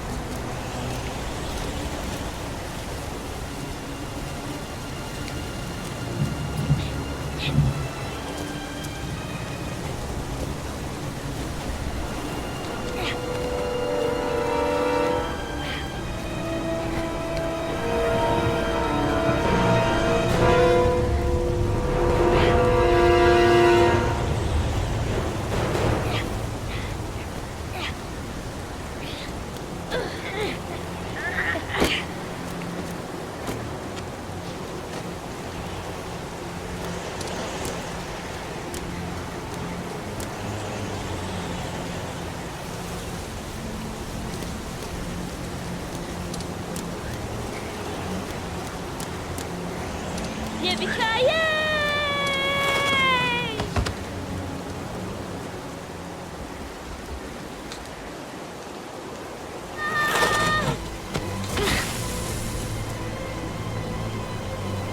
You don't need to do this. It's too hard for you.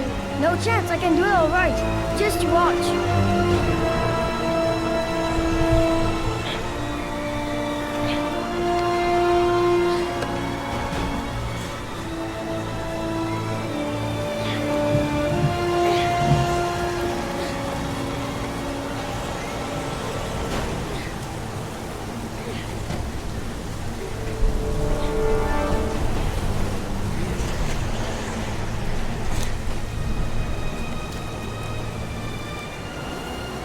John, wait for me! Get a move on!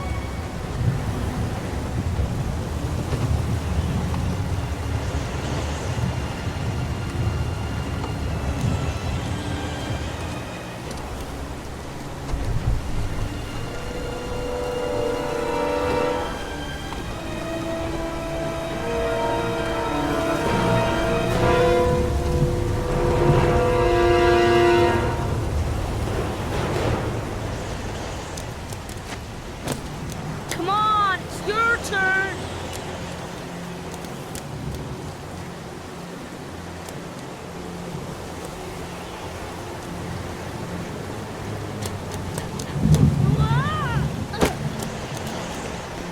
It's time! A jump of death!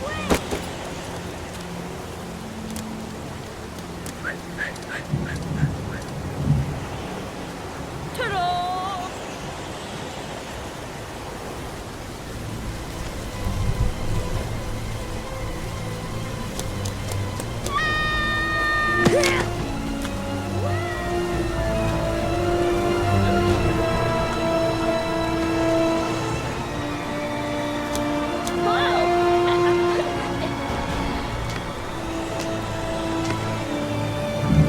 Let's play hide and seek.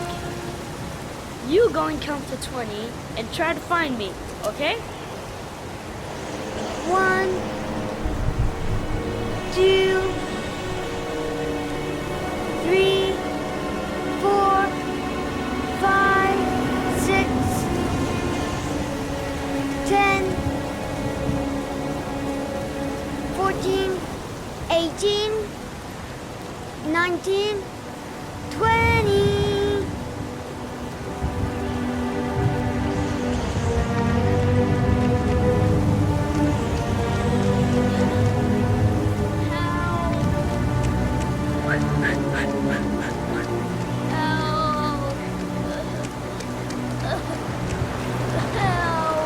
John!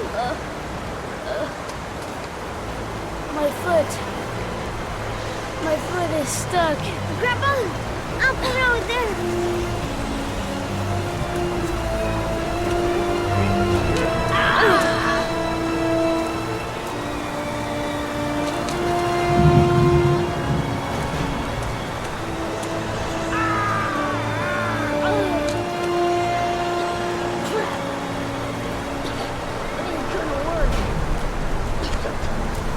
What are we gonna do?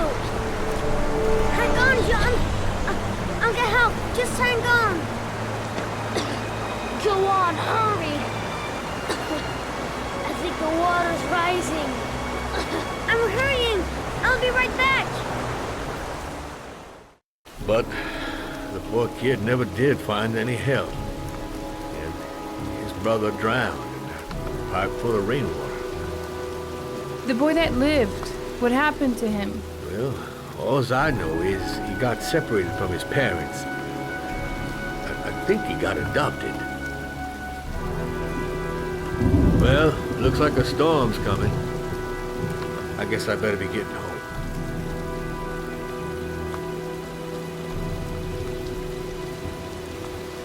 Christ, what a horrible story. John Shepherd drowned in the rain while holding his brother's hand. Do you think he could be the Origami Killer? Come on, let's get back in the car.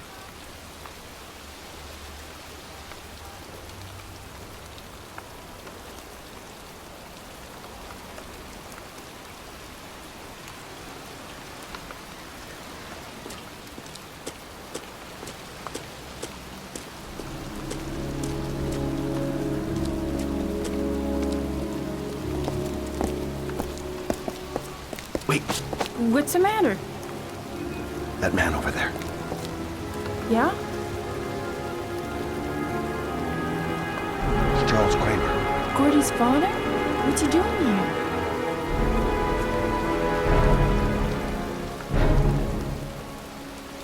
He's putting flowers on John Shepherd's grave.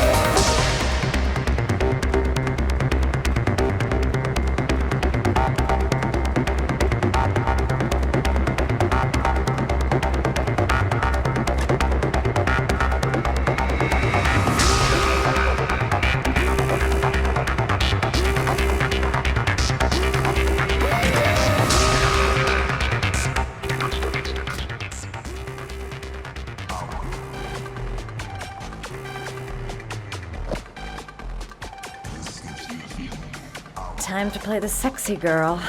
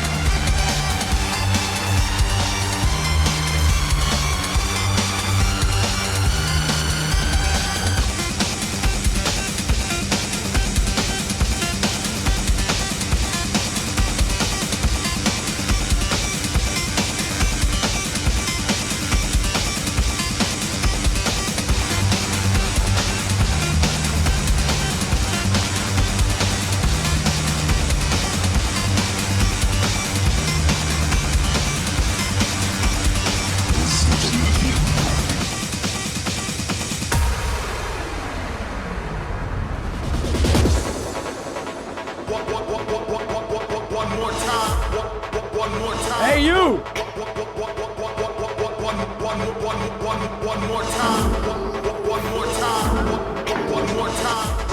It's your lucky day, sweetheart. The boss wants to invite you to his table. Hey, thanks for accepting my little invitation. You new around here, honey? I think I would have noticed you before. My name's Paco. And you? Madison. I'm Madison. Ah, I like the way you move, Madison. You making me all hot under the collar. Well, maybe we can continue this conversation somewhere more private. Oh, cool, baby. Yeah, come with me.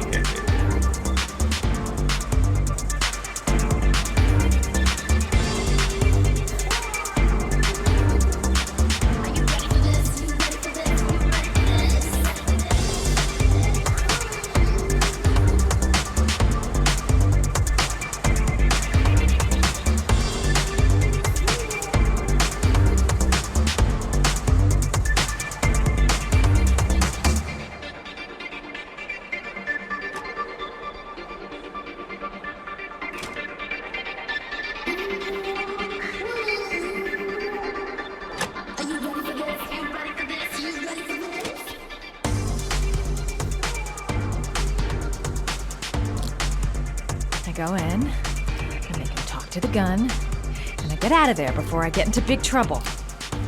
Everything's gonna be all right. Everything is going to be all right.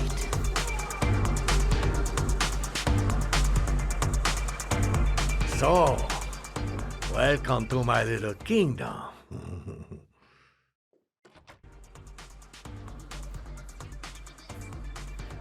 Okay, Act 2. Let's hear Loverboy sing.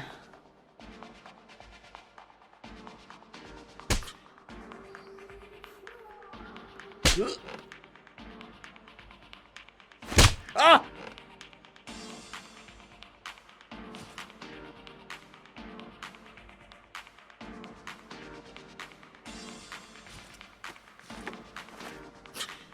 If you call out, I'll kill you.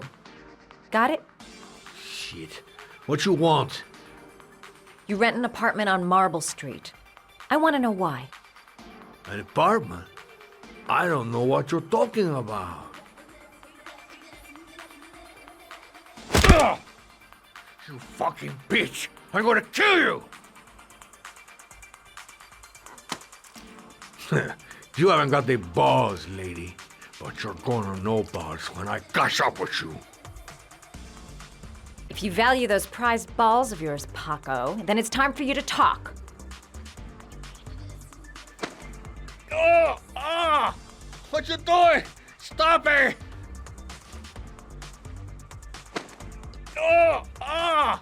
What you doing? Stop it! Stop it! I'm only getting started. How about some more? I never set foot in that apartment. I gave the keys to some guy. He said he needed a place. He had money. What was that guy's name? I don't know his name. I swear. Ah! Ah! Ah! Shepard. His name is John Shepard. That's all I know. I swear it. Ugh. There, that wasn't so hard, was it? I really appreciated this romantic moment, but I gotta dash. See you next time, lover boy.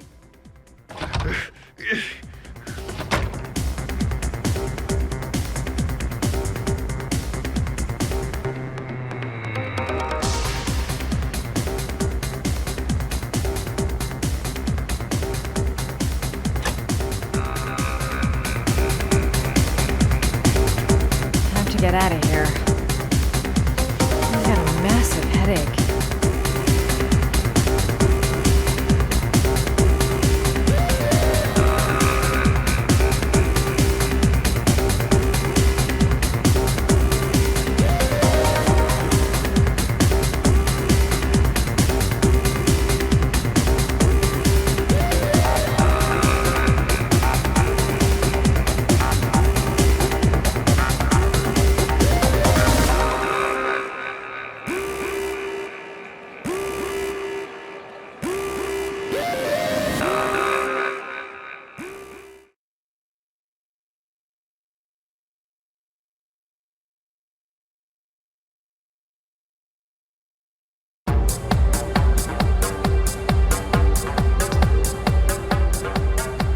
I'm here to see Paco.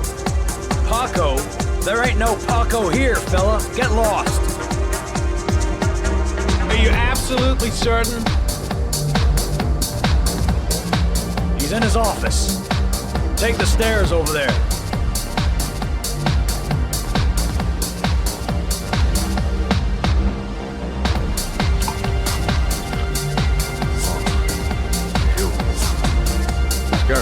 I'm gonna hear you come in.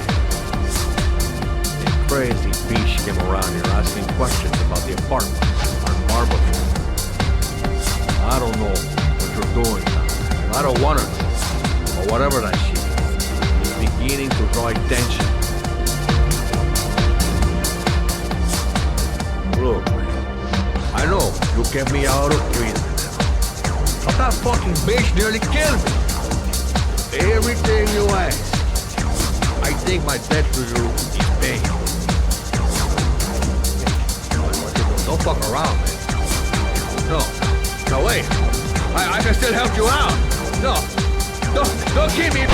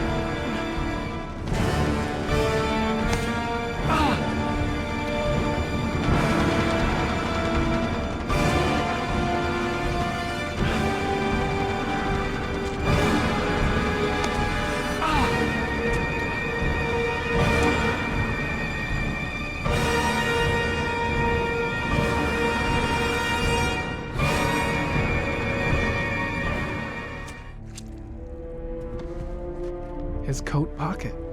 I tore it off during the fight. 2 receipts from the same gas station.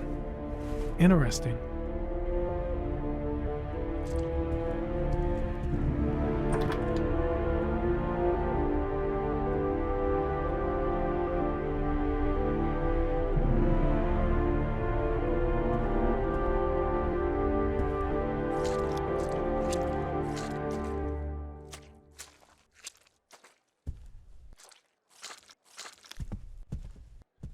The killer was looking for something.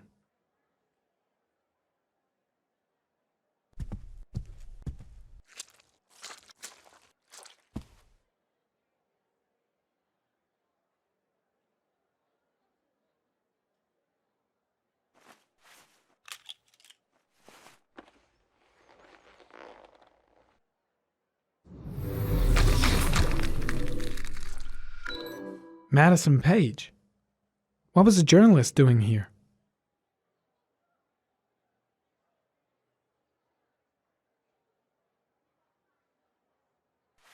Orchid pheromones. The fucking Origami Killer.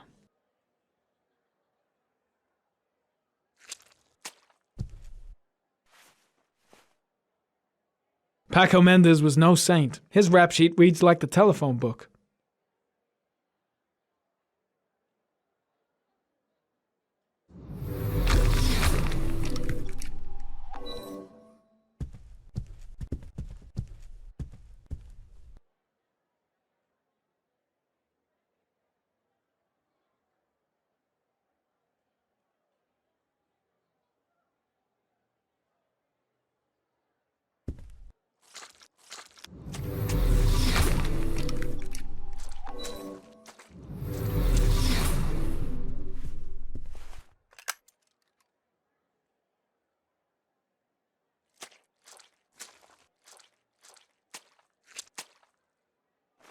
A bullet, right between the eyes. Instant death.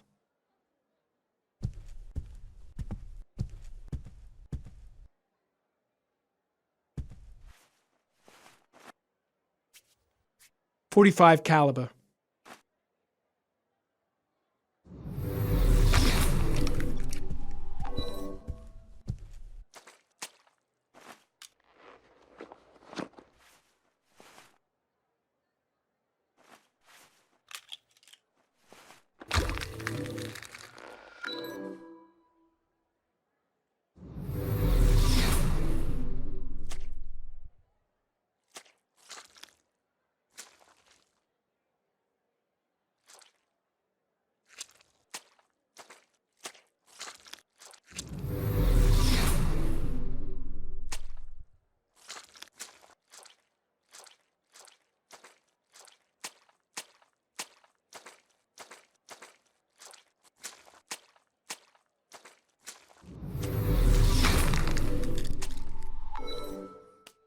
Madison Page? She may be a witness.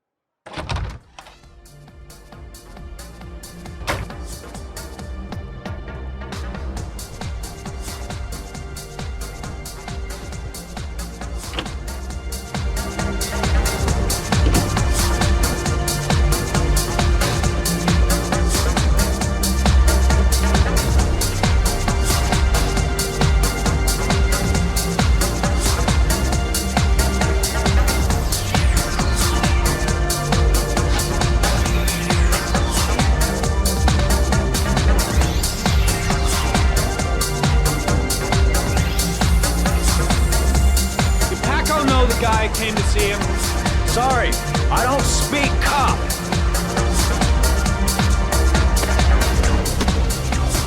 Watch my lips, asshole, because I got no time to translate. Did Paco know the guy? Yes or no? John. He said his name was John. Friend of Paco's. Always let him straight up.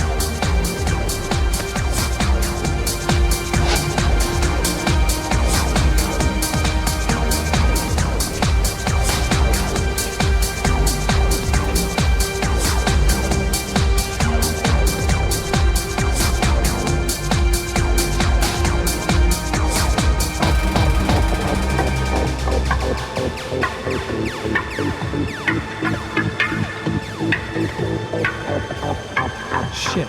Looks like a dead end. Road to nowhere. Gotta go. Need to think about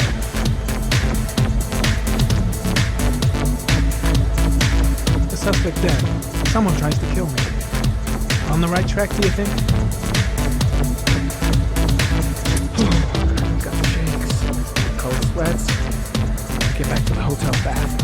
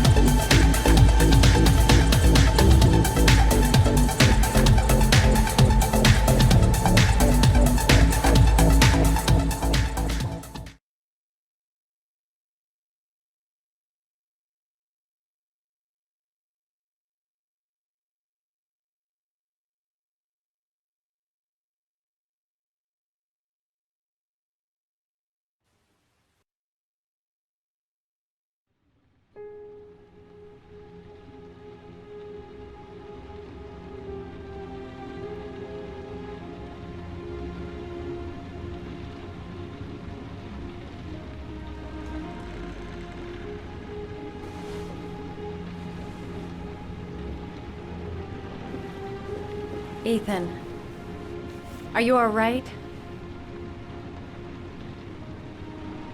I killed a man. I had no choice. I had no choice. You're not the Origami Killer, Ethan. You're not responsible for those murders. I can prove it. That changes nothing. Saving Sean is all that matters now.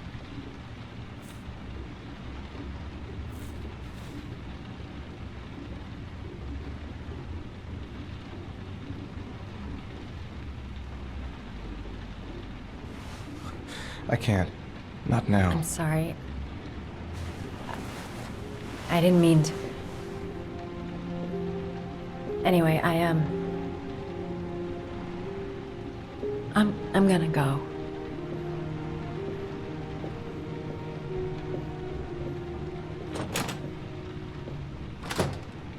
I've no more business here. I'm going home.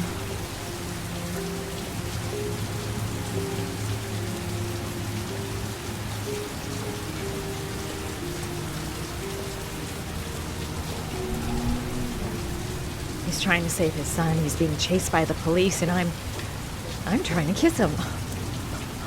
What an idiot. I hope he proves his innocence and finds his son alive.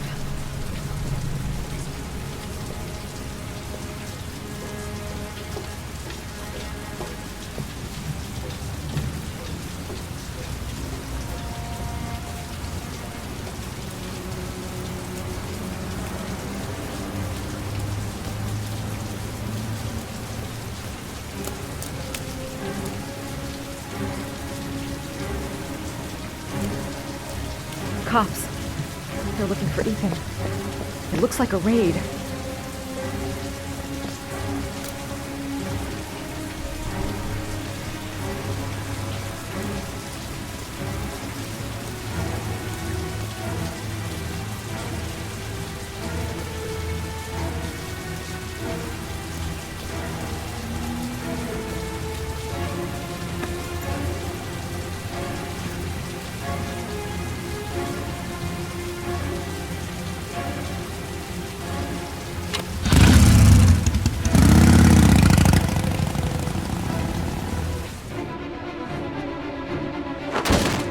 Don't move!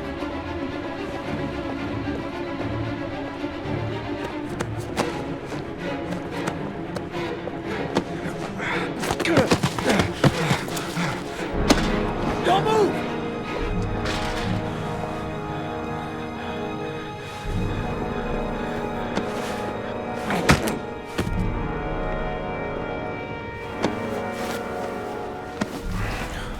Lieutenant, I got him.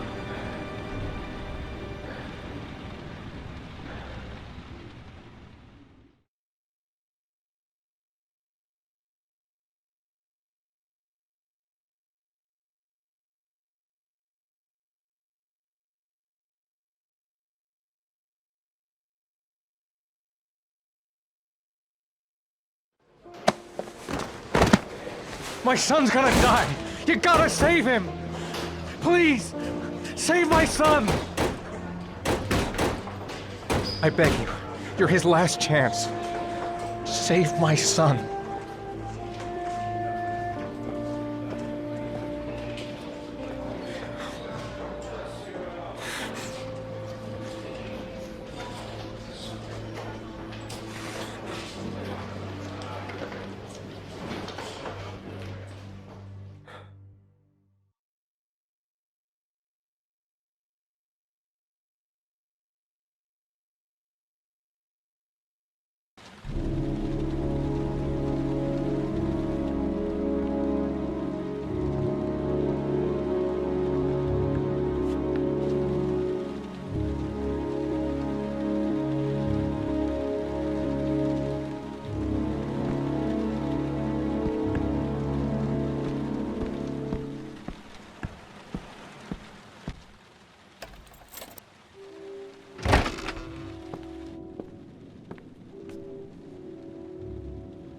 Lauren?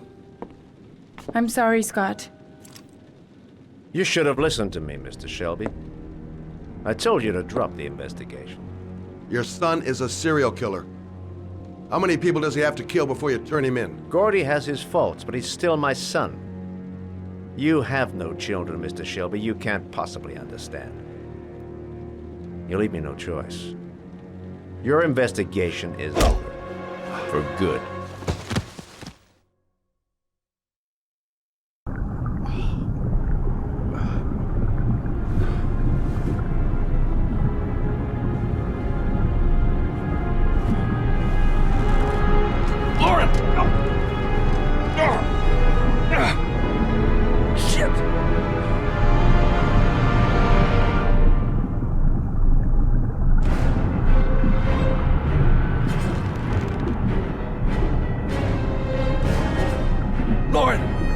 Lauren, wake up!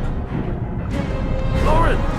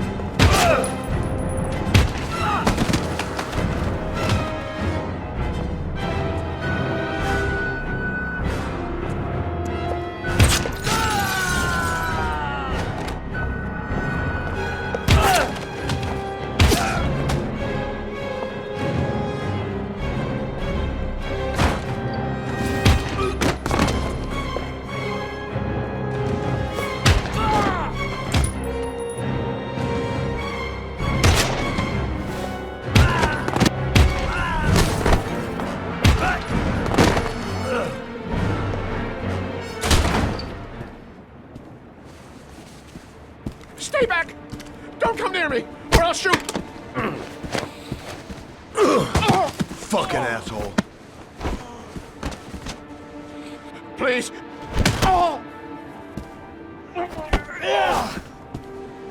Bastard! Lauren is dead! You fucking killed her! Stop! I beg you!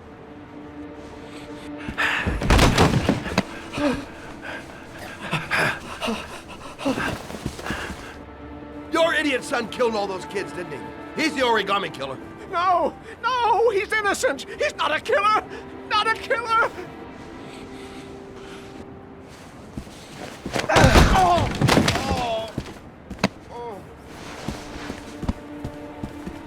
You're a fucking liar.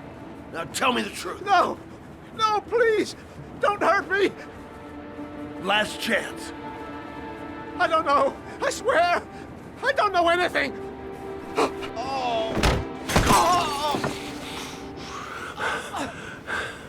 Stop! Stop! I beg you. I'll tell you. I'll tell you everything.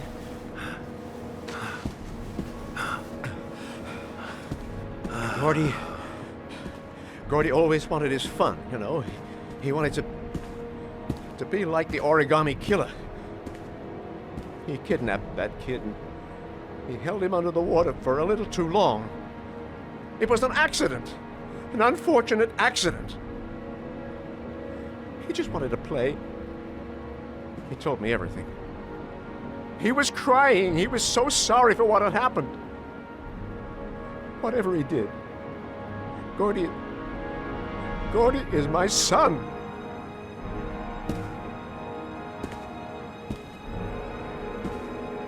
No one will miss him. What? That boy, Gordy killed. No one will miss him. He was street trash like so many others. Oh, you disgusting pile of shit.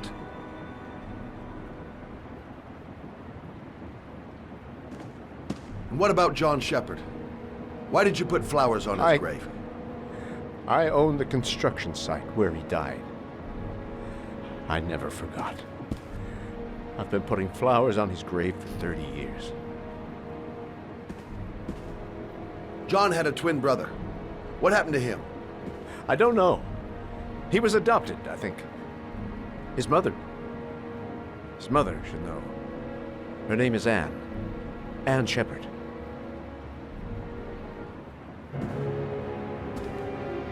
That girl, Lauren, she was just a whore. You'll forget her in no time. Come on, work for me, Shelby. I'll pay you well. You'll be able to have all the girls you want. Never say her name again. You hear me? Never.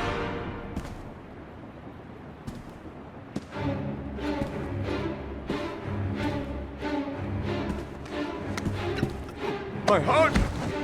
My heart! Quickly! I need my pills. In that drawer. There.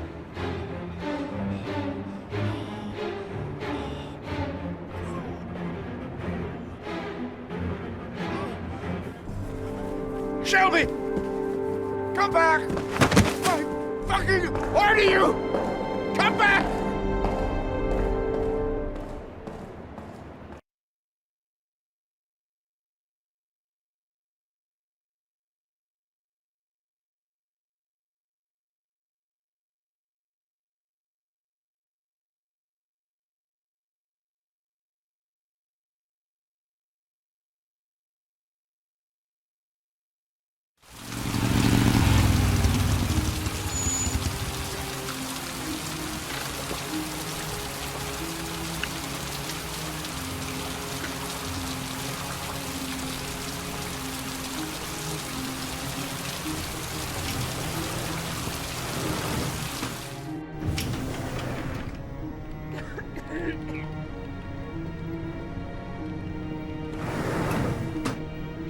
Hello, I'm looking for Anne Shepard's room.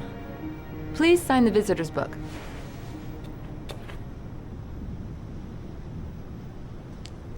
Are you a member of the family? Yeah, you could say that. Oh, she'll be pleased to have a visitor. No one ever comes to see her. With the Alzheimer's, she has trouble remembering things, but it'll still please her. You know. It's room 19 at the end of the corridor. Thank you.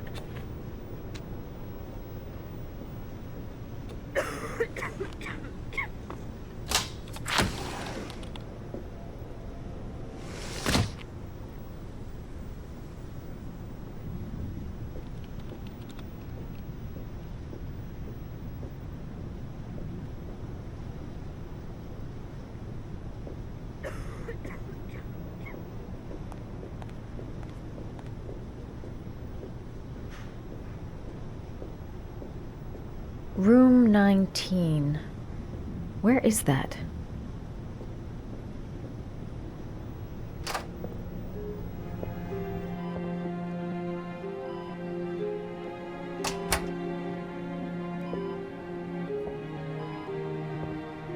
Hello, Mrs. Shepherd. Is it time for my pills already? No, Mrs. Shepherd, They're never on time with my pills. I don't know what they do here. In the other hospital, they were always on time. But here...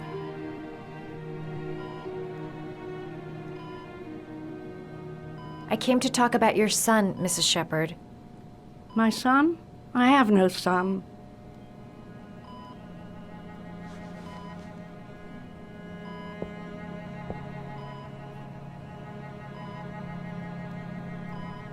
Try to remember, Mrs. Shepherd.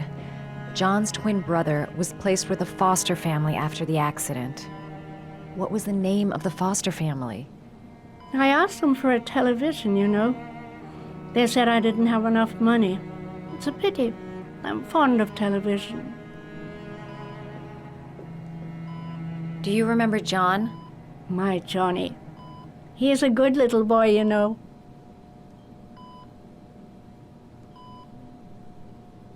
Your other son, Mrs. Shepherd, John's twin brother. What was his name?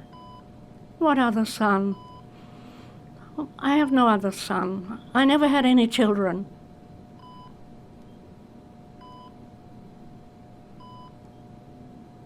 You had a son named John, and John had a twin brother. Do you have my pills? It's time for my pills. I know what happened at Carnaby Square. Do you remember? Carnaby Square. I think I used to live there a long time ago. We didn't have much money at the time, you know. We had to make do with very little. Mrs. Shepherd, your son may be linked to a series of murders. Perhaps you have some information that could help the investigation. Are you a new nurse? Where are my pills?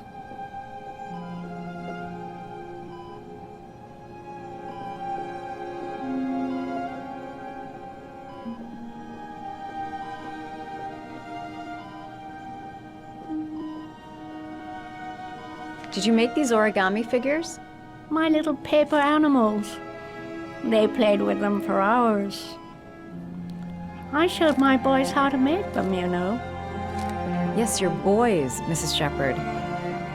John and... what was your other son's name again? My other son? I only had one son. My little Johnny.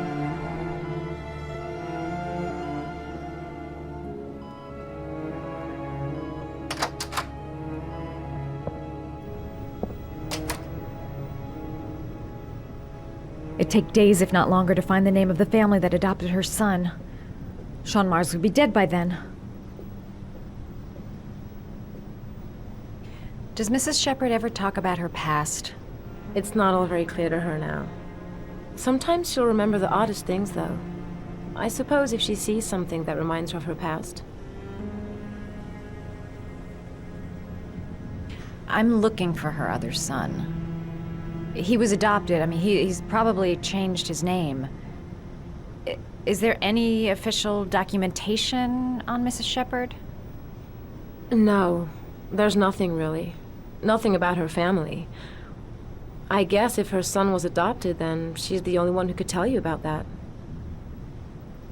Does she get many visitors?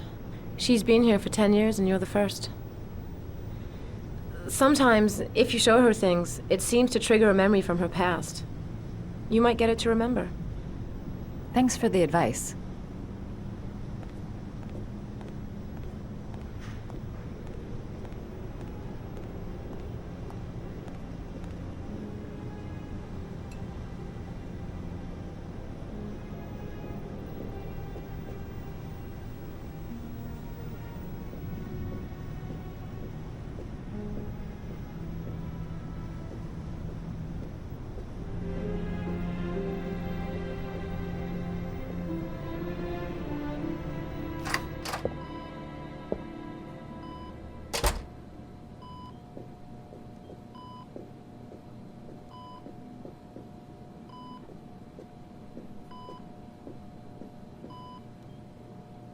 What a lovely orchid. My sons loved orchids. We used to grow them in the back.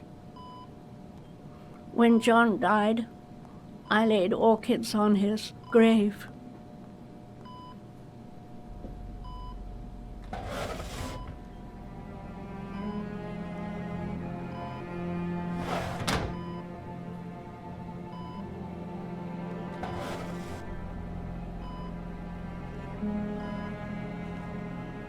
Are these your children, Mrs. Shepherd?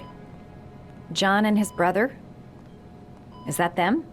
They're good little boys.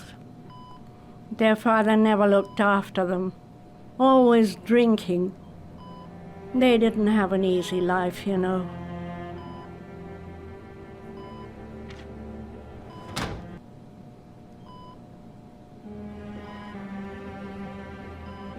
Her kids loved origami. Perhaps if I made a figure for her.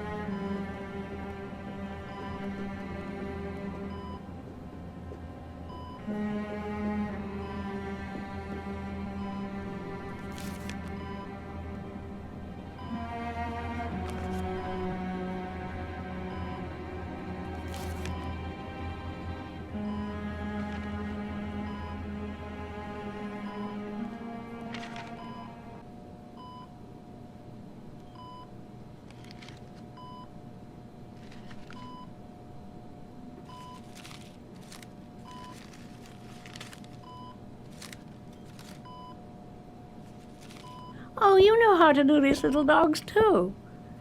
My children loved origami. I taught them how to do it. John loved the little dogs. He always wanted to call them Max. Max, Max, Max? All dogs with the same name. I was wasting my time telling him they couldn't all have the same name. But he always wanted his paper dogs Max. It's funny, isn't it? I cried when they told me. I'd already lost one of my children, and now they were taking away another one, you understand. The foster family, Mrs. Shepherd. What was the name of the foster family that adopted John's brother? They were really very nice people. I met them, you know. In the beginning, I used to go and see my little boy. And then I got sick and I couldn't go any longer. Perhaps he thought I'd forgotten him. He must have thought I didn't love him anymore. His name, Mrs. Shepherd. What was his name? But I loved him. If you only knew how much I missed him. Please, Anne. His name. What was his name? Come closer.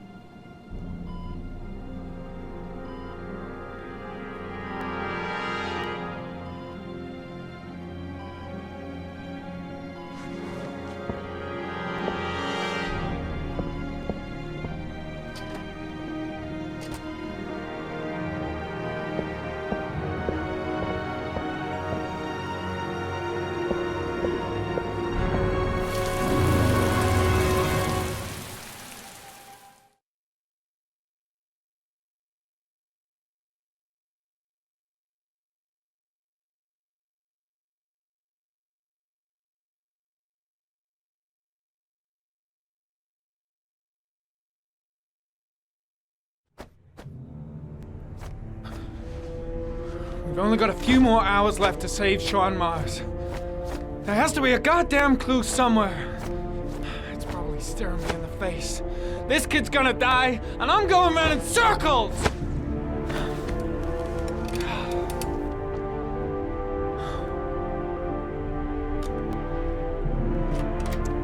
All packed up and ready to go? What are you talking about? The investigation's over. We know who did it. We no longer need your services anymore, Norman. So you can ride your files all the way back to Washington. I'd be lying if I said I was gonna miss you. The investigation isn't over. You have absolutely nothing on Mars. Mars is guilty. Case closed. Anyway, it's no concern of yours now. You're off the case. So pack up and fuck off. Blake, you are an unbalanced, psychopathic asshole! I'll take that as a compliment. Honestly, I don't give a shit what you think. I found the Origami Killer. Everyone's happy. End of story. Have a nice trip back, Norman.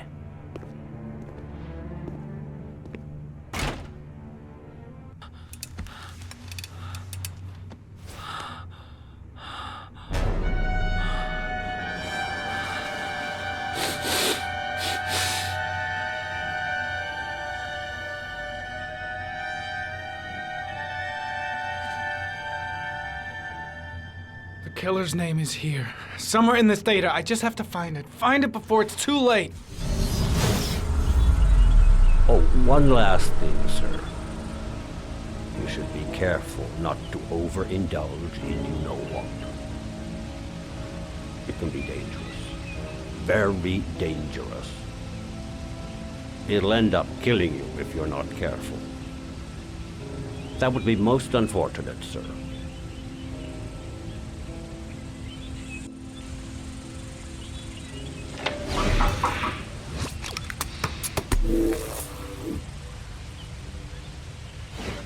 Ari was in record mode when I was fighting with the killer. Perhaps there's something on it.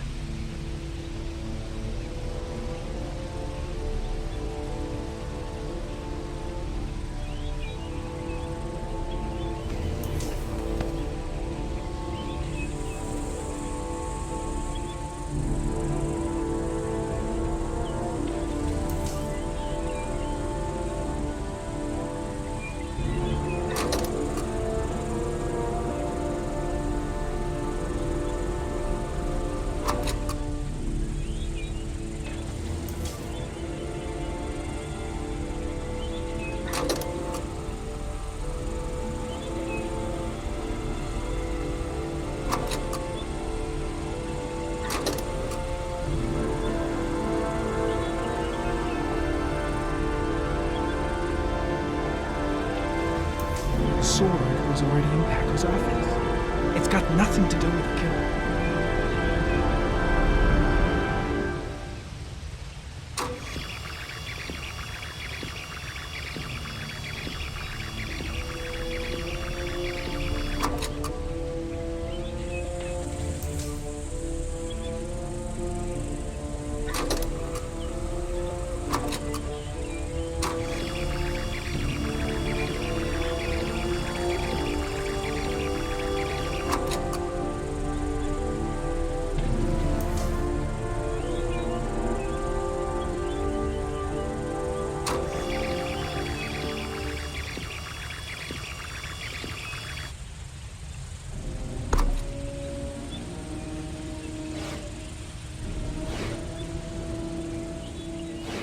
Two receipts from the same gas station.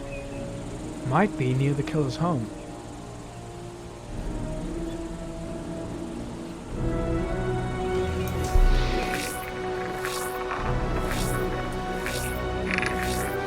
Ugh, that doesn't get us anywhere.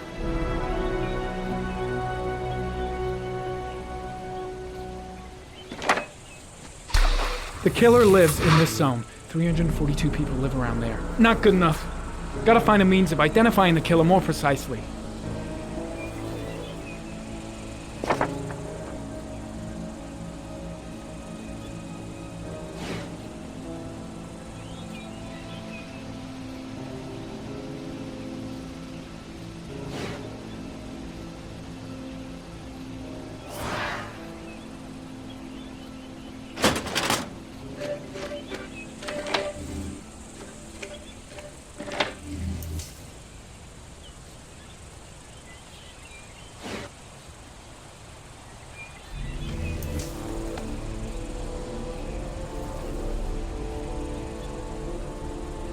killer is white, age between 30 and 45.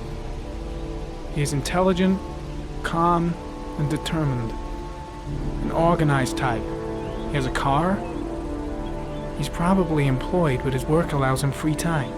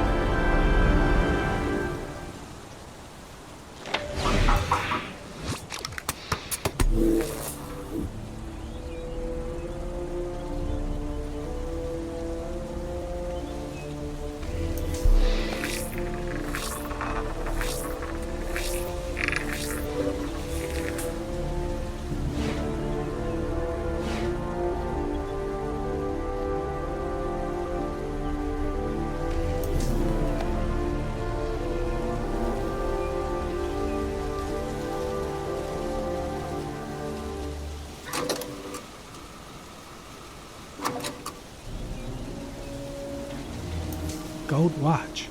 I'm sure I've seen this before somewhere.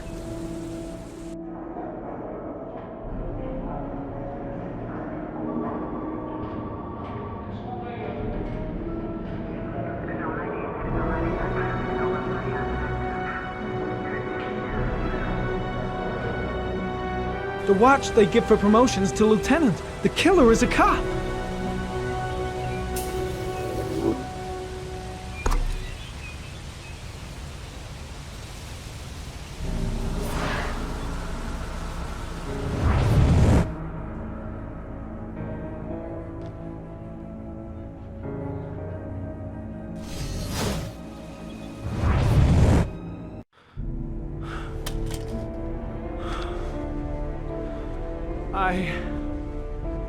I can't go on. I can't go on.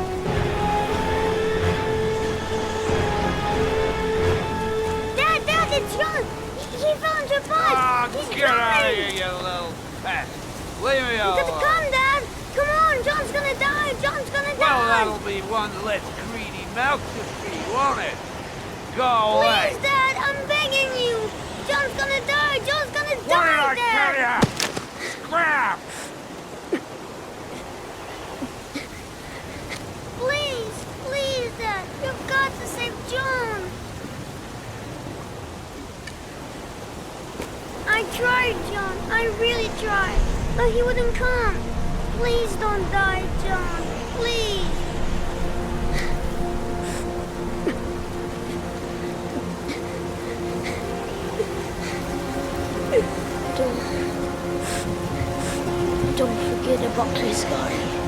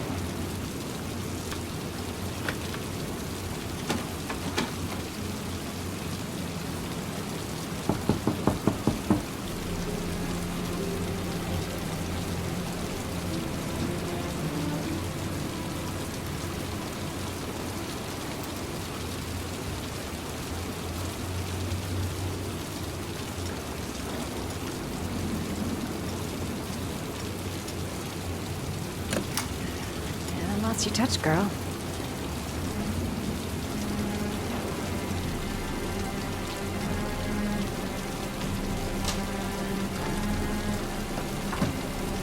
The Origami Killer's apartment. There must be something that'll tell me where Sean Mars is.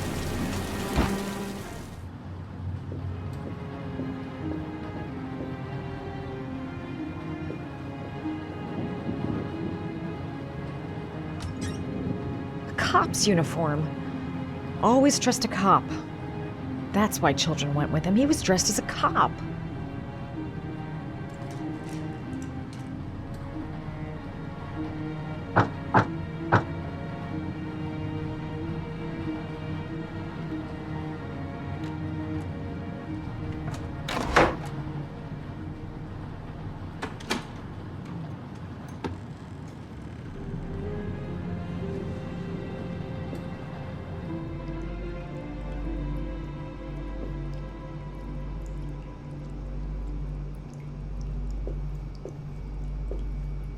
Sean Mars. Oh, the lunatic's been watching him drown. Shit, it needs a password.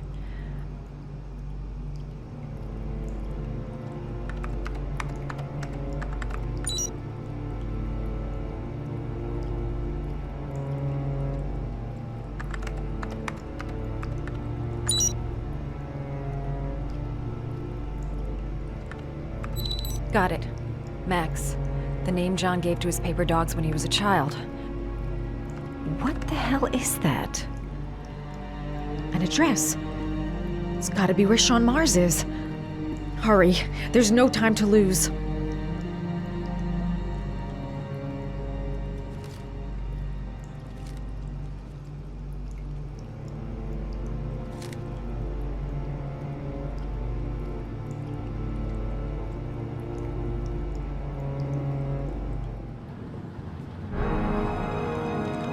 So you found my little secret? It's over, Scott. All those children killed just to find a father capable of saving his son? Shut up! You don't understand. There's one child left. There might still be time to save him. Let him go. Do what your father couldn't do.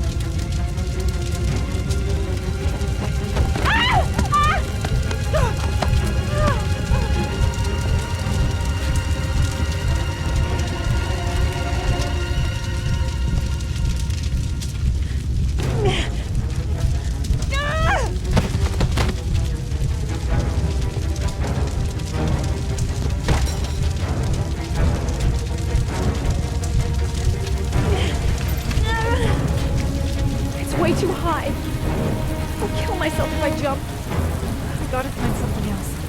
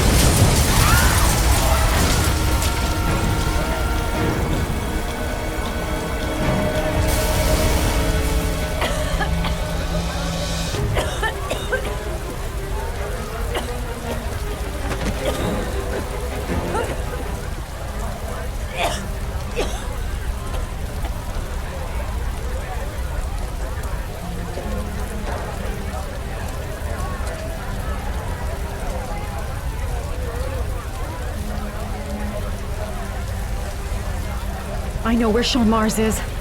I've got to call that FBI guy, Jaden. He's the only one I can trust. He'll be able to save him.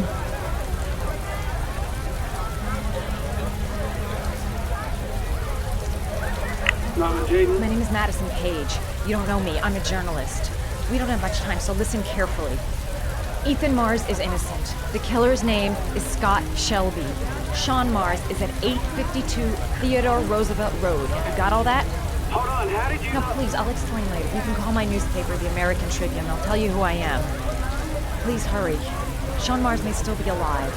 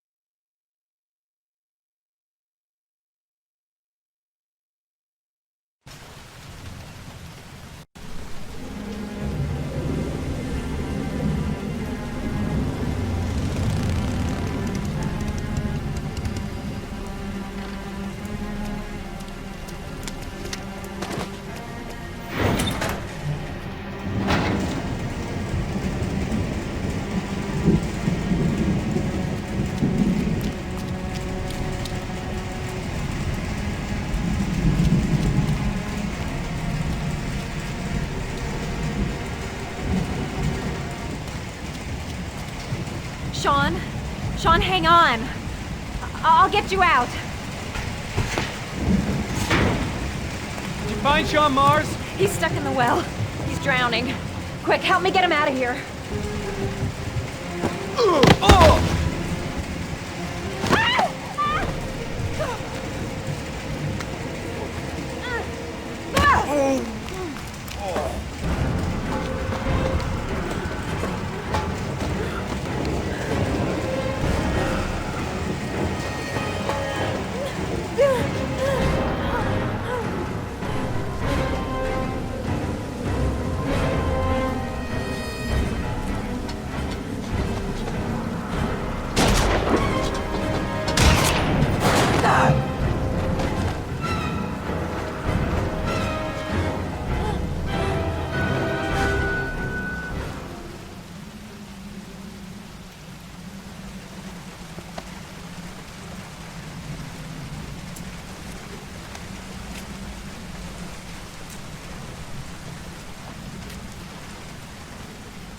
Holy Christ. Hang on, kid. I'll get you out of there.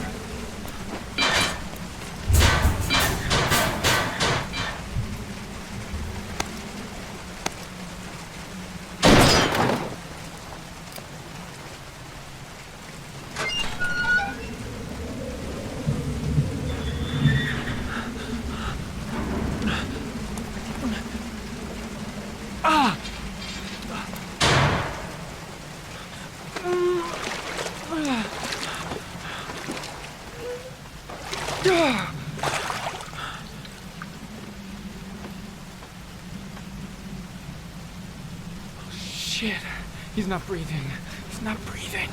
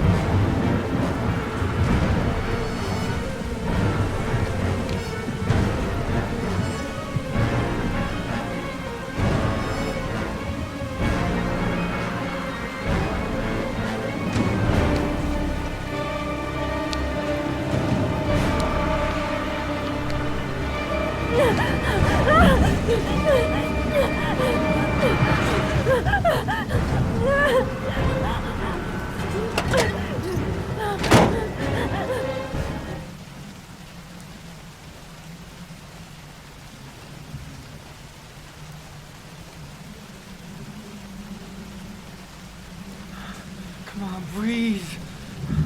Breathe.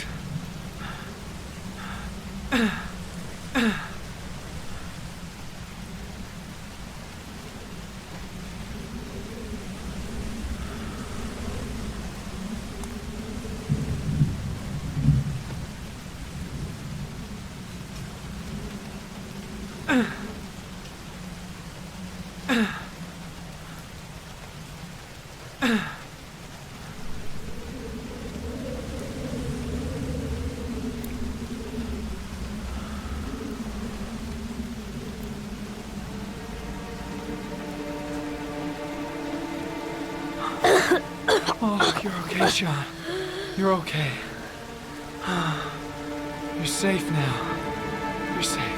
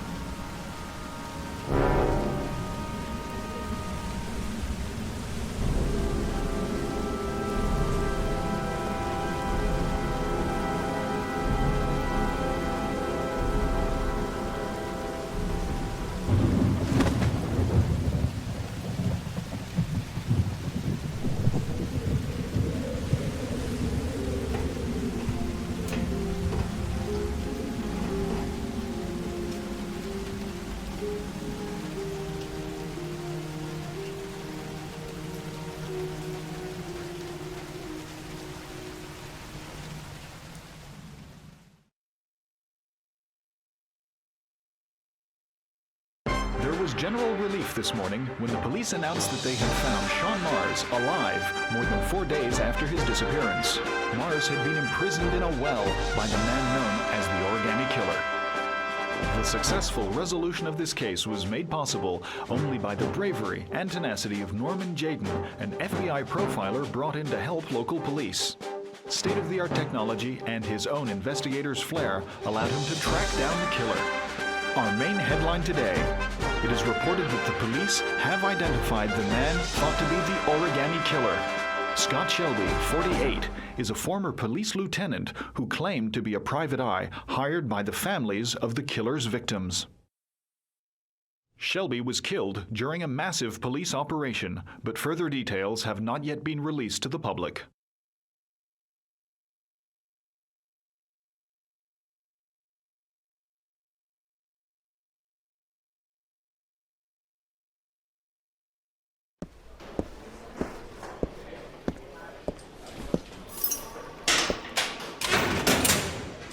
You're free to go. Dad!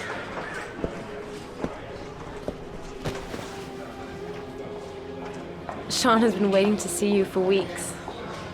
I thought you might like him to be here as soon as you got out.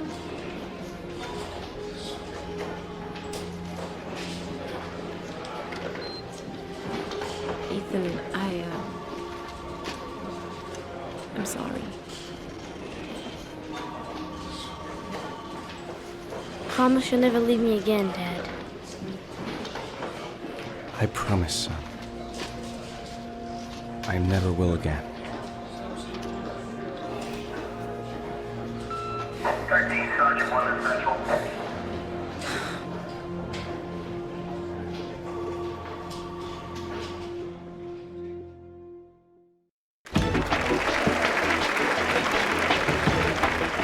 Our next guest is rumored to be about to receive a Pulitzer Prize for her remarkable series of investigative articles about the Origami Killer case. Showing incredible courage, her daring intervention led to the arrest of the country's most wanted criminal and saved the life of a little boy. This evening, I welcome a woman who might well be the true definition of a heroine for the ages, Madison Page. Good evening. Thank you for agreeing to talk with us. Now, you've been described as being both determined and tenacious. Two qualities, no doubt, that were needed to see you through the dark hours of this unbelievable story. Were you afraid at any time?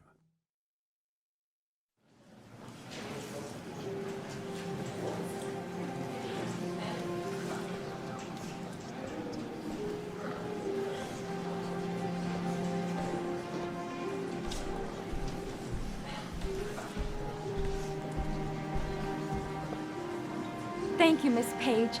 I really admire you for what you've done. Thank you. For John, please. We need more journalists like you, Miss Page. It's a good thing you were there to catch that bastard. Thank you. What's your name? Vincent. Excellent investigation, Miss Page. You are one brave lady. You deserve a better adversary. Somebody more ferocious.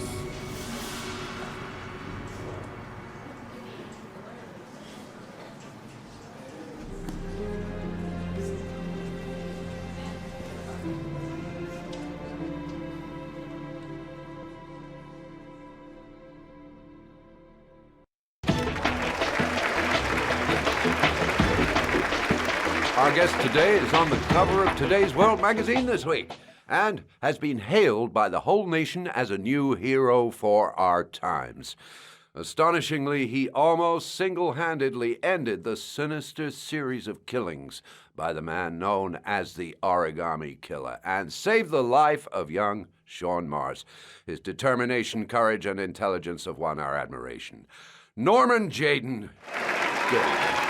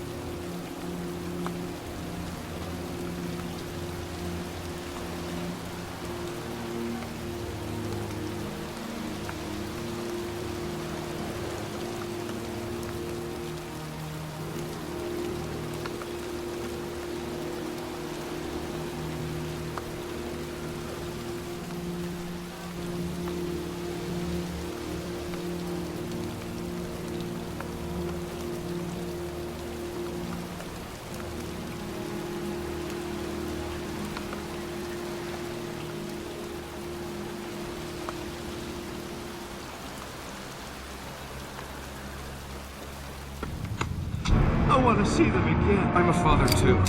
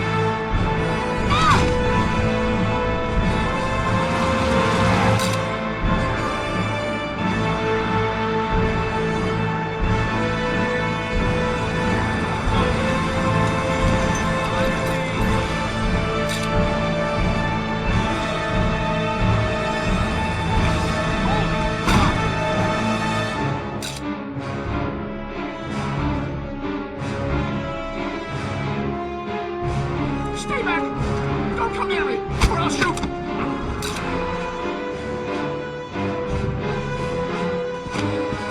Ugh.